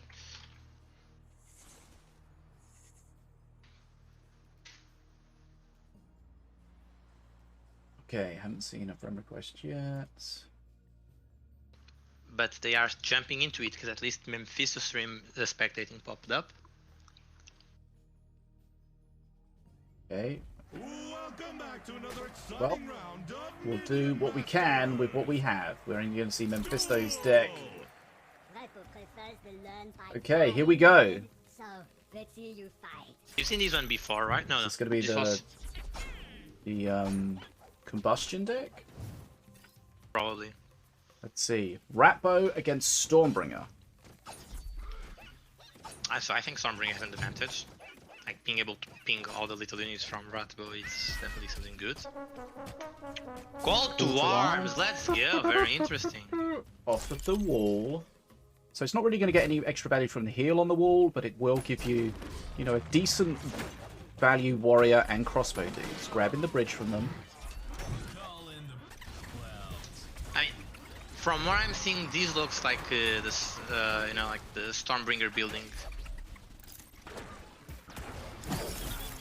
You have wall, you have cannon roll. So maybe I finally have the chance. If he plays the card I'm expecting him to play, I might finally have the chance of commentating on the card that I think that definitely needs to be tweaked on. But yeah, as we talked about before, you need to build up when you're playing buildings. And if your opponent is aware of that and puts all that pressure, it's gonna make it harder for you to build up. And we can see right now, Memfisto puts a lot of pressure. That's already 1/3 of your health, plus pretty almost, yeah, no, it's 15 XP difference. Okay, Very good split. last stand gets all of them. Where's former totem? Unsure. Oh, the combustion got the cannon roller. That's huge. That's huge. Memfisto, a real proponent using the combustion a lot, yeah. getting a lot of value out of it. Good dagger fall from Eloise. Yeah, that sniper's just going to get nailed every time. But here comes the pressure. Yep. Both lanes, already ahead on XP. We know that against these spawner buildings, as we spoke about earlier with the scrapyard and these spawner buildings here, the crossbow dude and potentially the swarmer totem, if you can't shut them down, they get huge value. Value in the units coming out. There's the spawner totem. He does have a flyby, does have a Dacker. He would love to get the Dacker on it. I don't think he's going to get it in time, though. But he could time it here. He could time it. Okay, the wall comes out probably to protect it. I don't know why he didn't play it before, but I guess he has the 2 now. Yeah, he'd love to get a Dacker on one of these buildings, but it's going to be so hard now. Very hard. To keep anyone in track, though, we know Memfisto banned Apep, Azali, and Shen, and Eloise banned Apep, Azali, and Rock Rivals. So both Apep and Azali banned. The difference is Memfisto banned Shen, and Eloise banned Rock Rivals. Memfisto cannot play Rock Rivals. Okay. So I don't think those bans affected this match here, at least from the decks we know. That's such a very big rocket scratch. Now, do you have Stormer Totem for a bottom or not? Memfisto is coming back on XP, but then he's going to have to sit back and soak this for a little bit. We know there's probably going to be a Daggerfall if it's available. He's going to use this to grab the top bridge. I wouldn't say Memfisto is coming back on XP. I think, otherwise, it's yet to get that XP lead, because Memfisto has held it the whole game. I thought Idlewise was ahead earlier. Right, here's these combustion. Fantastic combustion, just getting that damage on face on the Vulture Prime, just securing that pressure. This is the thing, like the pressure, and then here comes a Dacker, maybe. The pressure and just needs to. Oh, he's going to go for it. No. No. I don't know if he would have got it. It may have hit the Jolo.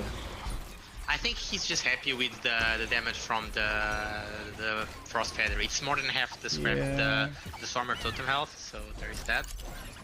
I don't know. I would have liked it. Even if the Jolo died, I still think it was worth it. Oh, definitely. Yeah. He's already doing the flyby anyway. He has no other targets. Even if it was the wall, it's less one target for cold farms or something like that. You know, there's all those factors. Yeah. Last stand split. Oh, all together. Looked like he was burning mana there. It is all together, but Idlewise doesn't really have a great way of punishing it. I mean, Cannon Roller is going to be nice. Here comes the combustion, but the Cannon Roller's out of range. Now with Marksmanship, Cannon Roller is not going to be targeted by combustion. Memfisto's doing a great job staying ahead on XP, despite Idlewise just pushing on both lanes with these spawner buildings. Like, he's not for extending his lead. Oh, that's a nice one. He's not for extending his lead, but he's definitely getting like keeping it. Like we see the 20 experience staying here. Though it definitely becomes hard now on third perk. I would say Stormbringer third perk is much more, like in this matchup, is much more pressure, like puts much more pressure than an extra spread. Okay. Oh, did he that go for the combustion didn't flyby work. combustion then? Yeah, but it didn't work. That's a shame. You see, that I think that's a turning point combustion. Is that risky? Like, It's very risky, and I think it's gonna cost him now. I mean, at least otherwise he's not gonna be able to play this one again. He's not playing the card I would expect to be played on a... okay, looks like Oddivice is going to take this. Game. Wow. Okay, 2 games all. These buildings definitely don't need nerfs. We good, guys.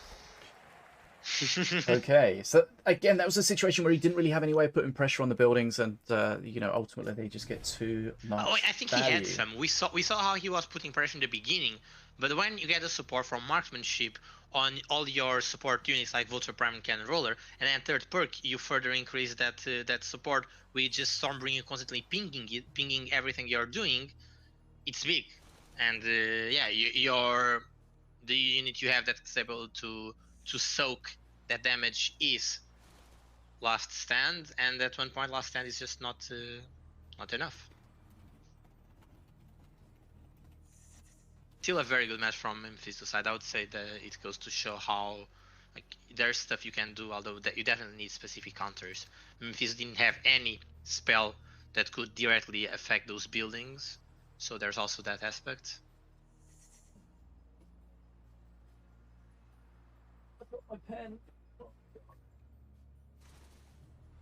Yeah, the Stormbringer deck's very much a tempo deck. If you shut down those spawners, then you can really start putting the pressure on. But if you can't, it becomes a real problem. Okay. I definitely think the Daka you mentioned at that time would have been very crucial, because that's the Stormer Totem still did a good amount of things, and if it went to the Jolo, that Jolo went to hold the top lane for a bit. So if you played it before, he probably would have the top reach easier, and that's that pressure. Do you think he tried to combust the flyby? Because there's no way the flyby would have survived long enough for the combustion to go off. Oh no, they survive long enough. If you time it well, that works. Yeah, but it was right at the end of their flight path. That's the thing. He even combusted the last one, which gave him more time. But I think even then, it's just not enough. The previous combustion he had done on top, I also don't think it was that impactful, because it just hit pretty much the warrior. So all the backline, which is the problem. What you want with the combustion is everything around your target, but the range was just the problem. The melee units were there, but especially with the marksmanship, everything was too far away from it. Okay, so that should be 2 games all. Oh, Edelweiss had one win already? Yeah. Also, to clarify, the reason why Memphis didn't do the combustion earlier is because he had no mana. Right. He literally played as soon as he had the mana. That's sad. I guess if he waited a bit more to guarantee you'd have the mana, he could probably have done that combustion. I wasn't sure if he tried to combust the Legionnaires, but the flyby flew across and picked it up. Oh wait, that might have been it. By the way, that might have been it, because the Legionnaires were literally right on it. So definitely trying to combust the Legionnaires. That's probably what happened. Here I was definitely going for the you can combust flyby, but yeah, probably just the most. Sometimes the simple answer is the right answer, and Legionnaires were below the flyby. Okay, so Memfisto came to play Minion Masters. Idlevice came to play Sim City. Nice. That's fantastic. Show me.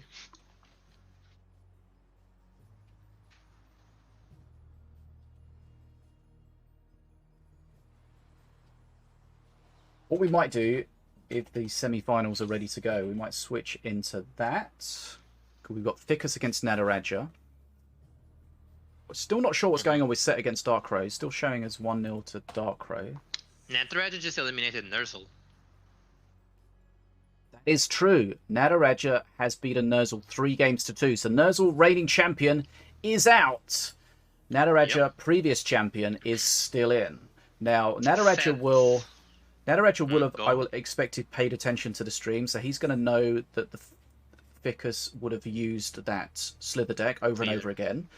We saw Nataraja earlier use a Slither deck of his own with the Idol of Sacrifice. So it'll be interesting to see if they decide to ban those, tech around them, play them, use them as just a decoy. We're unsure. right now Set's also losing to Dark Row. Dark Row is winning for 2 matches. Yeah, but it 2-0. says it's 1-0, but it's been going for 50 minutes. That's a long game. Wait, what do you mean? What? 1-0? It says it's 2-0. Oh, I see 1-0. Refresh, I still see 1-0. If I click on it, does it say 2-0? Oh, no, it says 2-0. Okay. Dark Row on the second. Well, he's going for 15 minutes.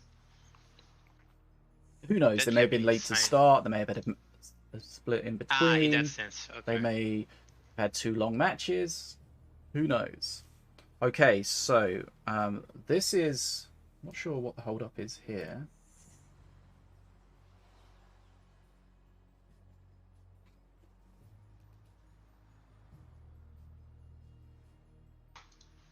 Keep an eye to see if you can see any bans coming in from the semi-final.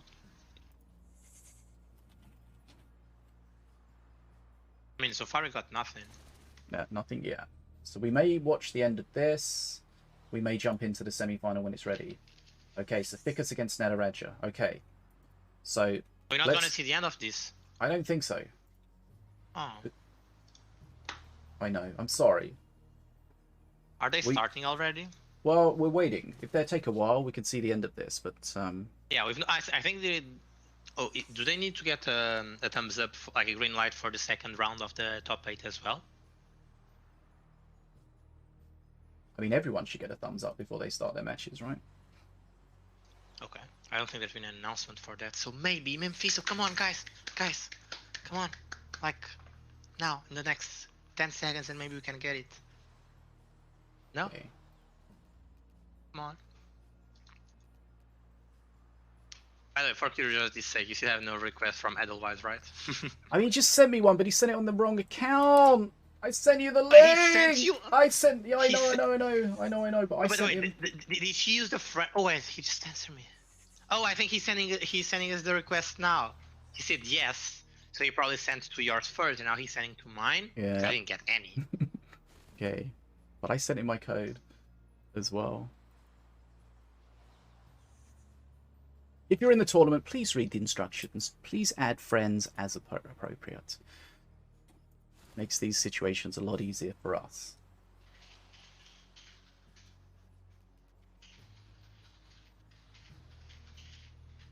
Okay, so you can keep up to date with the bracket if you want, so you can see exactly what we're seeing. So we're waiting on the bans for Ficus and Nataraja. That's going to be the first semi-final. Memfisto against Edelweiss is very closely poised at 2 games all. We may watch the end of that if we get time, if they're ready. Just waiting to see if we get a friend request coming through. Where are you? Okay, there we go. Boom. Right.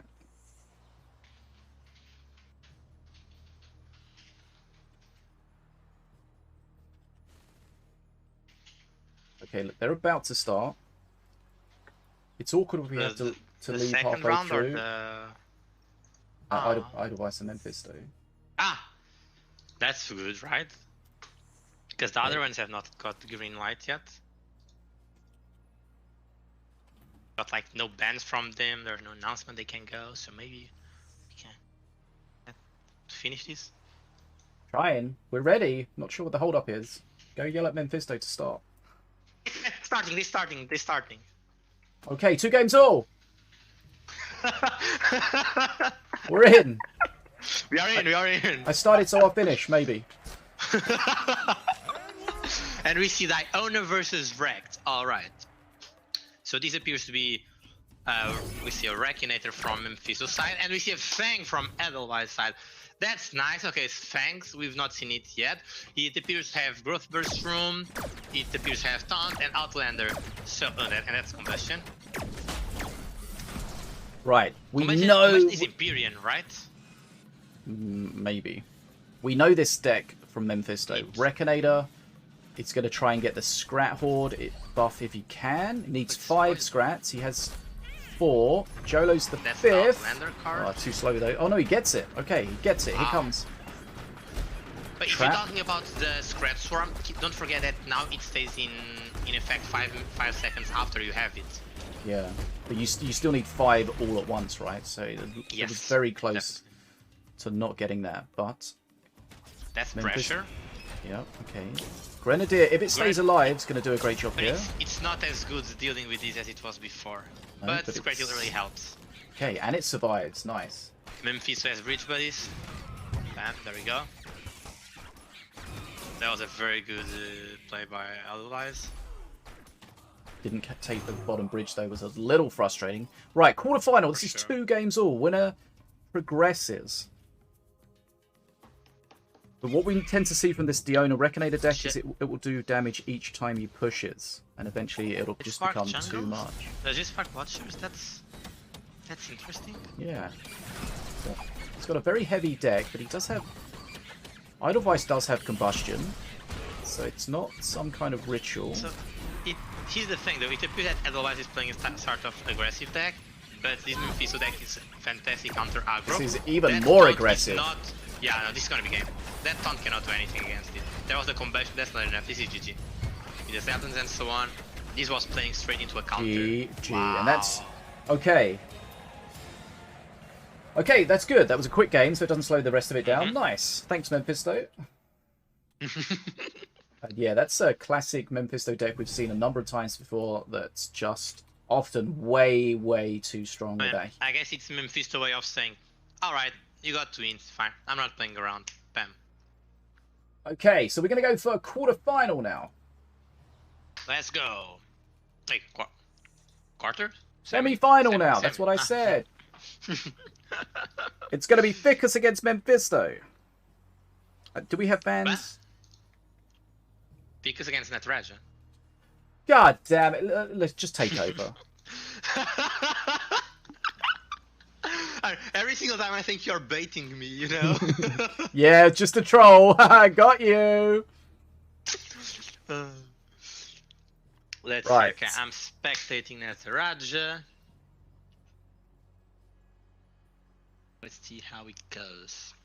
Nataraja is definitely in a very good spot. Dark Crow won against Set 3-1. So Set got one set. Set got 1 match in the set, but Dark Crow got 3 matches in the set. Okay, no, just making confusion. So now it's Memfisto versus Dark Crow, which, if I'm not mistaken, is a match we've seen before. Yep. And Dark Crow won, right? Yep. So Memfisto now has his take at a redemption match. Let's see how he does. I think it was round 3. Okay, so what have we got? We've got Nataraja against Ficus, semi-final. Nataraja banning Stormbringer, Herald Our Moon, and Azali. Okay. And we've got Ficus banning King Path, Zeppelin, and Beam of Doom. I get the Beam, I get the KP. Curious about the Zeppelin. I've not seen Nataraja mess about Zeppelin. But I guess Nataraja did have the Ratbo deck, so there is that. Amun. I think Amun is definitely the biggest threat there. There was a time we also saw how Anno was enjoying a lot doing those combos with yeah, for sure. With Amun and Statue, and we know how threatening that is. So let's see how this goes. I mean, even if you now go, let's like Berserker's, like damn it, Rabbit Prowler instead. Not having that air pressure, it's definitely a loss. Not to mention, it's not just an air pressure; it's also an AOE. So definitely something to consider. Okay, so we're ready here. Semi-final time. Nataraja against Ficus. Both players have been crushing so far, but somebody's not going to continue that.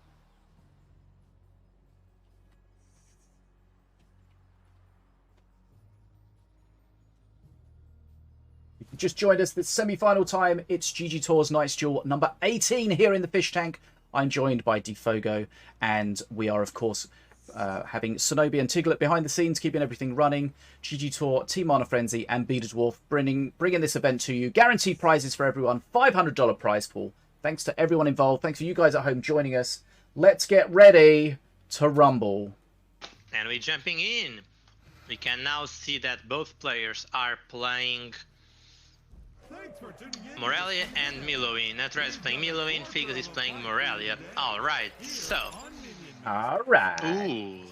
This appears like the typical build up from Brotherwin, from Nataraja. and Ficus appears to be spamming emotes. Okay. So what do we see? We see Ficus playing as... I'm sorry, I was a bit zoned out there as I was writing my notes down. Ficus playing the slither that we've seen him play a lot. Really? This is, he's still doing the same slither without down moon? Yeah, this is Spawn of Fury Colossus from Nataraja, which could be problematic against some of these tools. He needs to keep away from that druid at the top, the snake druid. Oh, and not just that, like Ficus has 3 good counters for these. I would say the Musketeer, Snake Druid, and the Stun Lancers. Now, as we saw, Stun Lancers do nothing against the if you split them, and Musketeer is also not very effective because you lose it. Like the first close it pretty much at the same time. The first one triggers it, the second one kills it. Snake Druid, however, is very good. Ficus though just used pretty much all those counters against this. So how is he gonna defend now? It's the Herald. Wait, what? Yeah, the Herald that Nataraja banned. The Herald disengages. Yeah, but that's the Herald Nataraja banned. Did he? Yeah. Nataraja bans our moon. Okay. So that's a problem, but I don't think it matters. It doesn't matter. Nataraja dealt with it very nicely. Okay. Okay, fine. You wanna play Ben Carnes? Doesn't matter. Just doesn't matter. That's the power of the Impetus Blast, pushing things away. Yeah. Like, displacement utility.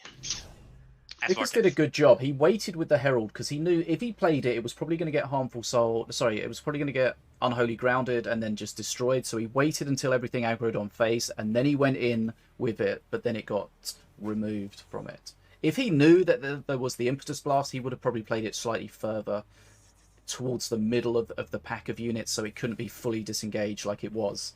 But Nataraja took 100% advantage of that positioning. Yep. Like, it's the thing, as you were saying before, Slither can give you awkward hands, so you might be in a situation where you really need to play a card, which is a card you actually should be saving for a specific counter. And to be fair, it is very sad that he literally played Musketeer and Snake Druid as his 2 first cards, and then just bam, Colossus. Although I guess that goes a bit on the background check and so on.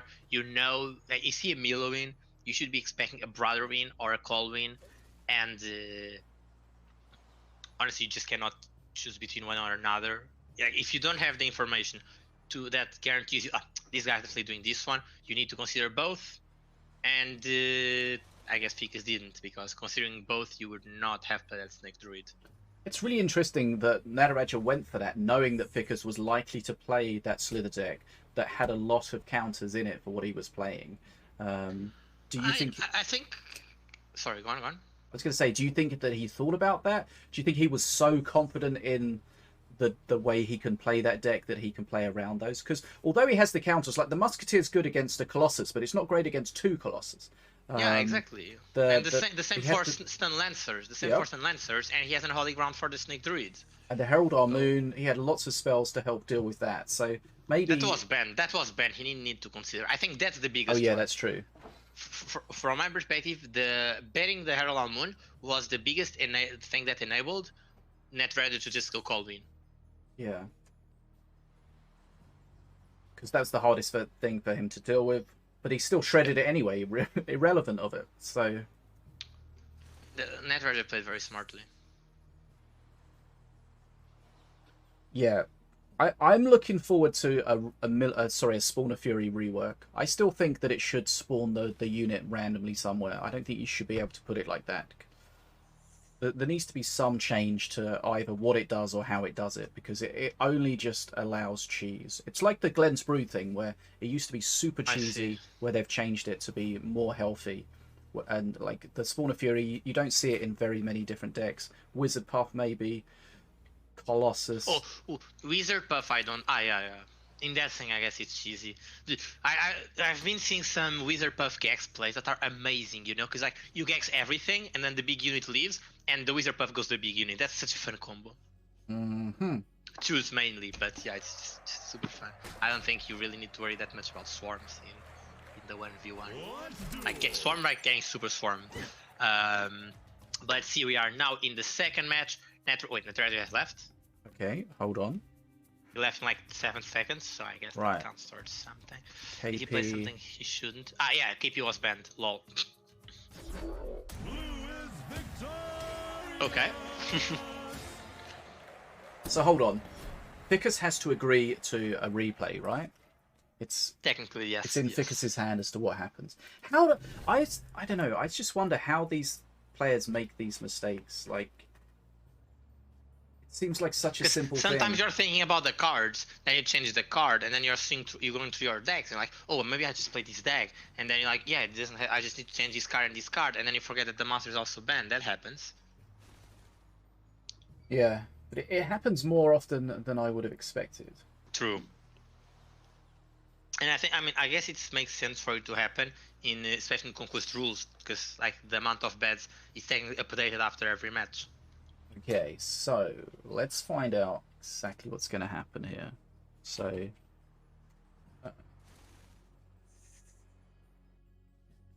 looks like they're restarting, so they've probably figured it out amongst themselves. That's very honorable of them. I could see Ficus be like, ah, well, I lost the first one, I might as well take this opportunity, so that's very honorable. Props up to Ficus. And now he's doing Racked, and Nataraja is doing Stormbringer. So Stormbringer, Spawnbringer. Let's see how it goes. So, wait, hold on. If Nataraja played an illegal deck, doesn't he have to play the same deck? Just Yeah, with different the monster. things? Yeah. So this can't be right. There's no way no. this was a KP deck, right? No, this was not a KP deck. Okay, we need to try to get to the bottom of this. Do we message the players now, or we just appreciate the show? Well, it's already too far on. It's just... Oh. Right, okay. I was trying to be smooth, you know? You talk about what's happening in the game. I'll talk to the admin. Alright. Right now in this game, doesn't matter if it's gonna count or not, we're seeing a very interesting thing right now. The Stormbringer deck, which we previously saw, some different things, I believe. The one we saw was from Edelweiss, and it didn't have the Whirly, I believe. Ficus has the advantage right now in terms of the XP, but as we know, this Stormbringer deck ramps up a lot. Ficus trying to do a solid defense against it. Grenadier, it's a good way of handling that defense. Now the Grenadier is focused on the wall, but both bridges are in Ficus' favor, so yeah, Nataraja needs to spend that mana there. Although he just keeps the bridges now. So, second perk, one extra Shadow Dance for Ficus. Nataraja has top bridge and is about to win bottom bridge. Swarmer Totem up top, still healthy enough to give at least like 3 or 4 more, I believe. That's a greedy Vulture Prime, hoping to take out, yeah, the Spear Throwers just shut down the Vulture Prime. He's handled this. I would say it's a greedy Blastmancer, because he's probably gonna die before it deals much. Yup. Yeah, just taken the damage and play the last man at the back. Okay, now so he needs to take all this damage and go probably one of the buildings, and we now have updates on the match, which is... well, I was going to say, we hope that Nataraja loses this and then it doesn't matter. It's likely to happen. He's doing a good job shutting down the buildings. He has Beam of Doom. Okay, this is a lot of pressure. Ficus doing a lot of face damage, as well as holding the bridges for a long, long time.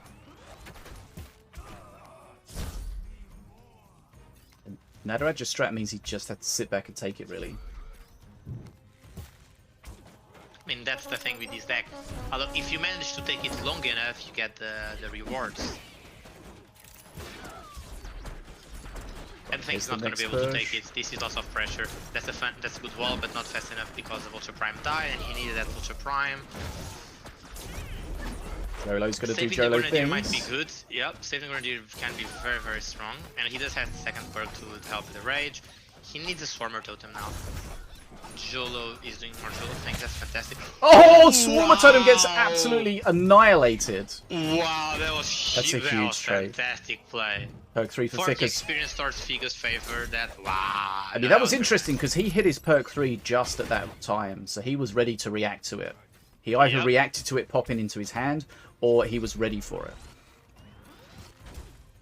We know the longer the game goes... Wow, oh, he's missed it! Ooh, and Nataraja just... well, the emotes. I love when players do this thing and just emote like, yeah, take that one, I don't care, I don't care.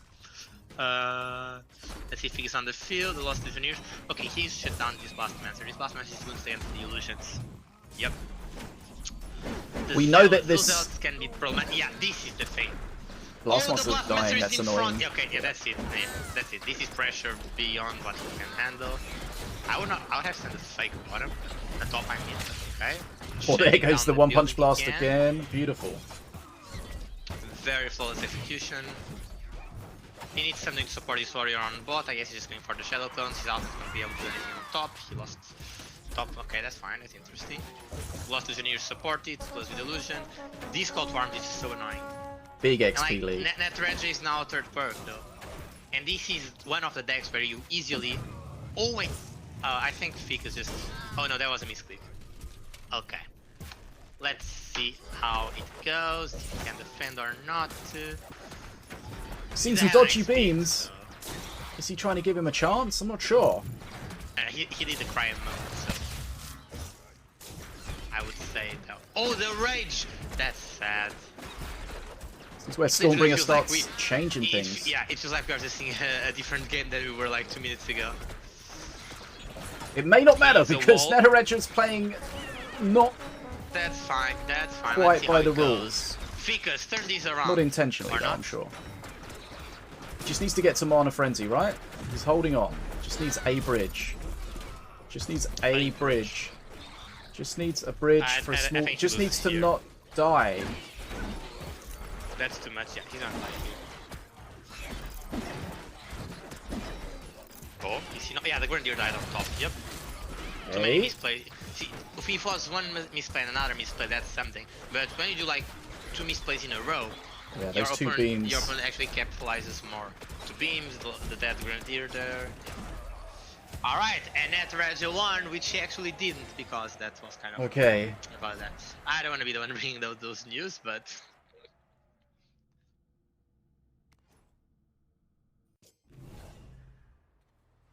Okay.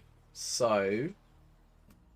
we shall clarify what happened. Basically, what happens is if you queue into a game with an illegal deck, which means you're playing a master or cards that have been banned or unavailable, if you replay the match, which is entirely up to your opponent, if they give you that opportunity, you must use the same master stroke deck, with the exception of the illegal master stroke cards being replaced. What Nataraja did there is he switched to a different deck entirely. So what he should have done is played his King Puff deck with a different master, as according to the rules. So we will get to we'll get to the bottom of it. We won't update the score and anything like that. But we just need to clarify, and of course we need to make sure the players are aware of the situation before they go into the deck. Okay, one sec.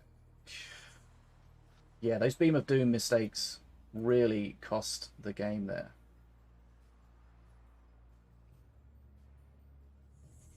Okay.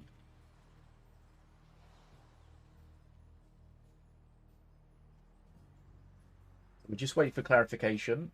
So, according to the rules, it's 1 game all, right?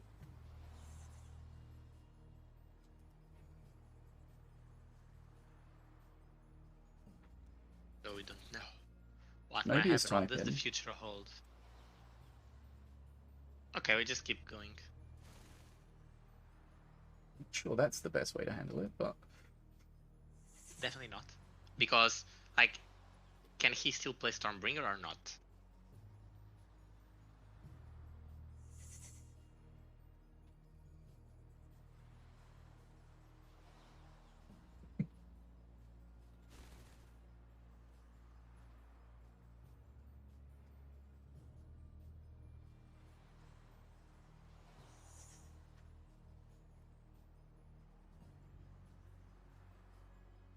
Okay, let's just try to nip this in the bud, make a full decision before we go any further, because... As chat is very well, chat is also commentating about how the beams really impact that, and that is true. The beams pretty much lost him the game. So he definitely missed that early beam on the crossbow guild, and then maybe a misclick on that second beam. That was definitely a misclick. Did the cry emote. So what else do we have going on here? Just rewatching the match, but yeah. It's a shame. Definitely without those beams, he could have gotten to frenzy. But looking at what's happening on the side, we see nothing. I think the side's also not moving forward.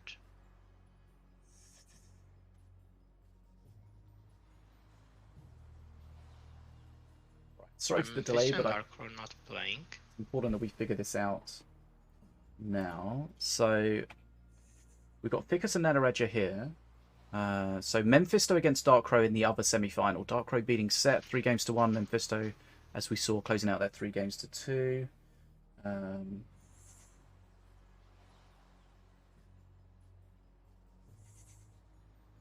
So hold on, what happens? Didn't they both re-queue improperly after the illegal deck?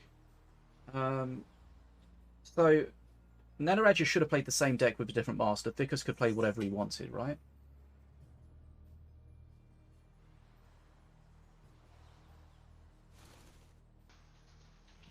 So is that we're saying it's one game all? Okay, so the rule says starting with an illegal deck results in a game loss for the offending player. However, if the issue is discovered within the first 60 seconds of the game, both players may choose to instead restart the game. If either player does not agree to restart, the game loss stands. If both players do agree to restart, the offending player must queue with the same deck, replacing only the banned mastering cards that cause the deck to be illegal. The non-offending player may queue any legal deck. Okay, so... And Tangleizer just posted the same information in the chat. Yes. Thank you very much. So okay. yeah. So I guess that goes. Okay, so one game all. Yeah, one game for all of them. Okay, we have the rules. We've got to stick to them. If they're there, we've got to make sure that's appropriate. Okay, thanks, admin team. We are... Okay, so it's one game all. Wait, he says 2-1. What does he mean 2-1? Who says 2-1? Nataraja says, isn't it 2-1? What is happening? Nataraja won the first game with Halloween, right? Yes. 1 win, 1 loss because of ban, 1 win. First game was a win for you with Halloween. Second game, a loss because illegal deck. What? Am I missing something here? No.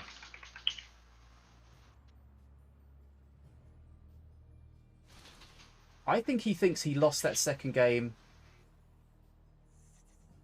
Oh! Okay. I see. So he took that loss. I see. Okay, that makes sense. He automatically took that loss, and he started a new one. Okay. Okay. See, this would be nice if we actually, if the players actually told us. Yeah, we were thinking it was a requeue, and it was not. Okay, so it's basically it does say if either player does not agree, and I think you can agree to just, you know what, I did bad, take the win. So. Okay, we were under the impression that you replayed the second match. I guess he's just like, okay, I know this deck's not gonna work with another master, whatever. I'll take the wins. Okay, so let's just clarify, and we'll clarify it with both players as well. First game, Halloween Nataraja won. Second game, he played an illegal master. We thought they replayed that, but they went straight into game number 3. So that's 1, 2, 3 games, 2-1 to Nataraja. Okay? Okay, 2-1 for you. Let's just make sure Ficus knows exactly what's going on. Sorry for the confusion. It's all part of the show. We thought they replayed it, but they didn't. Maybe. I mean, the important part is if they know they were not replaying it. As long as they know that. Just want to make sure. Okay, they're going in. I was trying to confirm it with Ficus, but they're going in anyway. Okay, well, I tried. Right, 2-1. If they don't even give the admin team an opportunity to clarify everything, it's because they have it all cleared. So if they don't have it all cleared, that's on them. Let's go. We see Fikys playing Miloin and Nataraja playing Murder. First murder of the day, I believe. That's very nice. And it's an interesting murder. We see Swarmers, a card you usually don't see in Murder because they can get red and you don't want to, but it appears to be the only one because the other card is Sticks, it's Jola Rock Crabs and an incoming Crystal Construct I was talking before. A very good tank card. And it's actually good as a Murder because the one you get back costs you 0 mana because of Murder Tombstone, but also gives you back 1 mana. So effectively, getting Crystal Construct res, you're just paid 3 mana for it and you got 2 of them. You pay 3 mana for 2 constructs. How cool is that? Okay, so Nataraja won with Milo in the first game. That can't be played. He lost the second game because of an illegal master. But Ficus was playing Morelia in that game, so Morelia then is removed for Ficus, right? And then the second, the third game, Stormbringer was the victor, so that can no longer. Okay, I think we know what's going on. Sorry for the confusion. There were 2 different ways it could go down. We assumed it was one way. They assumed it was another way. Okay, so we've got Sniper Mordar. Nice res. Here is the... Oh, against a call win. So Ficus is playing the deck he lost against. That's nice. I mean, that's interesting. Fantastic Vortex. I guess Nataraja went with the Impetuous. Ficus is going with Vortex. He needs World... Oh, no, he doesn't need damage. That was a very good Jolo, I would say. That problem needs to live. Ficus is telling me that it's the AFK bot playing. Huh? My screen showing that the spectate showing it's the AFK bot playing. Maybe he's back. I don't know. The AFK bot is playing very well. Maybe it's a spectate bug. I don't know. Maybe he's back. What the hell's going on this? That's why the cards on the screen went dark, because it's the you flooded too much mana message. But if you click on OK, you play again. Yeah, I clicked OK. So does that mean I'm playing now? Yes, the moment you, because that's not a. Wait, I'm playing. Wait, you clicked it, but I know. I clicked it. Am I playing? As a spectator, it doesn't matter. Don't troll me again. It does happen to the spectator. It doesn't matter. But Fikys told you he was not playing. No. It was telling me that Fikys is not playing. Ah, yeah. It's just that he burned mana. I do think it happens that the mana it considers is just the. As a spectator, it's probably always as if you were in Mana Frenzy or something like that. Not fully certain. There's still features that are to be discovered. Oh no, that he should have played on the other. Oh, he's gonna die here. Yeah, this looks like this is gonna be too much for Ficus. He could have won. He could have won if he played the golem on the top class, but he played on the bot colossus. So yeah, there is that. Okay, so 2-2. Good job, AFK bot. I guess it's 2-1-1. 2 for Nataraja, 1 for Ficus. I don't know if it was actually AFK or not, but that's what that's interesting though. I mean, I guess, can you complain? You cannot, because if anything, you should have turned it off. Imagine like you're intentionally floating mana because you need to wait, and then the AFK bot takes over and plays just the card you wanted. That's on you, right? 1, don't float mana. 2, have it off if you know you're gonna float mana. Yeah. Okay, let's just confirm for the admin exactly what's happening. Both the same, whatever. Game 1, Nataraja wins. Game 2, illegal. Ficus wins. Deck for Nata, so Ficus wins. We thought they replayed, but they didn't. Game 3. Nata wins. Game 4. Ficus wins. 2-2. Okay. Just doing our due diligence there so everyone knows what's going on.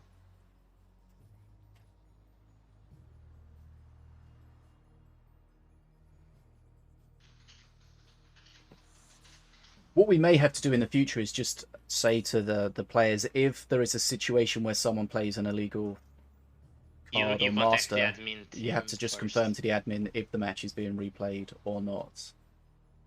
Although, like, that implies people read the rules, right? Well, you know, we have to go by that assumption, right? Dangerous assumption, huh? Well, we know that they're not going to, but we, you know, if the rules are there, then people can be punished for not reading them. It's true. Yeah. So now let's see if we have everything in order about what's going on. We know that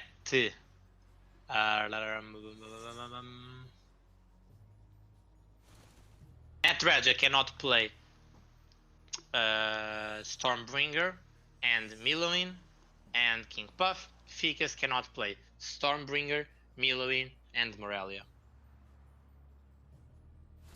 Right, 2 games all. This is the semi-final, remember? So best of 5. Winner of this next game takes the match and gets into the grand final, where they will play against the winner of Memfisto or Darkrow. Hopefully those guys are waiting so we can check that. Far? Well, hopefully we can watch that afterwards. They are fully waiting. They are Hopefully. fully waiting. Hopefully. Good. And that's such a shame that he lost like that. Okay. Confirming.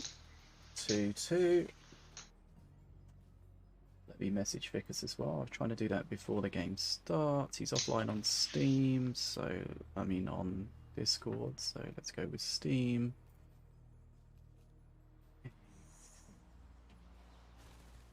Yes. Okay, confirming 2-2.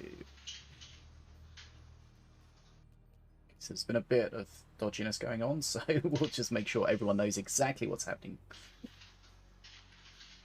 I'm not sure if he went AFK or not, but it definitely said it for me.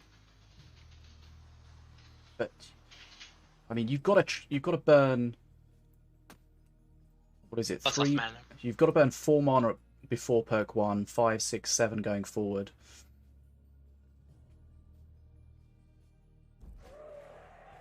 Hold on, I messed my screen up. And we are back into this last match. Definitely last match because it's 2-2. Nataraja is playing Mordor. Ficus is playing Diona. So Nataraja is pretty much just playing the same deck, which makes sense. And Ficus is playing a Diona, which does not appear to be. Is that gonna be a? No, he just trusts Jewel. Okay, that's I would not trust. Is just gonna. Oh, I guess yeah. He was just waiting for all of us to come to play the Swarmers. That's an assassin. He has wall, so he's probably just going to wall it. Oh, he's taking it on face. That's not good. I don't like that because it needs to be dealt with anyway now. He's going to have to do something with it. Oh, Definitely. Double statue! I don't like that play at all! If he supported the ghost turret... Yeah, there we go. Okay. Oh, that's not good. It's not on range of the other ghost turret. That was too early. Oof. Okay. Okay, that's not terrible because the statues weren't supported. If they were supported, that would have been a huge problem. So maybe it wasn't as bad as I originally thought. I mean, he still lost a lot of pressure and he managed to get the golem res. One thing that a lot of people don't realise, one of the changes is that the Illusory Cleaver, Illusory Dragon Whelp no longer res from Tombstone. So you can play those in a Mordor deck now without having to worry about it. Not something we're seeing here, but it's just a little thing that a lot of people don't see. Okay, no res on the Armoon there. And there are some very strong decks that make use of that. We saw Nick previously use a very interesting Mordor that was making use of the Illusion Cleaver. And also the fact that Demon Warrior gets rezzed on the stacks she has. So if you have oh, why? What? What was that? Why did he just play Swarmer into the... I guess he was hoping he would be that. That's not good. Okay, that bounty sniper's done so much. That's some XP, and then after XP we know his health, but... What is Ficus doing? Is he floating mana or something? Doesn't look like it yet. Doesn't look like it's damn. So he needs to handle 7 mana, 5 mana, 6, Yeah, he's dead. 4. Yeah, he's just so dead. I don't know what happened, he just super lost control of the game. But yeah. That's 21 men on the more than 21 men on the field. 27 Wow, to be okay. precise. Lots of drama, but not in that last game. That last game was pretty Nope. straightforward. Smooth. Snipers, mortar. I do like in that deck, I was going to mention it, but the game kind of finished way too quickly. The Crystal Constructs, it's nice, because remember when the construct dies, you get 1 mana back. If it reses, then you're going to get another mana back from the next one that dies. So that's kind of a smart play in there. But we've seen 3 some mana close for game. 3 mana for 2 constructs, basically, right? It's crazy, right? Yeah, almost feels like someone said that before. It's amazing. Okay. I do Wow. like the ghost turret also because of the spirit. It's like now that the tombs don't give you spirit, that you get spirit. If you can get spirit on more units, you already have like a spirited front. That's strong. Like even with the spirit nerf, I think spirit is like in specific units can be very good. As we said before, sometimes it's not just about total health; it's about your health threshold. And spirit can get specific units outside of very specific thresholds. Looks like nothing, means a lot. Sure. Right. Okay, so that's our first grand finalist of GGtoor's Knights Duel number 18. Decided it's going to be Nataraja. But who's he going to play? It's going to be either Memfisto or Dark Crow. Memfisto, a previous champion. Dark Crow, a serial runner-up. Nothing to do with breakfast. Let's see who's going to fight out. This will be a great one. These are both very, very good deck builders. Play some very different decks. But we've seen Memfisto use that Diona Reconator Scrat deck. Is that something you think that we're going to have to see teched against or banned? I mean, that could be banned quite easily. There's lots of different ways you can ban that. Exactly. I think the bans are going to be very influential here. We don't. Sure we do have the bans. Oh, we do? We know that Dark Crow banned Rekt, Azali, and Avea, and Memfisto banned KP, Azali, and Rock Bravos. Like I'm really surprised how much Azali ban we are seeing. Right? Like there are very straightforward counters to Azali. But I guess those counters are not good in a general deck, so you don't want to be running something specific in case of Azali if you don't know you're going to face it. So I guess it's fair to just remove that out of the equation so you don't need to process information. Both ban Azali, Dark Crow ban Rex, Memfisto ban KP. We've seen like these bans side by side like half of our tournament so far.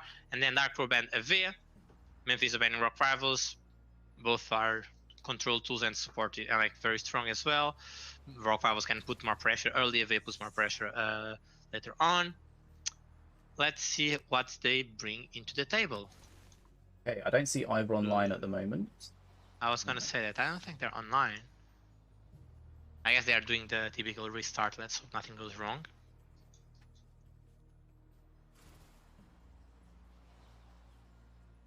Okay.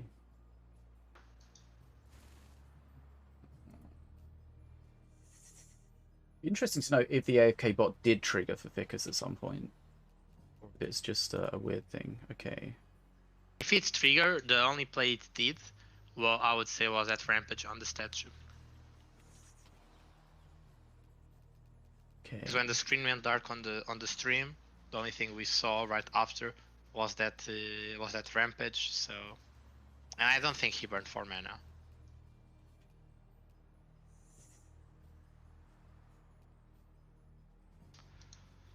So now we just wait. Okay. Because Ficus messaged me and said sorry in Ukrainian, but sorry for what? What happened? he didn't want to let you down. He didn't. Ah.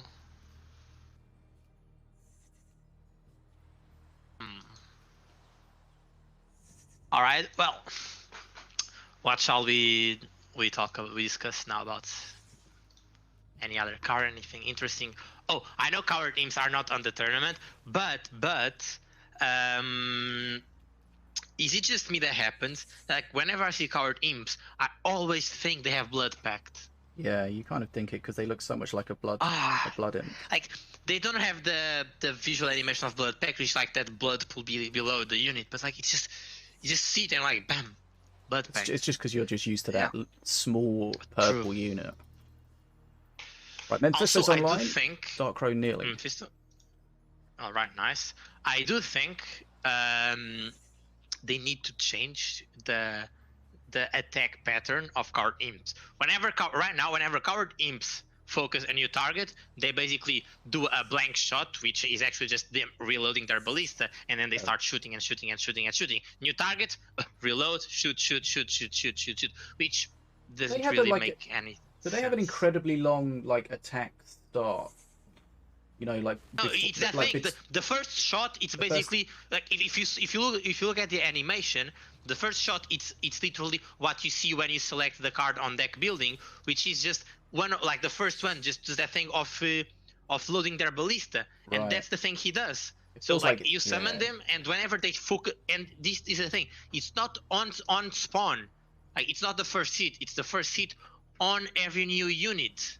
Yeah. So it's focused. Imagine one coward imp is facing 2 scrats. He's gonna have that huge delay on the first attack, then finally kill the scrat, and now the second scrat is gonna have that delay again, and then shoot again. So probably at that time the 2 scrats already kill him. He only has 30 health. So something that should be he should kill them before they even got close. He doesn't, because he has a huge delay. And then I really think that needs to be fixed. They don't kill it, so one of them dies, and then it fears all the others as well. Exactly. Like it's. Yeah, I have noticed that it feels really cool. It's like they have. I think their design is really good, but it's like they have a really long summoning sickness, but it's every time they attack something. Yeah, it's really bad, and there's no reason for it. I think I don't know. It's just basically the animation. So I guess there's something going on there on the animation. But well, probably the animation is at that part of the animation is what disputes the event that makes the damage go. But since the animation on a new target always starts with that, for me the weirdest part here is that it doesn't even say anything. It could just be the first hit, you know? I would be fine if it was something okay, the first hit ever, he needs to do some sort of magical reloads for the magical coward imp's arrows, but then they just shoot, no worries.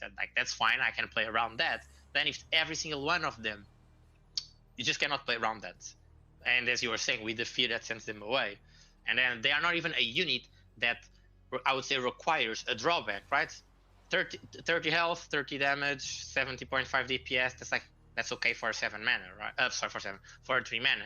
If you compare them with something close to it, which is the Plasma Marines are more health, 10 damage, 14 DPS. So you have higher DPS, higher mana, higher DPS, higher health, but deal less damage per each tick, and they are just 2, not 4. Okay, here we go. This is our semi-final number 2. Who's going to be in the grand final against Nataraja? Is it going to be Memfisto? Is it going to be Dark Crow? We don't know, but together we are going to find out. And Memfisto is once again playing his King Puff skin. We were talking about Blood Imps and Blood Pact and all that, and here it is. They are both playing Blood Imps. Bats just helping out Dark Crow in that initial trade. Let's see how that one goes. Is it gonna split? They are both gonna go the same way. Yeah. That Bat's just being annoying. AK, he's being another Bat. Those guys are so annoying. Look at that! How annoying was it? It was freaking almost as annoying as you. No, that's impossible, you know. True. It's a trick question. Right, what have we got? Rock Rivals for KP. Dark Crow. Okay, so we got Brother Ween. Brothers, spirits, support. Let's see how this works out. I think KP's an advantage then. Right, is he going to switch this away? No, decides not to. You can swap to position the brothers. Third perk you do a Rammer! No, that Rammer is very good. That Rammer is very good. Rammer, of course, is going to attack the taunting Blue Golem. So the Blue Golem goes down real fast. Rammer comes in. Okay, Memfisto's going to have to be careful. He doesn't want those Blood Imps to be punished. Do we have punish? No. Okay, so Dark Crow's just going to be waiting for the brothers and now. He swaps the bridge. Swap. I would have swapped the bridge here. The Rocket Threat would go bottom. Kept the bridge, go bottom to the other one. Right, brothers. He's going to wait. What he wants to do... Okay, he can do the spirit. He wants to get the Golem out as well to benefit from the spirit as well. Does Dark Crow has anything to deal with this? It's if not, there's a swap about to happen. Yep. Yeah. Now drone on bot pocket, I would say, or the Golem, I guess. Okay, so he doesn't want to take the damage. Often the power of the brothers is the fact that they're together. If you can split them up, you can really start to deal with them more efficiently. Exactly. And that's why I think the KP has a bigger advantage here. But Dark Crow is ahead on XP. That blue golem is He's ahead basically dead. He's ahead for like 20, less than 15, and there was a Rock Rivals being played. Not to mention, I think the second perk is more of a spike for King Puff in this match than for the Milwin. Like the missiles are not going to do much. Okay, I guess they killed the drone walker. That's something, but still, it's not as impactful as probably he's getting rage or. Jolo gets stunned. Lovely. So that blue golem just surviving at the bottom there and then pushing, that actually got a lot done. Yep, and the XP is now tied up. Pretty much tied up. So spear throwers and then rage on that. Yep. Figure it's gonna be a swap. Yep. The trigger. The stun is great as well because it sets the armor of light on cooldown. So then he can play, for example. He needs to be careful though because it does come back. So he needs to be careful with putting Horde around it. So he cannot play the Horde now. Yeah. If he played right after, I think he could have done it. So he does have the potential to grab that free 2-mana spell at the top. Not sure if he's done one yet or not, because what we're seeing is once you've got one, that's it for the game. We don't yet know what this free spell is gonna be. Scratch, Killery. Okay, so he had it the whole time. Oh, it doesn't quite kill it. Oh, and he didn't get the free spell. You see that I think is a I always consider it a big mistake. It's a free 2-mana spell you could have gotten. I think that's very big. Yeah, because if you don't pick up the perk, it switches. Old KP, it didn't really matter. Now it's more of a thing. Rocket Scrat getting some value in there. Those prop Scrats doing a great job. The rage! Why didn't he just play it on the rage and then swapped? What? Like, you still want to swap, right? He's not swap. Okay, I'm slightly confused. That's what's going on right now. I guess he's. Right, perk 3 coming. Maybe he didn't want to use his swap before perk 3 because... That's the only possible reason I can see. The free spell is Rampage. That's huge. Honestly, I think that's very huge. But he needs to handle bot now, and he doesn't have the tools for it. He's got a bridge switch, but I feel like he's just sitting back a little bit. He needs to get these bridges, he needs to get these night puffs, get the support. That was huge. He needs to... Oh, I would have played the taunt there. I think you need to save a bit more health if you could. But okay. I guess he's saving the taunt for the other ones. Oh dear. The thing is, getting low. Yeah, he cannot play Blood Imps, and he's dead to 2 missiles. So now he always needs to have like a card on his Oh, Dark Crow burning mana, burning. Okay, come on, bridge switch. Let's get some stuff here. Yeah, okay, he needs to block this. There we go, yeah, nice. Bridge switch available. There's the swap. That's a very beautiful swap. Oh, what a good shock rock. That was a fantastic shock rock. The timing even got the walking blind day. That's unfortunate for Dark Crow. I think this is it. Too much pressure from night puffs and all this. He's got Daggerfall, everything, but he cannot. Yeah, GG. Fantastic. Wow. Health is a resource, everyone. You can play to the maximum. Unbelievable. That was really, really good. Wow. Lots of drama in that one. Memfisto taking the first game with King Puff. 1-0. Very close. Very nice. Very close. Yeah. Looked like he was holding the bridge switch for too long. Because ideally what you want is to bridge switch, generate your night puffs, and stun the enemy. That wasn't possible because the brothers weren't on the bridge, but the next best thing is to get those night puffs. Even in their nerfed state, they just shred everything. Plus just a shock rock. That was such a good shock rock. Because it's the thing. Walking Blinded is summoned with Summon Sickness. Sorry, without summoning Sickness, so he just starts walking right up. He has Rush, basically. I think he's how it's called. And he has Taunt. However, if Walking Blinded has Taunt and meets his end, so like if he meets if he meets the Master Tower or another thing with Taunt, he automatically dies. So I guess it wasn't even the shock rock that was well timed. Like he just played into a taunt, so the Walking Blind then just automatically did nothing. Wait, no, that should not be true because he didn't retarget. Yeah, interesting. Hold on. What are you saying? If Walking Blinded meets a taunted unit, it thinks it reached the end, so it activates. Okay. So you were saying like it sounded like you were saying like it dies, like you get nothing from it. But you mean it dies to summon something, you know, right, like in that sense.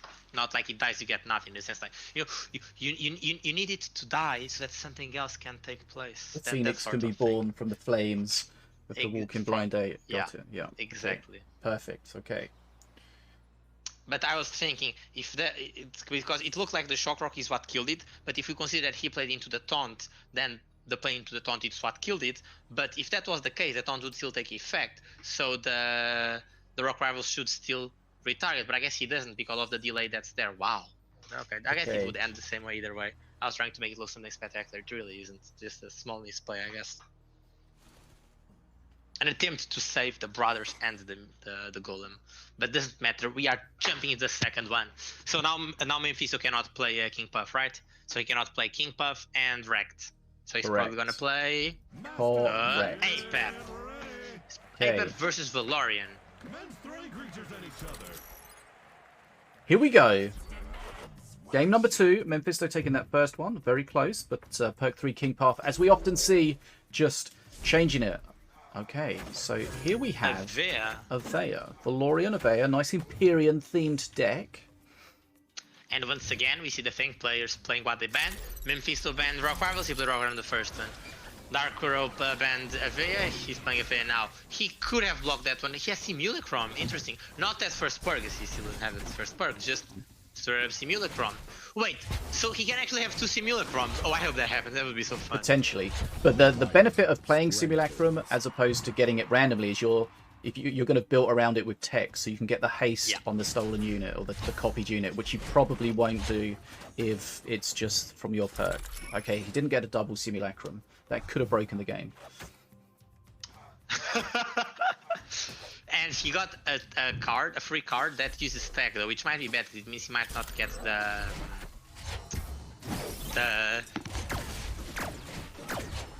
haste from Simulacrum.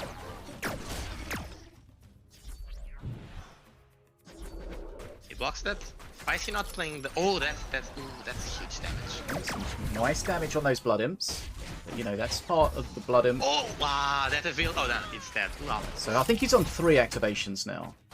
I heard a Simulacrum. Okay, so. Simulacrum got him the Tantrum Thrower, so he's got 2 of those. That's fine. No wild cards in solos, unless there are. Breaking the game, right? Exactly. Now he's also playing Brother of the Void, which is a sided card. So you played first one side, and then you played second, it's another side. The first time he played was the Enraged Assassin. Now, next time he plays is gonna be the Enraged Fire Imp, which is something we see in other cards as Gorak Brutes or Sharak Twins. That's... Oh, the Lash! Oh, can he actually stop? No. That would have been the so bridge, good. though. Wow. He had the totem. I think with the totem it might have been possible. But I guess he uses the totem now. Hasted Lancers. As you said, this Simulacrum is pretty much always coming up hasted, so that's what he wants. That means they're gonna stand first here. Lancers against Lancers is such a weird interaction. Yep, and then you take the lance and you put the spears, and that ended very quickly.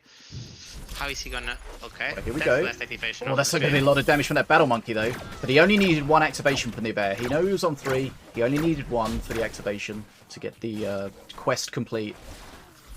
So he just let the Battle Monkey go ham. Right, Memfisto does have the beam to potentially deal with the Avea, but of course it's not the most efficient way of doing it. But Blood Imp's getting punished again, so Darkrai needs to be careful because a few more of those punishing bits and he'll be down to a worrying amount of HP. I mean, I guess he's controlling it. If you're playing Avea against your opponent's Apep and you're not behind XP, I think you're actually doing something good. And I would say this is going to be very much related, like dependent on what does Memfisto gets now on his third perk. That Fire Imp is very good though. It's an interesting Avea deck because it's not like a super cheap one like we see often. I guess it's what we say. You try to instead of counting on quantity of like siphoning a lot, you count on quality. You get good ones. He did only get it activated now around 3 minutes instead of the usual 2 maybe, but he very easily got like he secured it very well. Yeah. Right, here we go. Perk 3 for both players at about the same time. Lady in Fray, that could be a huge perk 3 pull from Memfisto. Get some of those piercing shots off. Extra face damage because we know Darkrai's been using the Blood Imps. Okay, so it gets shut down, but of course that's 6 mana that it costs him to kill something that's free for Memfisto. Memfisto. Fantastic Battle Monkey. I still think getting in fray is something not always good, because like if you wanna be playing a lot to get like value of everything you are playing, rotate a lot and play for free. But if you have in fray, you also wanna be above 6 mana. So you know there's that niche area where I wanna be playing, but I wanna be saving my mana. What do I do? So let's see how does Memfisto handles that dilemma. Okay, here we go. Lady in Fray. Can she get some value? A few more hits on face, and Darkray's not going to be able to play those Blood Imps, which is definitely going to slow his cycle down. He doesn't want to group too much together at the bottom there, because he's just going to get lashed. Here comes the lash. Lash, dude. Oh, he doesn't... okay, I think he's going to get it anyway. Yeah, he's going to get it. Doesn't take the bridge, of course, anymore like it used to when flying units used to take bridges. Oh, yeah. That was very annoying and strong. I mean, in Lash case specifically. 1 mana for a 0 mana unit. Sure. I guess they can take that one. Battle Monkey on top, of course. Simulacrum is Blood Imps. Interesting. Okay, Battle Monkey pushing towards face. Gonna win that trade though. Right. Gonna get some hits off here as well. Yeah, okay. Yeah, that's definitely good. Like Memfisto needed that advantage. XP is level. Nice. Darkrow is low on health. And he has an enrage assassin coming his way, so he needs to so he's stop playing it. Brothers of the Void, Beam! right? Well, Beam was never gonna be fast enough, so that was... This free card is literally costing him so much stack. He's not getting his Simulacrum hasted because of it. I'm not saying he super needs it. I don't think it's a match where Simulacrum hasted is that being the impactful, Wrecked but lots Walker. of... yeah, the Wrecked Walker is consuming tech, so the Simulacrum is not hasted. Right. Darkrow knows he needs to put pressure on the bridges at this particular moment. The Flame Imp at the bottom absolutely shredding everything. Yep. Okay, Mana Frenzy is about to tick over for Memfisto, and he's got the bridges locked down. First. This is Memfisto looking to go into Memphisto's. 2-0 lead here. Look Can at the he do difference. so? He hit it on 32, I believe. So let's see. On how long does it take for Darkrow? 32 seconds versus... That's 10 seconds difference where he's been on Mana Frenzy. Darkrow's still playing those Blood Imps. 15 seconds difference. So with 15 seconds difference, they are now both at Mana Frenzy. Oh, that AV is gonna get solo from the first one. If that Infray does something sick, which he might, as you were saying before, the previous shots. Oh no, it's gonna hit face probably. No, because okay. of the stun. You see, it's the thing. He doesn't want to be above 6 mana right now. He needs to be playing and playing and playing because he cannot lose the bridges. If you lose the bridge for 1 second to this Avea, he's out. So he needs to keep playing and playing and playing. Even though he's not gonna get that mana surge, which was really fundamental. It does look like this is Memfisto's game right now. It's got the Flame Imp getting that shot off. It's going to melt everything at the top. There it is. Raged, of course. We get a hit on the face there. from Lady in Fray. And here, from this point on, I don't think, especially because he just played Lash and he got 0 mana for he got 0 bridge for those 6 mana. Yep, no Blood Imps available. Searing Light doesn't get the assassin because it's invisible. I think this is it now for Darkrow. Memfisto is probably gonna take the second one. Battle Monkey on face. Can't play anything, but he does. He does. Who tells me I cannot play anything? Bam, 5 units right there. Take it. That's the situation where you play nothing, you die. You play something, you die. You can't do anything, you're dead. You have 3 scenarios. They all lead to your doom. Yes. Would you like to die, or die? Yes. Okay, so Memfisto goes 2-0 up. Yep. Epet being too strong for Valorian. So, do you think that's wasting Avea a little bit by having it in a heavier deck so you don't get through that cycle as quickly as possible? I think you're definitely not getting the after the activation, not getting the benefit as much as you would want to, right? As we said before, you are betting on quality activations and not quantity activations. But after the activations, what you want is quantity. You want to play and play and play her. So there is that. If you consider Avea is 6 mana, right? And she has decent stats for like a 3-4 mana unit, right? Because it's not on parried warrior anymore, if I'm not mistaken. So she has those good stats for a 3-4 mana unit. If you're playing around that at one point, the quest is something more of a benefit you get. That's fine. I don't think that's how you should do it. It makes no sense, right? So you're basically just using the quest as something extra when it's so powerful. It should be something you play around. But if you're not even doing that, what are you doing? You know? Lash, why? What are you? What do you I have thought, that makes use of I the thought you were asking me sacrifice? what I was doing. I was like, just typing a message to someone. What? No, I don't even hear anything. I'm saying like in the sense of the deck building, right? As I said before, Darkrow is what I would consider a sort of alchemist player using the expression Cosmic Made, and he makes these decks that you don't fully understand how they're gonna work, and then they beat you. So right now I'm trying to process that part. Like, how is this supposed to work? You have Musketeer, you have Daggerfall, you have Cost Leader Bound. What here is making use of the sacrifice, if not for the Lash being able to live and doing the second hit like ever so rarely? You know, like aside from that, I don't think you're making use. So you have lots of sacrifice sources, then no good one to use it. Also the Stalnaz, that's an extra sacrifice source. You see, then you have the Avea, but you are kind of too heavy to use it. So what's going on? Above all, if we consider how, I mean, Memfisto was also not playing a supernatural deck, right? Like, he's just playing around Simulacrum, which is something we also very rarely see. That's interesting. Like, none of them were playing a super ultra S tier meta decks. I think that's also what allowed us to enjoy the match so much, because the match was very back and forth, very close. But yeah. Simulacrum is always interesting because it gives you that randomness.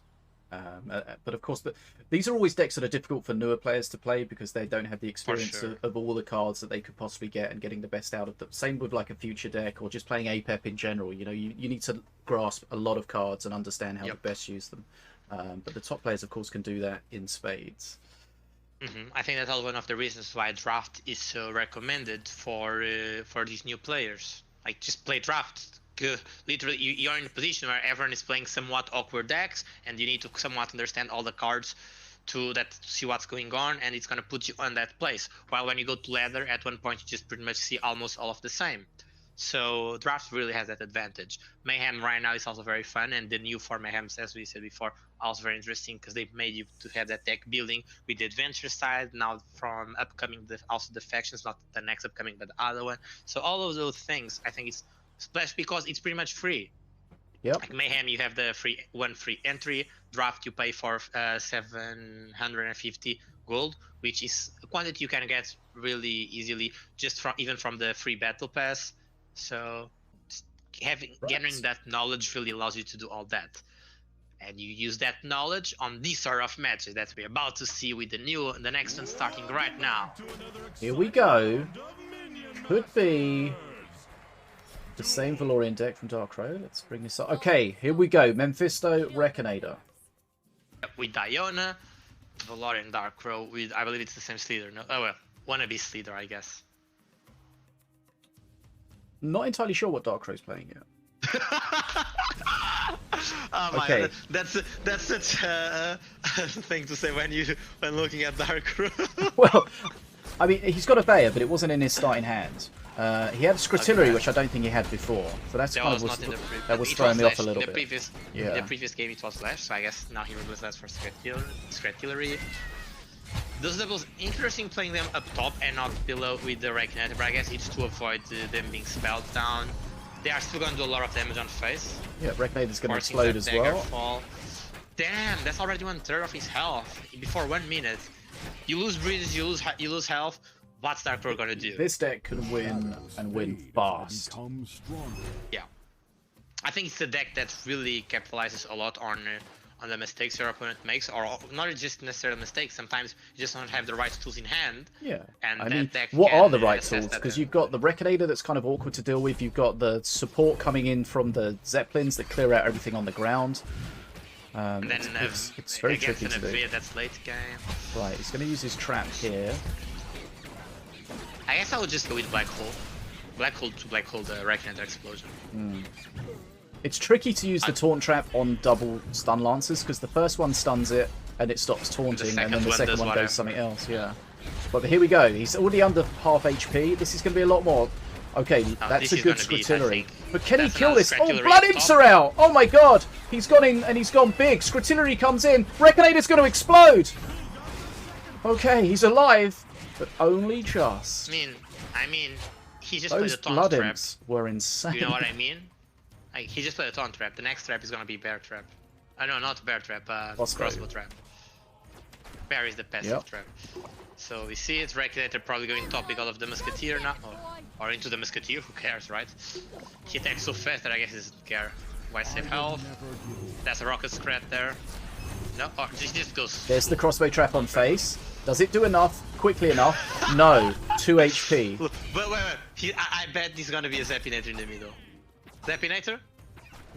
Or does he want to ensure the Scrat swarm too? Because he could just go Zappinator. He has no way of stopping it unless it's what's a Zappinator? Not Zappinator, Zeppelin, goddammit, he also has Scrat Hillary, never mind. You know what? Zappinator exists. Zappinator is the Not in this game, it doesn't. Are we watching the same game? Sorry, DfogoX been watching the wrong game, sorry. I meant Zeppelin! Zeppelin! The Zeppelin bomber. I was expecting he would just, you know, just the casual pen. 3-mana Zeppelin bomber alone on the middle of the bridge. Take it. Do it. Wow, so that's 3 games to 0 to Memfisto, and that last game was pretty straightforward. He just... Yep. Darkroad just didn't have the DPS. Even threw the Blood Imps in there, and they got punished. No. Not fully punished, but punished enough. It was just a Scrat Hillary punish. Like, it would have been game if it was the Reckoning Explosion punish. Yeah. But I think if he allowed them to leave, there would not have been an explosion. So he didn't want to take any chance. Like, I would rather have the guarantee these 300 damage than to go for the possibility of just ending the game now. Okay. Grand final time! Grand final time. I do need to take a quick bathroom break while we're setting this up, but let's just let everyone know what's going on. Okay. That is fine. While doing that, I can... Wait, we don't have any bans or anything, right? No, they just... Then I would expect they probably... Memfisto also needs a break, right? Like, Nataraja has been sitting, waiting, and Memfisto has been having these close matches against Darkroad. So we're probably gonna give them a small time, I suspect. Okay.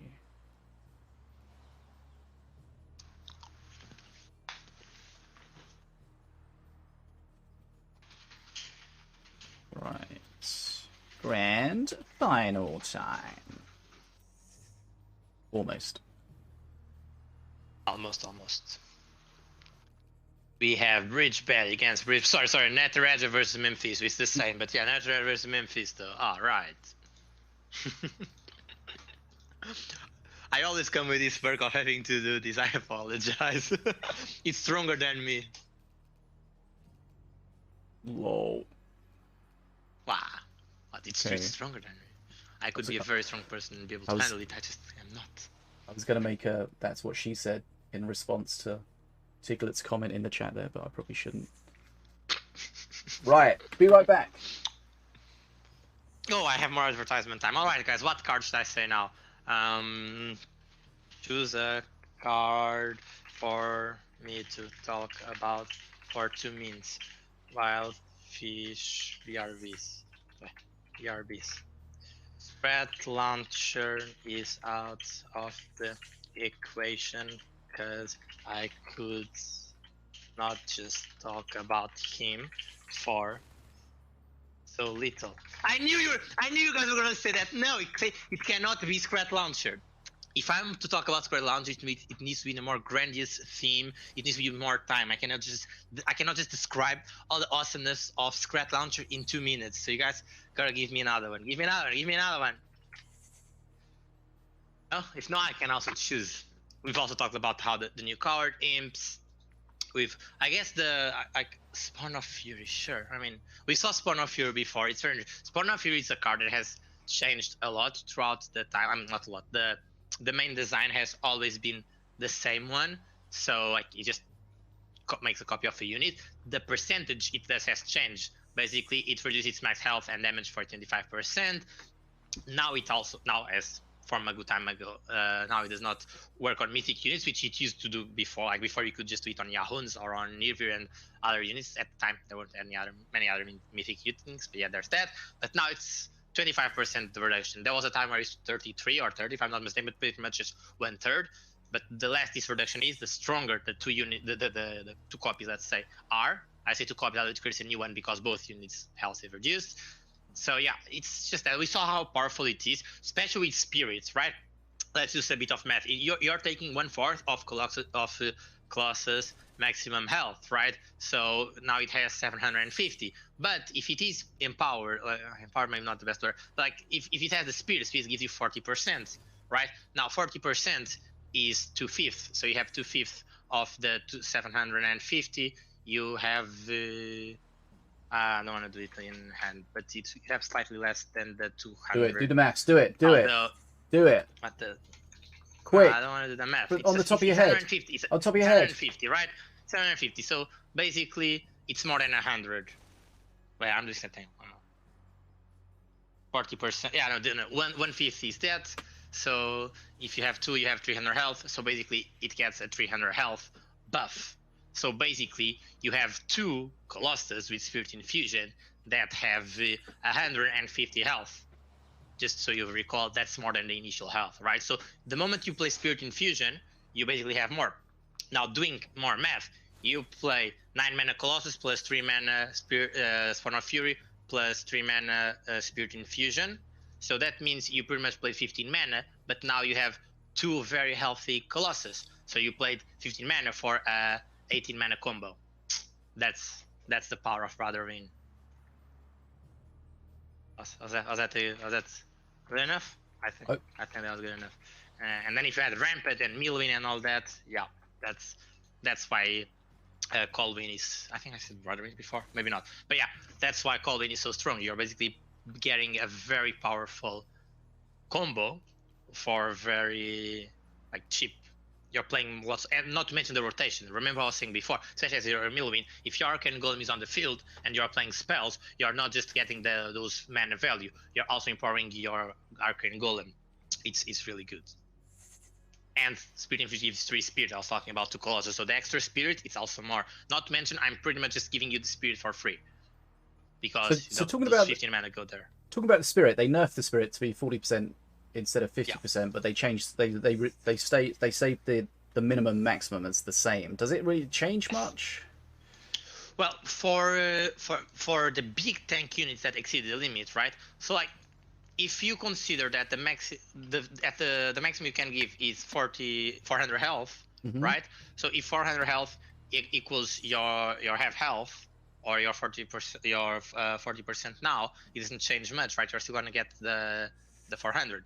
If you are a unit with 1,000 health, so it's basically anything over 1,000 health doesn't change.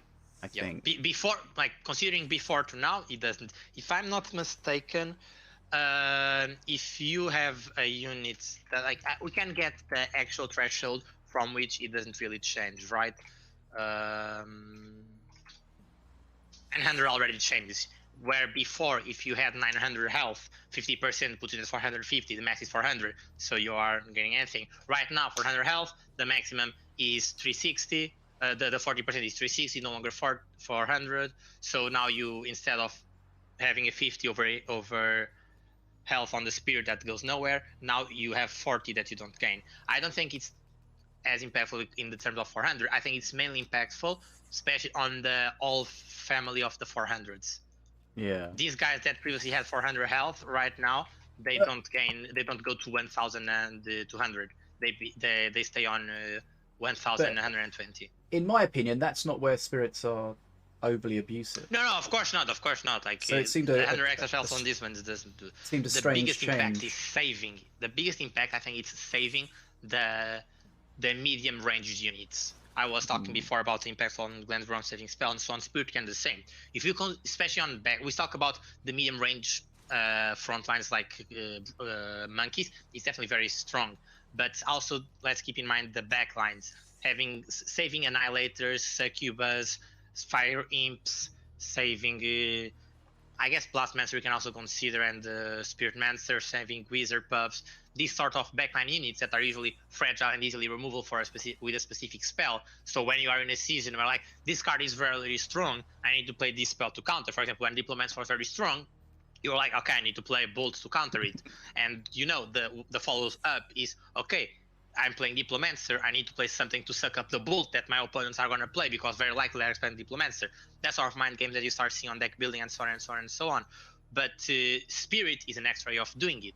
I have this spell that kills units on this threshold, bam, then just got Spirit. And you can kind of fix that. For example, in Morelia as well, you play the Spirit first, and then you play the unit you want, and then you play something else to get other speeds, but you really want the value of that single unit.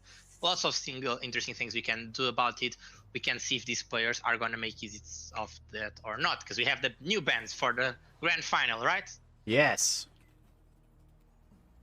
Okay, so we got Nataraja banning King Puff, Zeppelin, not a surprise, and Battle Monkey, and we got Memfisto banning Milloween, Azali, and Armoon.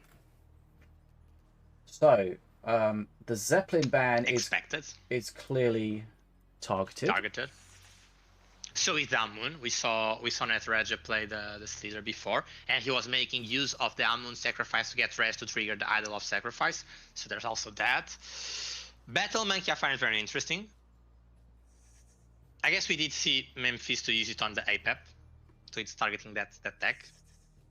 And the Zaldi, we've seen it throughout the whole tournament, and then we've seen Nataraja use the Colwyn, so Milloween is banned. You see, and of course, and then the KP. We've also seen the KP from Memfisto's side. That King Puff is also banned. So I think this is what it means to maximize your bans. Each player literally targeted 3 different combos they've seen their opponents go to. Yep. That's exactly why Memfisto yelled at me when we switched to his match. Don't show my decks! But, you know, that's part of it. Oh, let me claim my free stuff from the shop today. Don't forget, it's BetaDwarf's Month of Fun. We'll put a link in the chat. Go follow it. Get some free games, giveaways, all sorts of stuff. Remind yourself that BetaDwarf is not just about Minion Masters. We've got Force Showdown, their previous games. We've got Project F4E, their next game. Prologue coming up. Go and get involved. Win some stuff. Maybe get some free games. I tried Forced, their first game on stream yesterday for the first time. It was actually a lot of fun. It was actually a lot of fun. I didn't really know what to expect. It's a 1 to 4 player co-op game. Kind of problem solving. Specking your character. I played it on solo just to get a good idea, but it was fun. It was pretty challenging at times. But a lot of fun, and apparently it's a lot of fun. From what year is that game? From what year? Oh, First. 20... I don't know. I want to say like 2013, but that seems too old. Maybe earlier. 2016, maybe. Something like that. So you got Force, and you got Force Showdown, which is a completely different game. That's a single-player kind of bullet hell deck-building game.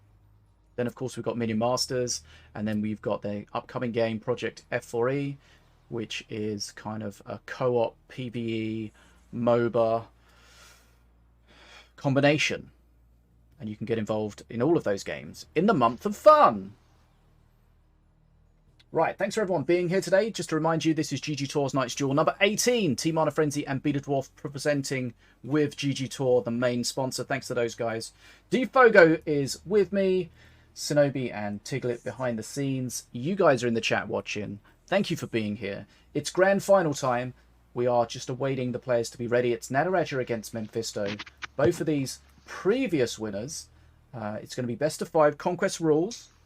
We've gone through the bans, but just to remind you, we've got Nataraja banning King Puff, Zeppelin Bomber, and Battle Monkey. Memfisto banning Milloween, Azali, and Armoon.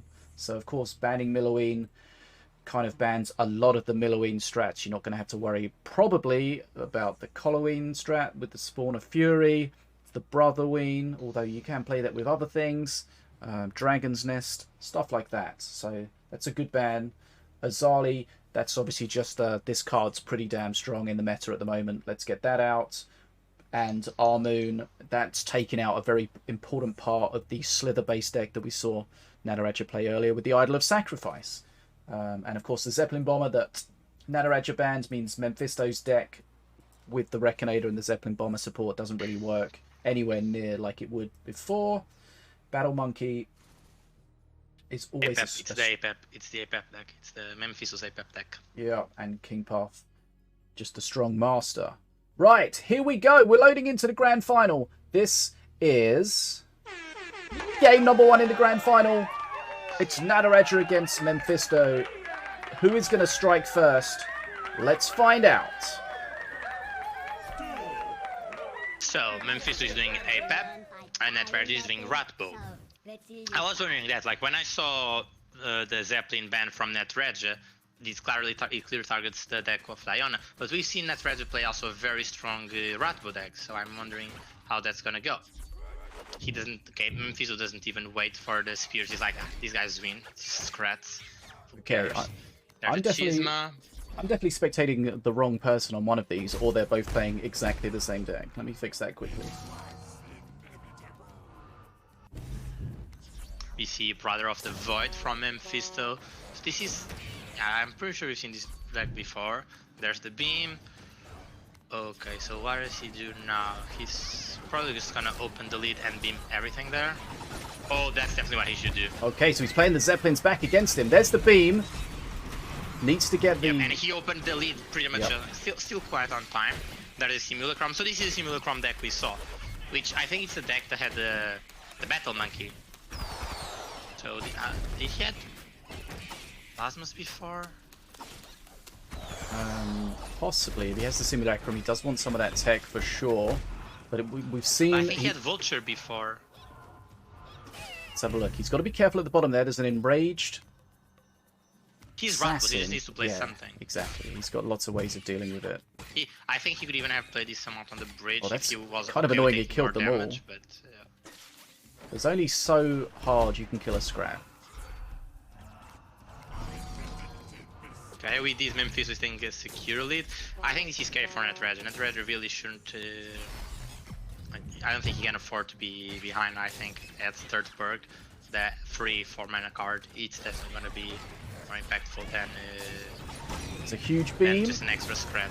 As long as the scratch tank stays open. So strong. Like, it's a thing, you know. He technically played a 5-mana beam for a 7-mana beam for a 5-mana unit. However, he saved lots of his units there, and he also killed some propellers. So that definitely makes it worth it to invest those 7 mana. Okay, so Nataraja's got 53% of the channel points bet on him. Memfisto 47%. Really? A big XP lead for Memfisto at the moment.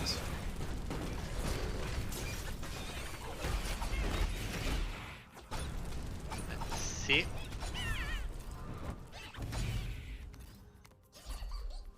That's very... it's a subtle push. I guess it's... But they're basically barely... Like, there's barely any threat going on in this match. It's just skirmish here, skirmish there. I get the bridge, bridge. And then the play around the Simulacrum and how Memfisto plays around it. Yeah, Nataraja's I also deck think looks... it's very interesting to just finish part of the Simulacrum, because it's a way of scouting your opponent's card. Memfisto played this Boom Buggy before Nataraja ever played the Boom Buggy. You know, so he was able to scout ahead of what was going on, trying to see if he can aim the beam to get more value on bot, but he's just like, fuck it, I'm just going... But he's just like, oh, whatever, I'm just gonna be getting the value, more than enough value. Here comes the Zeppelin bombers. Remember that they're activated by the... destroy. Yeah, they're activated by the Scrat Swarms. You get 2 of them. The hasted, oh my god, those hasted propellers he just got from the Simulacrum allowed the assassin to leave by killing the Zeppelins fast enough. That's huge. Wow. Now, is the assassin going to hit the closed Scrat tank? No. Yes. No. Oh, I mean, the closed. Yeah. Right. Perk 3 has come for Memfisto. He's got spear throwers, so he's got some... That's quite nice. Some kind of pseudo anti-air. He's also got some more units to split as well, so that's going to be nice. Yeah, like...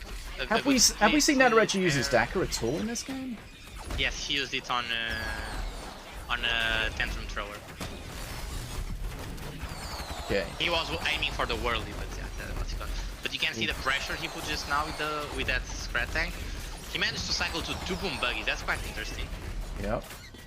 He had 2, now he doesn't have any. And Nataraja managed to close up the experience with that.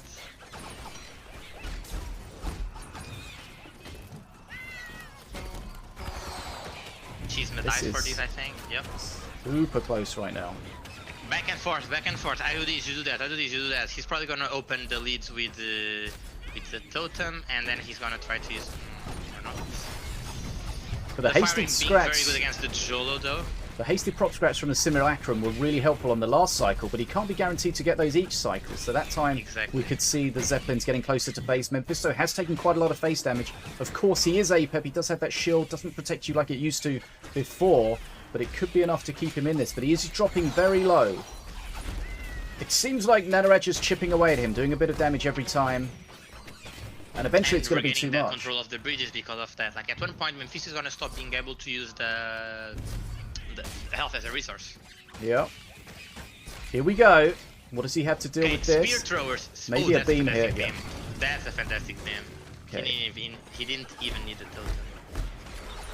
Oh no! That's what we talked about before. How players sometimes underestimate the power of Chizma. How much damage it does. The power of the of having the scratch swarm. Yes. He forgot to consider the scratch swarm. Like, it's we so saw hard to him deal hovering. He was hovering the card. Literally, I need to wait for him to finish. He plays right after, and he doesn't even give time for them to throw the spears. The swarm is just too strong. Spear throwers going top, I would expect, because they kill with the spears. Yeah. I don't think he needed to play that much more. You know, it's Joel is being a very big MVP here. Yeah, he needs to push the bridges though right now, does Memfisto, because Nataraja is slightly ahead on XP, and if he solidifies the bridges and hits Mana Frenzy at the same time, Memfisto's going to really struggle.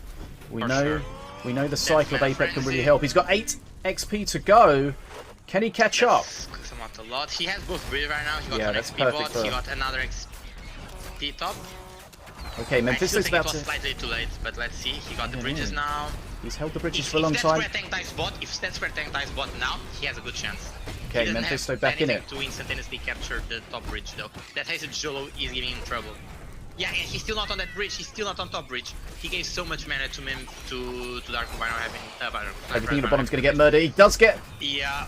The Simulacrum giving him the Chizma. That's nice. And the Chizma is also good to get, I think. And it's hasted as well. So. No, don't play that. Ooh, the Chizma. Okay, yeah, that's game. Oh, Chizma goes down. That's not great. Here comes the Scratch Swarm from Nataraja. Jolo on face. Jolo is on face, confirmed. 120 HP. Jolo is not dying on face. The Zeppelin dropped it and he didn't play the turn one time. Wow, that's so sad. Wow. There was a moment there at the end where he played Assassin and Rage against the Scratch tank, but that was not going to do anything, so he needed to open, so he played an Elite Swarmer, but because Chizma was behind it, Chizma hit the focus on the Elite Swarmer. Because of the AoE of the rockets, the AoE targeted the Assassin, so the Assassin didn't do the full powerful hit on the Scratch tank, and that was huge. Okay, Nataraja strikes first. Banned. It's also the fact that that beam didn't kill the boom buggy, but didn't kill the Chizma. He really needed Chizma dead. Oh man. Like, it's the thing, you're sometimes you're just at that point where every single little pixel of positioning makes a difference. Yep. And the beam not killing the Chizma there was huge. Because like that point after not being able to open and safely kill the Scratch tank was what led him to losing all the pressure on bot. Jolo hasted made him lose the pressure on top, and he had no card he could play to instantaneously grab the bridge. Just too much going on. Do you think Chizma should have some kind of visual indicator when it's activated? Because I think that's why people struggle to deal with it, because they don't know whether it's got the Scratch Swarm or not. So we saw he waited for it to attack, he put the spear throws down, but Chizma was activated with the Scratch Swarm, attacked immediately. That's definitely an interesting idea. I mean, I think it doesn't hurt to it doesn't hurt. We've talked a lot about how like this quality of life things, and I think that's definitely a good quality of life. Although to be fair, I think there would be other things I would prioritize, like timers, timer masters. But also the fact that would also be a nerf to Chizma, basically, that quality of life. That would be the other thing to consider, because people would be able to play around it better. I don't think you should consider something that is a quality of life thing to be a nerf. Of course, it affects the game, right? You give indication, but like, for instance, like if you're counting, you know, okay, he just got 5 scraps on my field. That's hard to do, activated. Did that scrap just get over the bridge? Did it count? I don't know. Right, here we go. Nataraja playing APEP Avea. Memfisto playing, looks like the same Avea that he had. Sorry, the same APEP that he had previously. Right, so it's going to be 2 activations here on Avea from the looks of it. There's no way he can shut this down. Not necessarily Ficus the. So oh, so sad. Oh, it was so close. That's not even what I was thinking. I was thinking he could just let the master targeted the propellers. That saved the bridge at the top. You would kill the grenadier. Yeah, it was difficult though. The Grenadier had a shield on it. That's still very too strong activations that you really want. But he got wall. I think that's very bad. See, this Like, is if you see a V, you know you're in a control for control matchup, and getting a non-minion card is just ridiculous. I think this is what we saw a heavy Avea Valorian deck before, and I think this is more of a standard cheap cycle Avea deck where you get it out and you just keep getting it out as quickly as you can. For sure. Now here's the thing. So yeah, she's already on 4 activations. Yeah, that's exactly what you need to do. Before 2 minutes. That's just... I really think after the change to Avea she should have gone to 5 activations, but let's see how it goes. Like, even if you consider Demon Warrior, there's no way, even with a fast tech, you're having Demon Warrior 6 cycles before like 3 minutes. You're not. You just need to play, you need to work on a quest, but you're not getting it far. And the fact that you can actually have this card activated before 2 minutes is ridiculous. Yeah. And this is the disadvantage of going with Simulacrum against an Avea. You are not stealing Avea on her states, or on her quest states. Yeah. It's the same as if you steal the Rock Rivals twice. Yeah. The second time you steal it, you are still going to summon a statue because you're summoning from the beginning.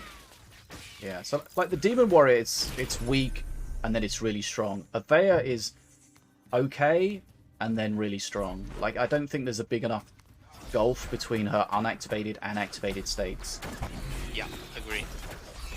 There were thoughts of her like bringing 2 crossbow dudes instead of other units instead of the Legionnaires, right? And honestly, with the current change, if the activations be kept at 4, I think that's a very good way of seeing it. Not less, I think maybe the Tantrum Throwers without the spears, for example. I think giving her the air option would be scary. Scary in the sense that you don't. It's a weakness that she has, and you probably don't want to give her a tool to handle that weakness. So like no crossbows dudes summoning or something like that, but still. Right, let's just check where we are. XP equal. Would be very important. Both players had a totem.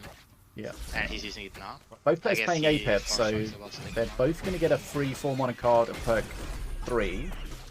Could be very important. Avea again, that's so bad. That's a very good Beam of Doom. Yeah. Okay, and the Marines survive. That's great. Yep. That's going to top. That's also very good. Right, perk 3, Flame Imp for Nataraja. That's a good perk. Okay, I was wondering what I was seeing, but what we're seeing is Avea, Memfisto is stealing Avea, or copying Avea with the Simulacrum, which is not particularly good. Although that's the thing, she's not terrible on her own, especially now she's hasted as well. You know, but it's still 6 mana unit, that's yeah, not for it's not mana, great, you know? but it's not awful. And he also got Lone Wolf on his 3rd perk, which I also don't think it's something he really wants. Okay, Memfisto taking a lot of damage here. Nataraja head on XP. Want that warrior. What is this playing into the Flame Imp? Played into a Fire Imp, what? It's gonna get enraged. Capitalize. Memfisto can capitalize on that. That's gotta be a free warrior. Like, how does that happen? There's that, but it's the thing, he doesn't have enough anti-air for all of these things. What was the first perk from Nataraja? Props? Let me just think about it, and I will find out very soon for you. Still thinking. I know he has props, but... Still thinking. Spear throwers. Tantrum throwers, okay. Right, XP lead for Nataraja. Memfisto low HP, push on face. Totem goes down almost immediately. Beam is going to clear. Still some units left. In these sort of matches, as another beam. Okay. You can just see your end. It's sad, but it's how it is. Okay.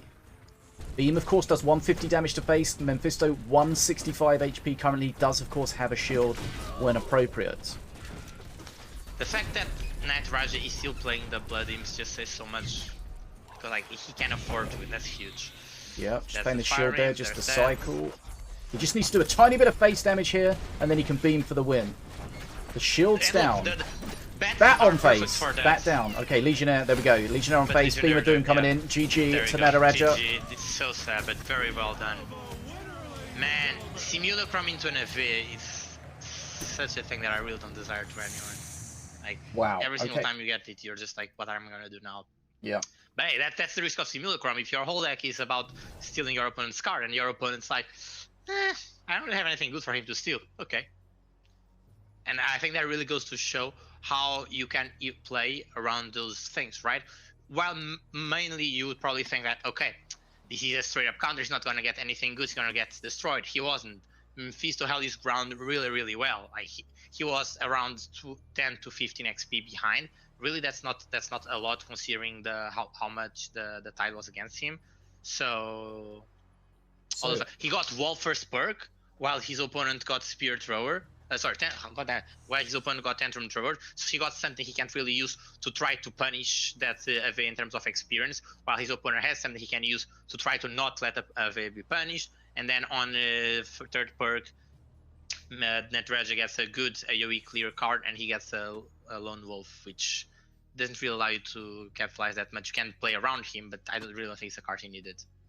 Okay, so that was the second game. So Nataraja is 2 games to 0 up. Best of 5, so he could close out the tournament here, or Memfisto can start fighting back. Which one's it going to be? Let's find out, Dfogo.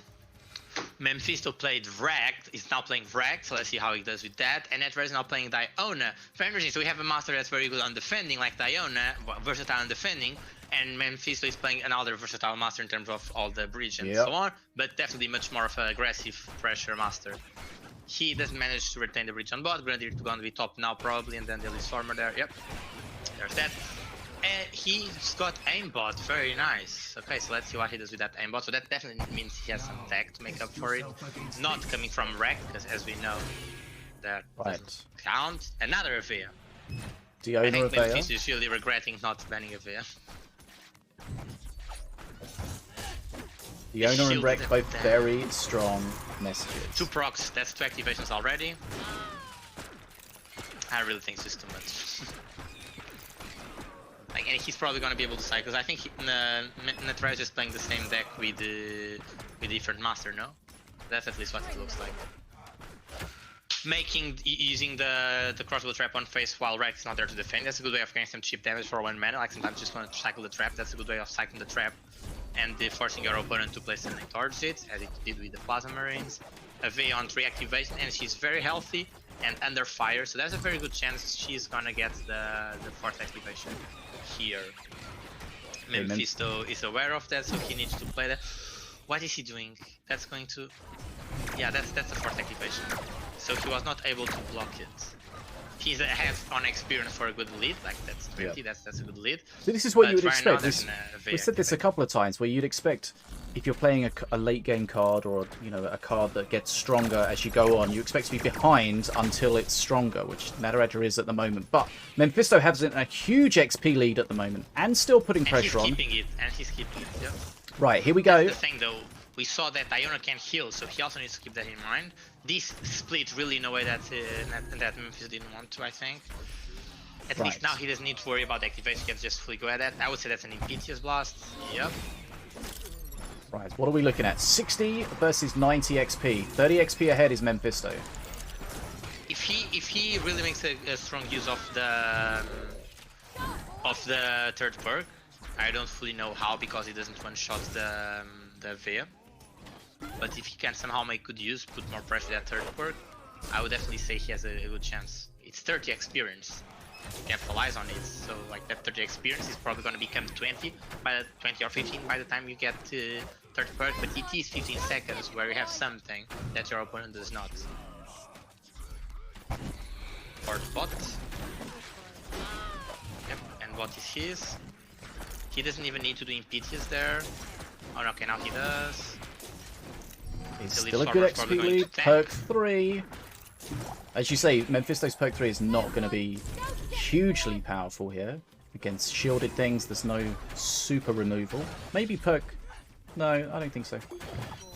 I mean, to be fair, I also don't think the that the extra trap is gonna be a huge spike, although it's definitely more helpful than the one-punch blast in these sort of control matches. And just gives you more options, is something you want. Yep, there's the blast. That's some damage. Okay, so this is going to be about Memfisto trying to hold on, I think. I think his win condition is to get to Mana Frenzy right now. I don't think he's going to be able to close it out. I was saying that by the time of third perk, the XP lead might have been 30. I was going to reduce. I was very wrong. He increased the lead to 40 instead of 30. So he's definitely doing very well.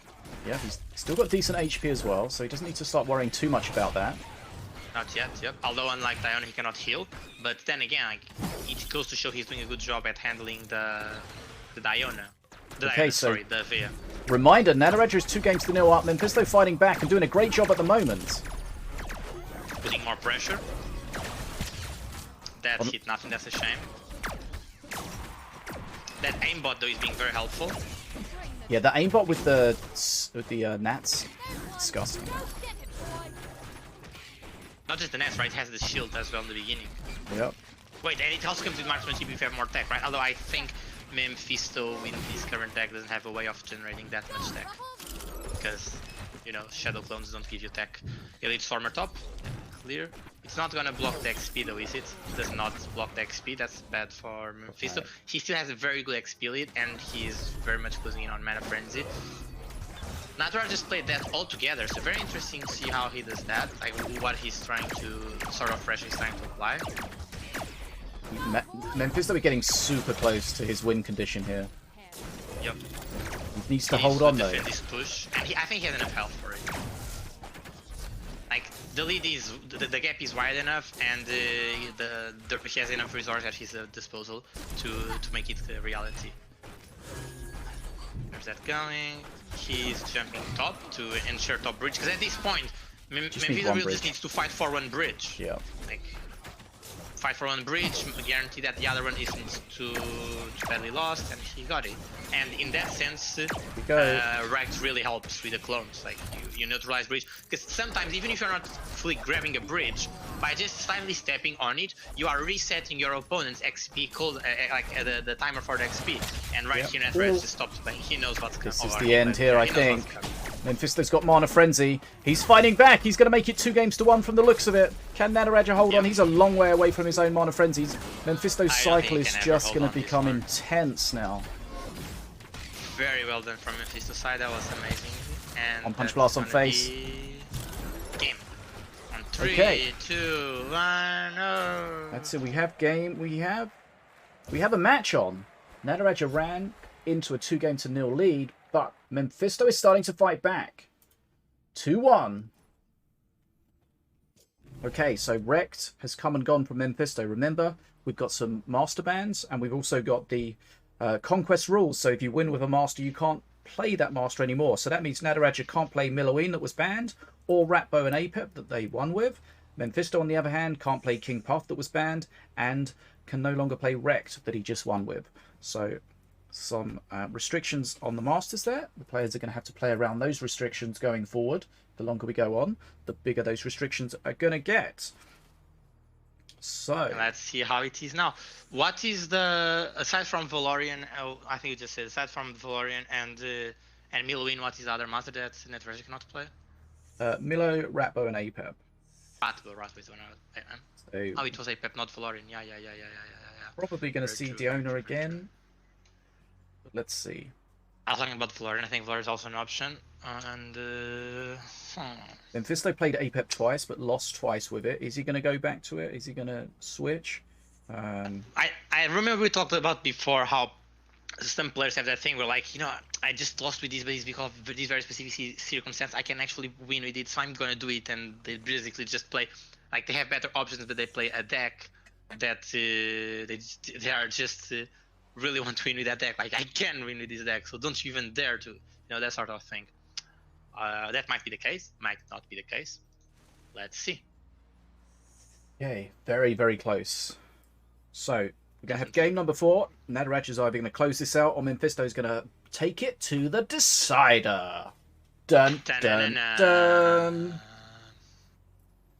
We didn't do the same tense. No. That's fine. That's fine. Completely messed it up More intensity. on the same level.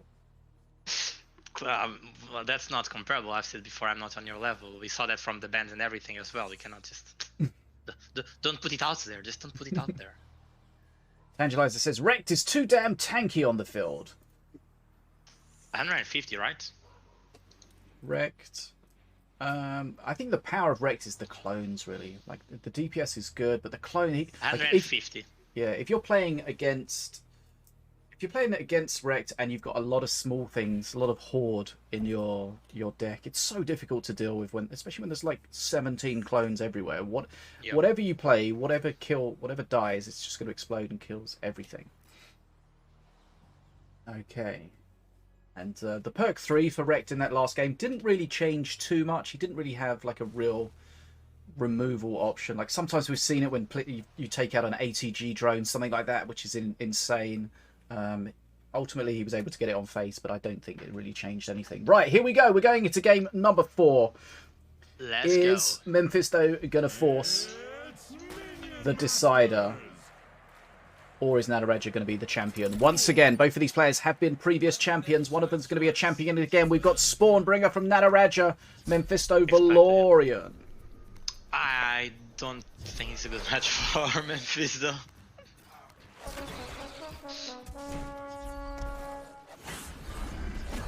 This shield, the square buff was actually very helpful.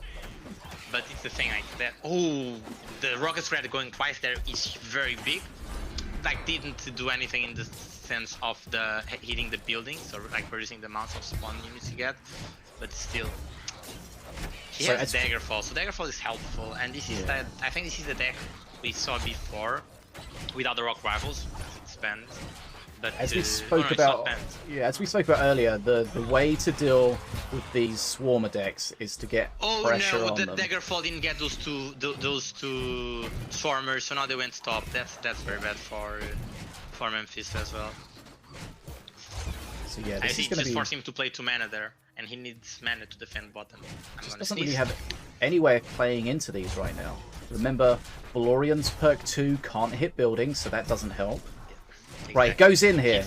He commits at the top. That's a lot of mana, but if he can shut down the spawner, that's going to be great. It's worth it. Yes, I like that. Very nice. Okay, that's very good. Nataraja will be aware of that next time, though. He'll be thinking, how can I try to stop that? Does Nataraja have wall? Not seeing it at the moment. Does have call to arms, though, so if he saves up a little bit, he can get that warrior there to support it. True, and he also has the Blastmancer to help. Yeah, but here you can see, with that spawner taken down, all the tempo is out of Nataraja's deck. Yeah. I think that's the biggest disadvantage of Stormbringer. The moment you have tempo, you are going to be highly punished to get that tempo back. They were almost even on XP. Memfisto managed to shut down Nataraja's tempo. Nataraja is back on not having tempo and losing bridges, and the XP is now a gap of 20 and counting. Whirly Scrat's not going to have a good job here. Yeah. He just used 6. Oh, there's the wall. So he does have wall, but he used the 6 mana on the building, then 4 mana on the whirly, and then just 2 mana on the wall. So he literally used a lot of mana. Yeah. Well, Nataraja in huge trouble here. Okay. I guess this goes to show how there is weaknesses to the Stormbringer deck, although, and you can see, as I mentioned before, Searing Lights doesn't hit buildings, so Memfisto is literally accomplishing this without any specific counter. Like, he doesn't have the spells to shut down the building. Wow. Okay. Bam, pressure. 2-2. I think the turning point was there when we had the spawner totem at the top, and then Memfisto immediately spawned the Razor Squadron. Razors. And that required confidence, being brave, and decisiveness. Like, 1 second hesitation was enough for your opponent to generate enough mana to just play something to block it. The moment they block it, they get the bridge, they get something, it starts going again. Yeah. They start getting rid of the tempo. Had no time or no mana to react to it. I think he probably had time to react to it, but he didn't have any mana to react to it. You know, had he known that there was a Razor Squadron, then he probably would have waited to have enough mana, as I said, to do the call to arms, wait until he's got the wall, something like that. But yeah, that was interesting, because it looked like Memfisto, and you said at the start, this doesn't look good for Memfisto. He didn't seem to have many tools to push into it, but he did have some options, and he utilized those perfectly. And as we I saw, think that's something we saw Memfisto do a lot, both in this tournament and in previous tournaments as well. If he has tools he can use, he's going to utilize them. Like he has the creativity and the experience and the knowledge to maximize his options. So that is good. yeah, like those decks, you want to shut down the spawners. You want to try and win early. The longer that game goes on, the worse it is for you. Yeah, the more you're just going to struggle. Especially.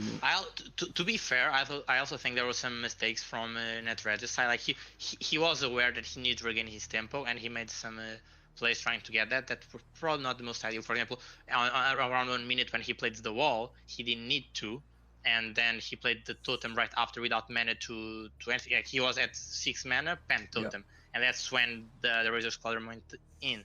So I think, not considering there's a chance of your opponent playing something right into your building, into your spawner, it's something very, very heavy that you can really capitalize on, and that's exactly what Memfisto did.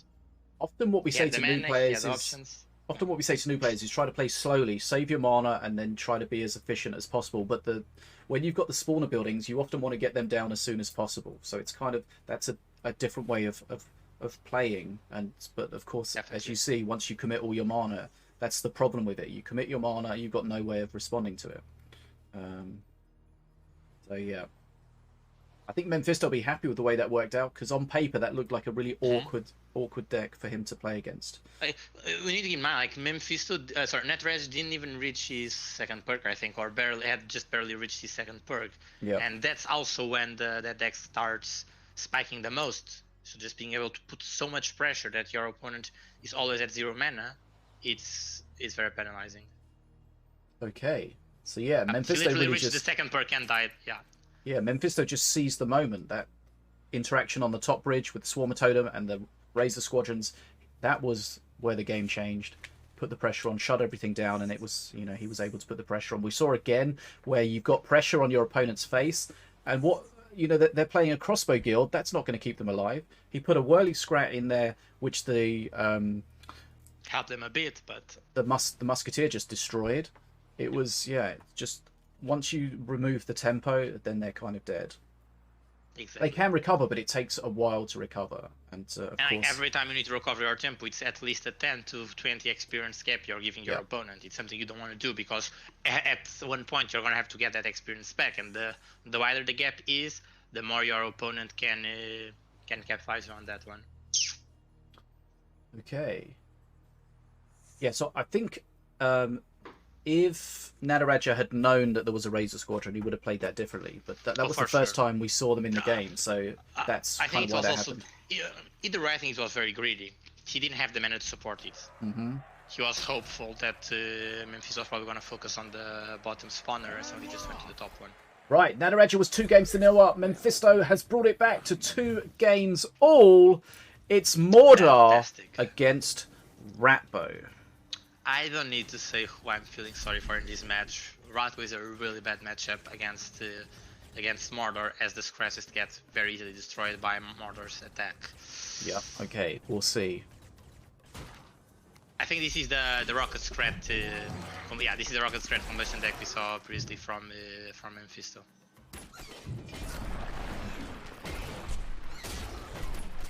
That statue's going to get pretty taken out by the Prowler. Prowler might get an extra jump in. Yes, it does. But statue's going to get a hit or two off against the Golem. So let's get another one. Oh, only one hit. Okay.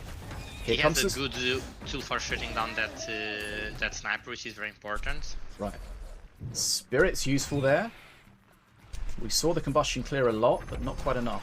Right. Mordor, you'd expect to be behind in these early stages. Not going to have much bridge control. Exactly, which is exactly the opposite of Ratbo. I expect Rat to be ahead in the early stage with all the extra units that he's going to be summoning. Styx is so annoying against Memfisto as well. I guess half, but it's the thing. Like now, Styx just didn't kill the Jolo. Is that good or bad? Because honestly, I think it's good for Nataraja. Because now the Styx stayed back more. Holds it back. The Tombstone just charged more. Right, we spoke earlier about all the little ones you're gonna spawn are gonna die. We spoke earlier about the Crystal Construct giving you the extra mana when it dies, and then reses and gives you the extra mana again. I don't think Memfisto was expecting the Crystal Construct to die like that. Does he have any way, Memfisto, of taking out the sniper backline? That's when it can get really frustrating. He only has the Forfetter flyby, so he can only take out the bounty sniper, not the other one, not the Stixie. And we see how this sniper mortar is just destroying him now. If it goes to late game, we know Mordar's going to be really good at helping soak that damage, or soak the kill all those scrats. And of course, if there's no good removal for the snipers, you can just bank up some snipers. Spirit, where's the Spirit going? On the whirling scrat, only option. Okay. Can he afford to do that Frostfire flyby? He just did. I guess he was waiting for that moment. That was very smart. Okay, it's not going to kill the Stixie. It will slow it though. Doesn't really. Okay. That's a nice. Oh no! Yep, the other thing from. Oh my god! Oof. That's fine. Chill. If Mortar had done like one more thing, that would not have gone off, and he really needed that to go off because he could not afford to spend extra dealing with the Prowler. Stixie on top, is about to shoot. I would expect. Shoot. Oh my god! Also, he doesn't have any. Oh wait, I guess he's going to Frostfeather face or the sniper and then back. No, he doesn't need to. I guess. Since they changed the he's perk. Just giving so much. Since they changed Mordar's perk 2 and perk 3, you don't get the second Tombstone until perk 3. This is the part of the match where Mordar struggles the most. Again, I think he just chose the wrong target for that. Is he maybe underestimating the power of that? This is like sex on a campsite. It's fucking intense! Let's see how it goes. He doesn't have anything. Oh, is he gonna do the combustion on the rock scrat? No. But it was a good way of shutting down that one. That's gonna be fantastic, Deca. Nice. That was so good. Okay. Intense, now, right? You were saying. Yes. Okay, that's not going to spawn. Flyby doesn't kill the Prowler, but Flyby and basically anything else does. Flyby does 132 damage. You need to do 133 to stop the Prowler spawning, I think. Okay, what's he gonna do?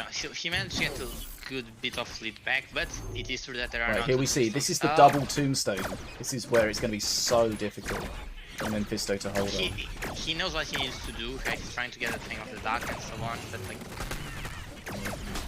there was something. But like, you see, he just got 2 tanks back.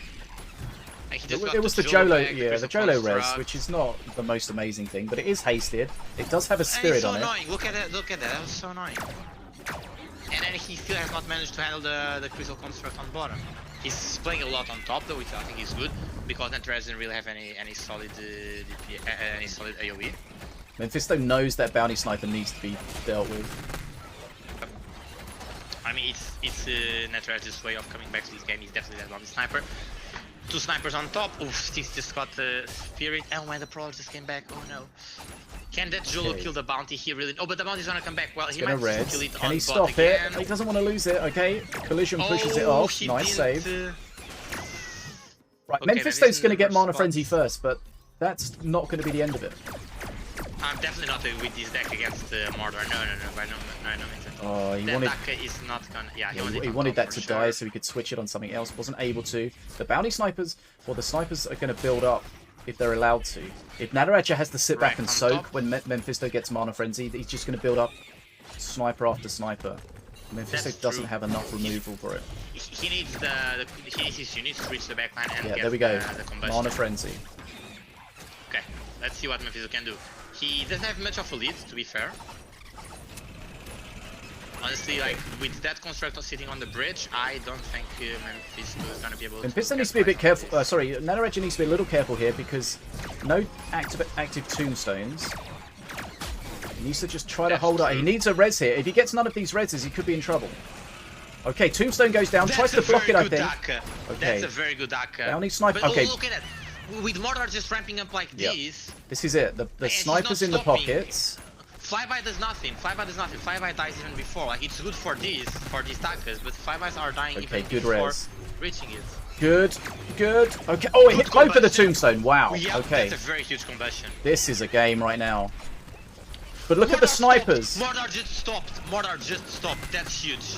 Okay, one sniper goes down. Where he wanted though. Yeah. And he does need to handle that. But if he played 2 rock rifles, he might be able to do it. I played enough Mordar sniper to know how Mordar can and the snipers can hold you in against an absolute onslaught.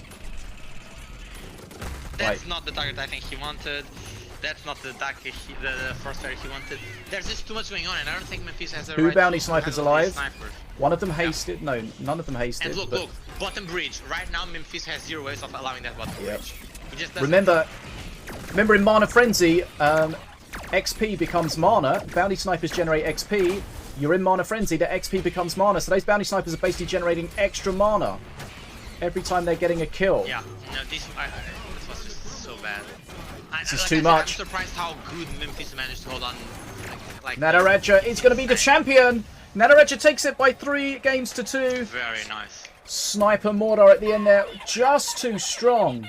And yeah, we kind of saw it coming. We knew in the late game the Mordor soak with the snipers in the pockets, especially if you don't have the stun or something to guaranteedly remove the snipers. I think they've had a very good chance of handling this, but only with the flyby. That's, as we saw, you play the sniper at the pockets. Flyby takes a long time to get there. If Mordor is ramping up, flyby just doesn't get there. Wow. Okay, Nataraja is the champion. Memfisto fought back valiantly, getting 2 games to all, but Nataraja there showing that Mordor is not to be discounted in the solo meta. Can be very strong. If you haven't got the removal for the snipers, it can be a real pain. Even with the removal, they keep coming back with those tombstones. And if there's a master that you can rely on to help you out in Mana Frenzy, and if you've got snipers, then Mordor is definitely the one that can, you can have some incredible holds against huge waves of attack. As long as you survive it, once you've built up enough snipers, then you can just push out, especially the bounty sniper. Bounty sniper doing bounty sniper things. Wow. It's sick. That is Mordor Sniper 101. Lovely. Okay, very well played to both players. That was a great final. Looked like it was going to be a very good match. It looked like it was going to be a quick one. Nataraja 2 games to 0 up. Memfisto fighting back, getting wins with Rekt and Valorian, very surprisingly against a Spawnbringer. But Mordor in the end, doing Mordor things. Very well played. Wow. That was a great way to finish today's event. We've had some good games, but wow, the final was probably the best of the lot. And very well played to both of them. Games, everyone. That was amazing. Whew. Okay. Let's take a moment.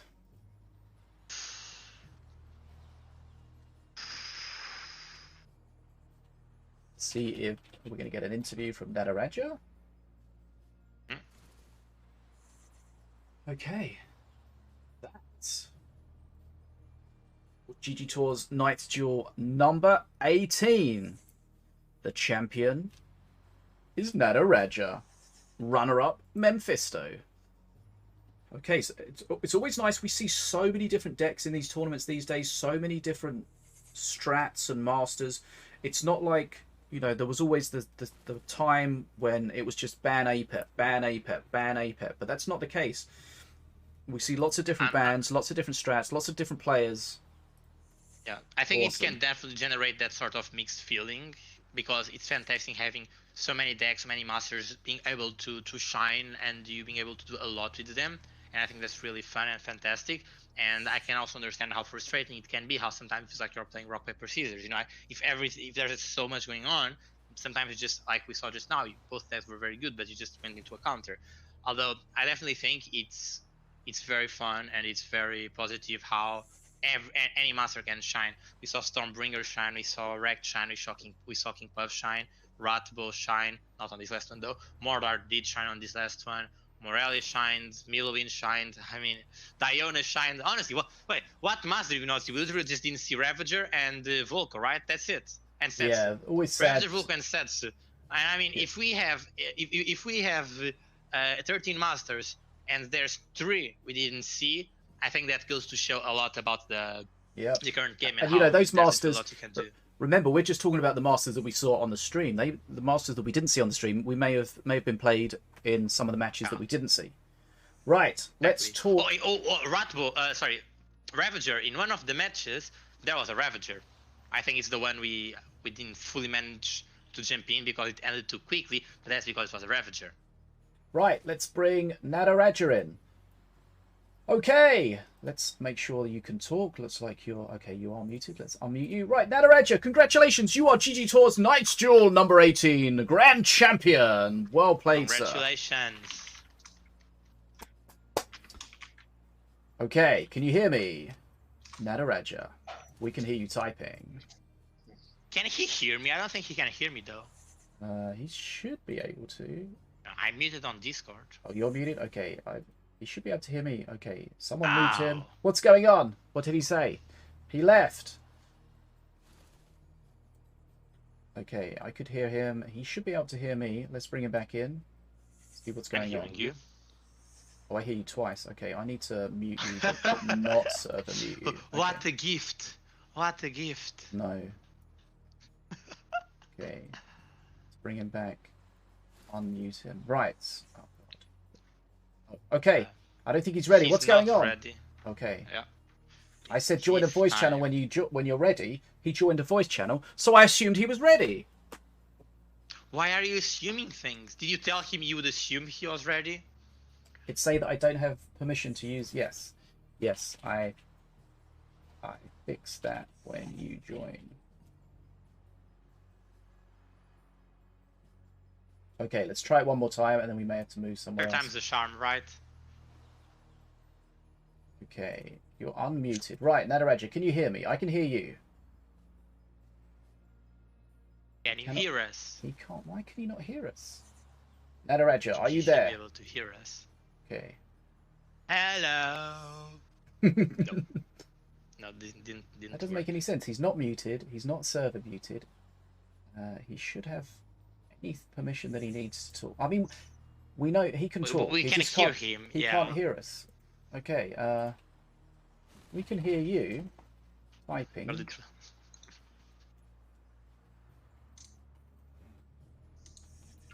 He can't hear us? Question mark. Okay. Right. Sorry for this, guys. We'll get to the bottom of it. I mean, I can hear him. I can hear, like he says, he's not typing, but I can hear him typing. Hello? Oh, Yes. hello! There we are. Can you hear us? We heard your hello. Okay, let's move here. What? Okay, hold on. We'll fix this. Okay, I'm certain you have full control of the situation. okay. Can you hear me now? On the other hand, I'm just slightly lost. Slightly. Okay, he can't hear me, so there's something wrong with his settings. Ah, okay. Can you hear me? It works. Yeah, I have a configuration problem. Okay, hold on. Let me move back for the other stream and check it. Okay, can you hear us now? Yes. Okay, Nice. good stuff. Right, okay, let's start again. Congratulations, Nataraja. You are GGtoor's Night's Duel number 18, Grand Champion. Congratulations. There we go. Okay, very well played. How are you feeling after that? Yeah, I'm very happy, especially as I didn't win very much. And, well, yeah. So you haven't had a chance to play too much this season then?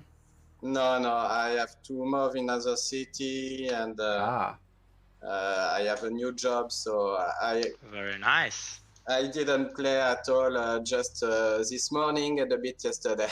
Wow. Okay. Well, the grand final there, it looked like you were easing into it. You got those first two games, and then Memfisto came back 2-0. Were you, sorry, 2 games all? Were you starting to worry at that point, or were you still confident that you could bring it home? Well, this time I was able to take just one game at a time and didn't worry about the previous one, so I was not really confident, but not afraid either. I'm just playing. Very nice. So in game number 4, when you played Stormbringer and the Spawners, Memfisto played Valorian against you. We thought that it was going to be a very difficult match for Memfisto because it didn't look like he had the tools to deal with it, but ultimately he did. Were you surprised how that match worked out? Yeah, I was thinking too that it was going to be a win for me, but and I didn't make, I think, a big mistake with my first building. It's a critic point usually, But the shield was very powerful against building. I didn't expect it, so it was yeah. Okay. It happens. It was well played from Memfisto. Yes, very well played. There was a point at the top when you played the spawner totem, and he instantly played his Razor Squadron, and you didn't have any mana to react to it. And He really, got me there. that changed the whole game. So that was really well played by him. But overall, you were able to win, of course. Now, what would you say was your hardest match? Was it the grand final, or do you feel like a harder match was earlier in the tournament for you? The match I was most afraid of, it was against Nerzl, that won against me the previous GGtoor. Yeah. But this time I know what I wanted to ban against him, so it really helped me to win this match, and I'm pretty happy to have my revenge.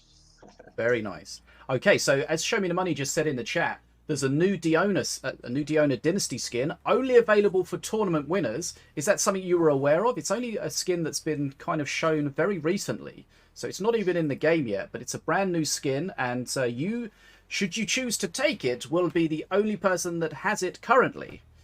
Yep. Have you seen it? Is this news to you? I see it. I saw it, but I'm really not that interested by skin. But it's cool to have a skin that no one else has, right? Yeah, that's true. It does not have your name, but this does not have anyone else's name or it's anyone else's possession, so... Yeah, I really don't care by this kind of thing. But it's nice to have. Of course, the other thing, you're probably already qualified, but we've got the big tournament in December where the winner gets their name on a skin in the game. Is that something that you're also not bothered about, or is that more interesting to you? What? It's nice to have that.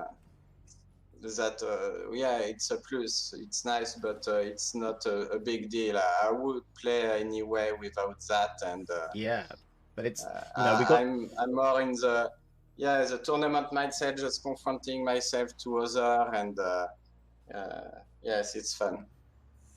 Good. Okay. Well, we look forward to seeing you in the future events, including that big invitational only event. Remember, the top 8 get invites into that from this event, the previous events, and probably the next event as well. So that'll be a fun invite only tournament in December. Is there anything that you would like to say, Nataraja? How are you feeling about the game? Have you had a chance to play any of the new Mayhems? I know that's completely different to tournament play, but that's something you probably, if you haven't had much time to play, you probably haven't had a chance to play them yet. No, I didn't play it. I look at it after the patch, but the thing is with the change of forward, and there aren't Webuty win anymore. The change, they are not Ruby. So correct, yeah. I'm not that interested to play it anymore. I just play it for the Ruby, to be honest. I played it to 6 win, and I stopped there. So okay. I see. And if you had to say which of your decks that you played today was your strongest deck, I know it depends what you play against, but which deck would you say is your strongest or your favorite deck? I think the favorite deck is the Murder one, because I like how after a while all the waves comes, and you just overpowered your opponent, like in that third game. It's really fun for me. As the strongest deck, I don't know. There is a lot of strong option right now. The Avea is really strong, Azali too, even if I couldn't really play it this tournament. Squat with Zeppelin are strong too. Yeah, there is a lot of strong decks, so I can't pick one. So with that last game, Mordor with the snipers against Ratbo, we quite early identified that it was going to be very tough for Memfisto to close the game out, because of course Mordor is going to be great against all of Memfisto's small units, Memfisto didn't really have enough removal to keep on top of the snipers. So we identified that it was going to be very difficult for Memfisto in the late game. Is that something you would be aware of as the match is going on? Even though you're quite far behind on XP, you know you're going to be strong in the late game. Yeah, of course. The murder deck is always weak at the beginning. It's a thing you have to accept when playing it. You will have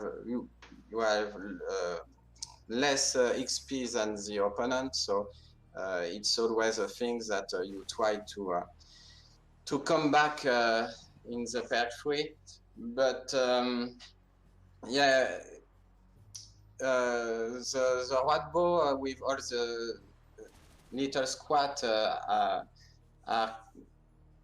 murder killed them very fast, but on the other side, the big unit like Rock Rival or Crystal Construct have a hard time to against a lot of small squads, so I think it's not that big of an advantage, except for the bounty snipers. There is a lot of target, of course. Yeah. So the Crystal Construct was an interesting choice because, of course, you get that mana back when it dies, and then if it reses, you get the mana back again when it dies the second time. Is that something that plays into your mind when you choose that card to go in the deck? Yeah, absolutely. It's well, actually, just this morning I just took my mana deck and tried to recreate it to something I like better, and I just all the card and I said, well, why I never play Crystal Construct with it before? It just seems so logical. It's a really, really good idea. Okay, well, thanks for coming on and talking to us. I don't know if you've got anything else you want to say, but very, very huge congratulations for winning again. And very, very well played. Yeah, very, very good games. It was a pleasure to watch it. Yeah, pleasure to watch it and a pleasure to talk to you. And of course, we'll look forward to seeing you again soon in the next one. For sure. Thank you. Okay. And I want to thank also Sinobii and all the organizers, because it's really fun to have this tournament each month, and I'm glad they do all the work to offer us all of this. Yeah, and of course, thanks to you for taking part. You know, the more people that take part, the more chance are that these events will continue on and on. Because obviously the sponsors do put a lot of money in. You've won some prize money today. The top 8 people I think have all won some money, so that's always great. But yeah, congratulations once again, Nataraja, and we'll see you in the next one. Have a good night. You too. Take care. Bye now. Okay. Well, that was great to hear from Nataraja. Very, very well played.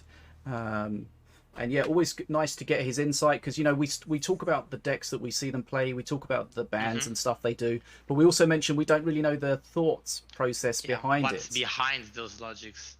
So it's really good to see them to give us that.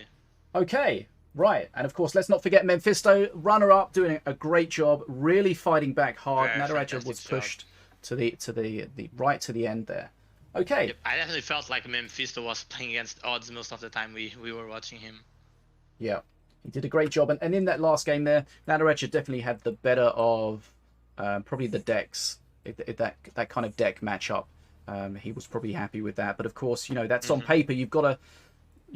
It's a final time. It's a final time. You've got to put what you've got on paper into process, into action. You've got to not make any mistakes under the pressure of the grand final. But these players have been here at this stage many times, and that's the sort of experience that they've got. But also the experience that a lot of the newer players are working towards. You know, we mentioned these tournaments are available for everyone. It's a great way to learn. It's a great way to make friends. It's a great way to support the event by being in it. And of course, there's guaranteed prizes sometimes, including this one. So a lot of people would have got at least a dwarf pack, hopefully upgraded to big dwarf packs, and of course all other things as well. And there was a skin. You know, some people don't give a shit about the skins. Apparently. But it's cool to have a skin, especially if no one else has got one. Very cool. Yeah, 100% agreed there. Unless you're Nataraja. He might change his mind once he gets it. We'll see. Definitely. Okay, so I mean, as we said, very fun, fantastic games. I don't think there's much else to say, as most of us most has already been said. Definitely pleasure to be here watching these and commentating, giving my inputs. was really fun. Yep. And if you missed any of it, or you want to revisit it, or whatever, steal some decks. Remember, this will go up on YouTube probably tomorrow. Still some decks, the most likely thing people are gonna do after seeing this tournament. Yes. So check that out. And yeah, that'll be up on my YouTube. Make sure you give it a follow so you get a notification. Subscribe, whatever it is. You get a notification when it goes live. It'll be a long video, of course, but I'll put timestamps in it to each of the matches. So if you don't want to watch the whole thing, you can just jump through to find whichever players you're particularly looking for. So appreciate that. We'll do a giveaway. We need to close out the prediction. So 53% of the channel points were on Nataraja, 47% on Memfisto. Most people going for Nataraja, 6 out of the 9 people that got involved. So let's choose the outcome. Nataraja is the final. Some people are going to get some stuff. Other people won't. Some people are going to lose some stuff. Enjoy the stuff. Right, let's do the giveaway, and then we'll find out who we're going to raid. And we shall get out of here and carry on with our evening. Right. The winner is Ex Mortis Yeet. Okay, congratulations, Ex Mortis Yeet. We'll hook you up with a big dwarf pack. Now, anything that we want to remind you about, we've mentioned it a few times. Don't forget about the BetaDwarf Month of Fun, which is going on at the moment. Dfogo, have you tried Forced or Forced Showdown, BetaDwarf's earlier games? I've not had the opportunity, no. Okay, hopefully you do. Might be due to being too hooked up on the third game they released, but those are all details. Yes, it's fun though, because they're all built in the same environment, in the same universe. You see a lot of familiar faces, a lot of a familiar art style, so that's always fun to see. That's actually very interesting. And it's a completely different type of game. Now, they were giving out free keys to Forced. I think they ran out of it. I'm not exactly sure if they're refilling it or not, but make sure you go to the page, follow it. As soon as I find out, I will let you know. But make sure that you don't miss out next time, because I think in about 6 days it's going to be Forced Showdown that's going to be free. So make sure you jump in and get that. That's again, that's BetaDwarf's second game. Again, a completely different type of game, but still built within the same universe. So I'm excited to try that out. All right. And of course, after that, we've got Project FRE, BetaDwarf's currently in development game. Right. Who are we going to raid? Let's find out.